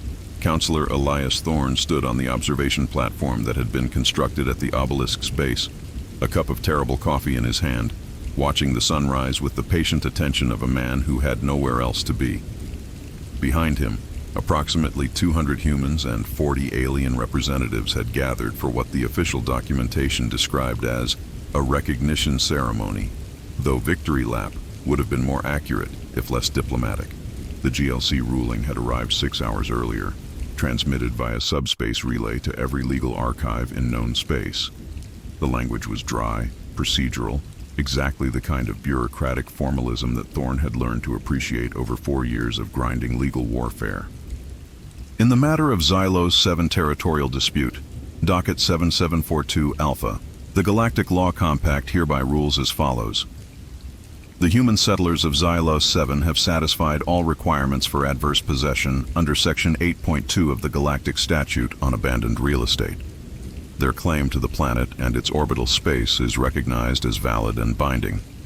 The territory is hereby designated as a sovereign human domain, with all rights and protections afforded to recognized political entities under the Charter of Sentient Domains. Sovereign human domain.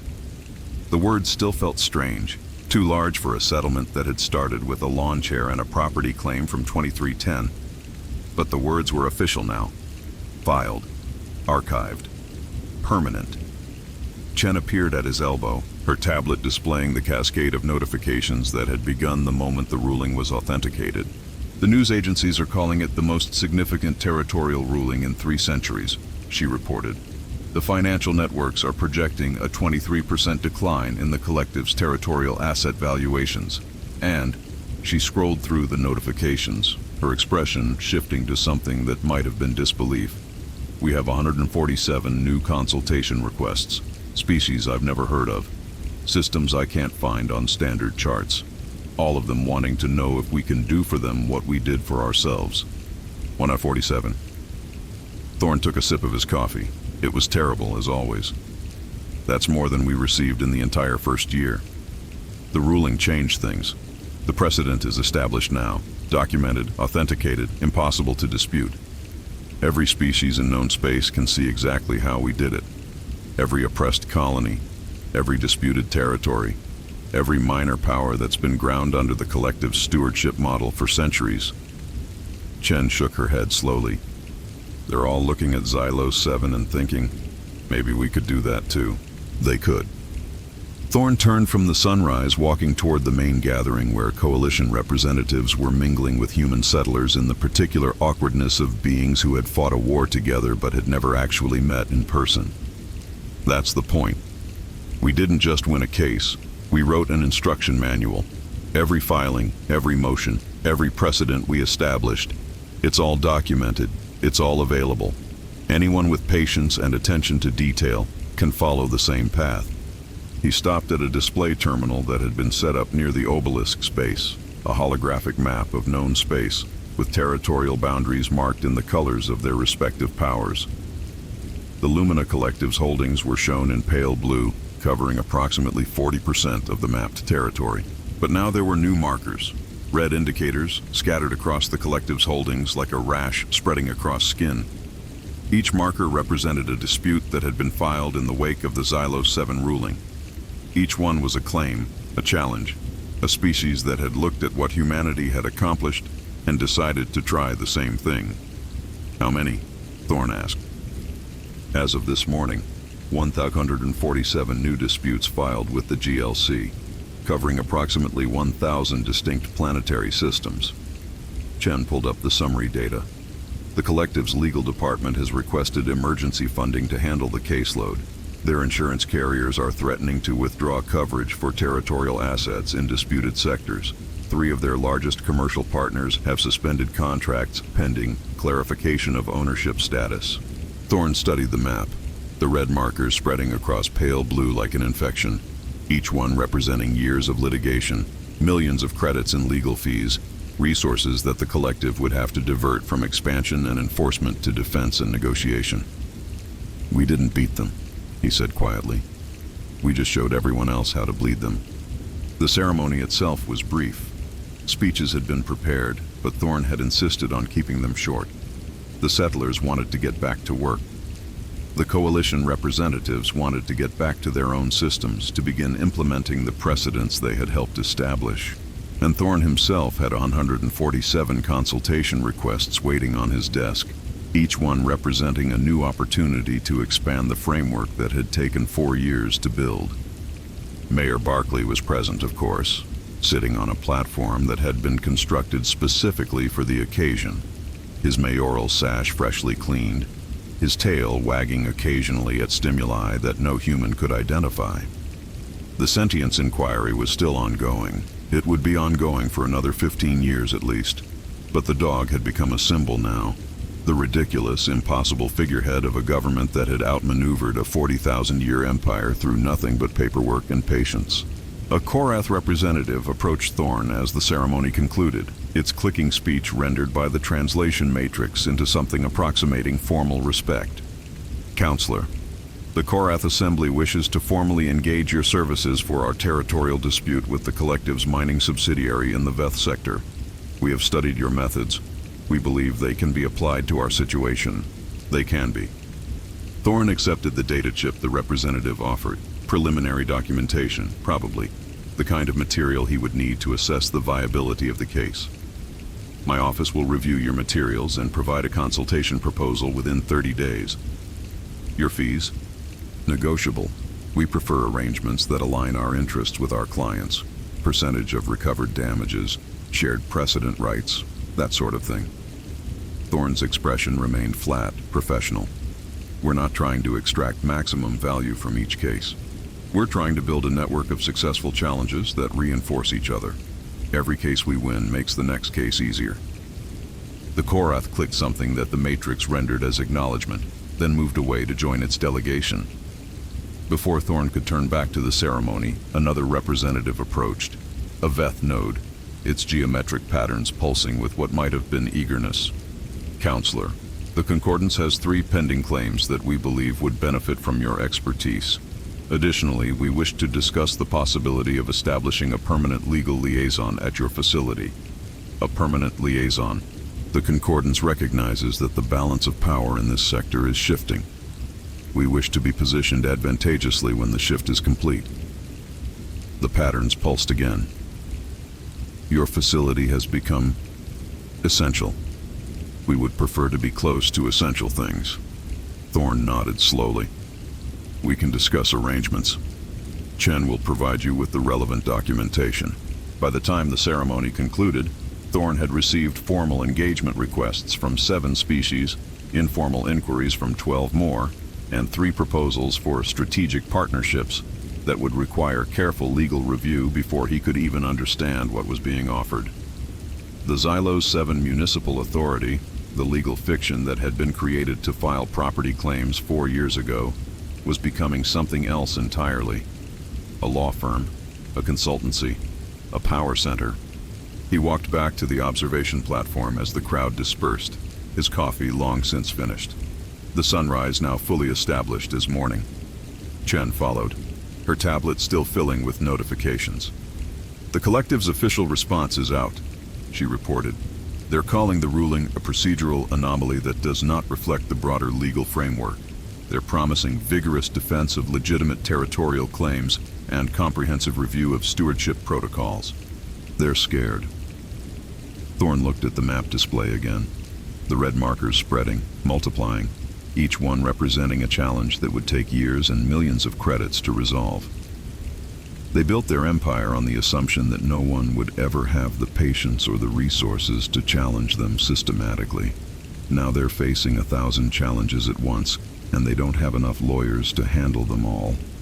Chen looked at the map, at the spreading indicators, at the visual representation of an empire slowly being buried under paperwork. What happens now?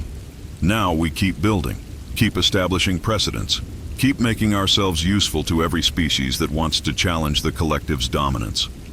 Thorne turned from the map, looking out at the settlement, the prefabs, the construction sites, the obelisk rising against the morning sky. We didn't conquer anything.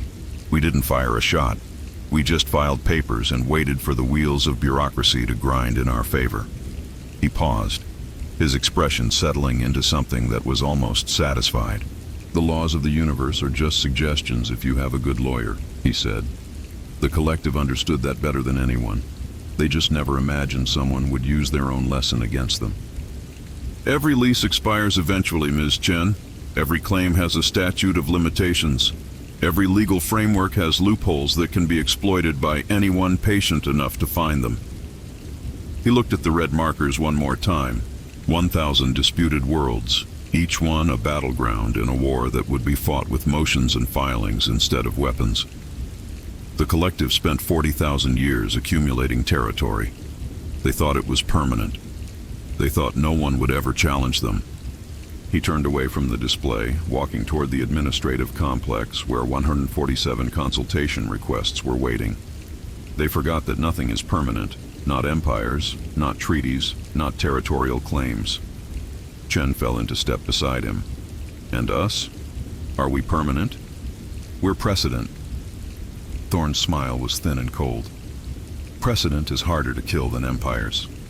You can dissolve a government, you can bankrupt a corporation, but you can't unestablish a legal framework.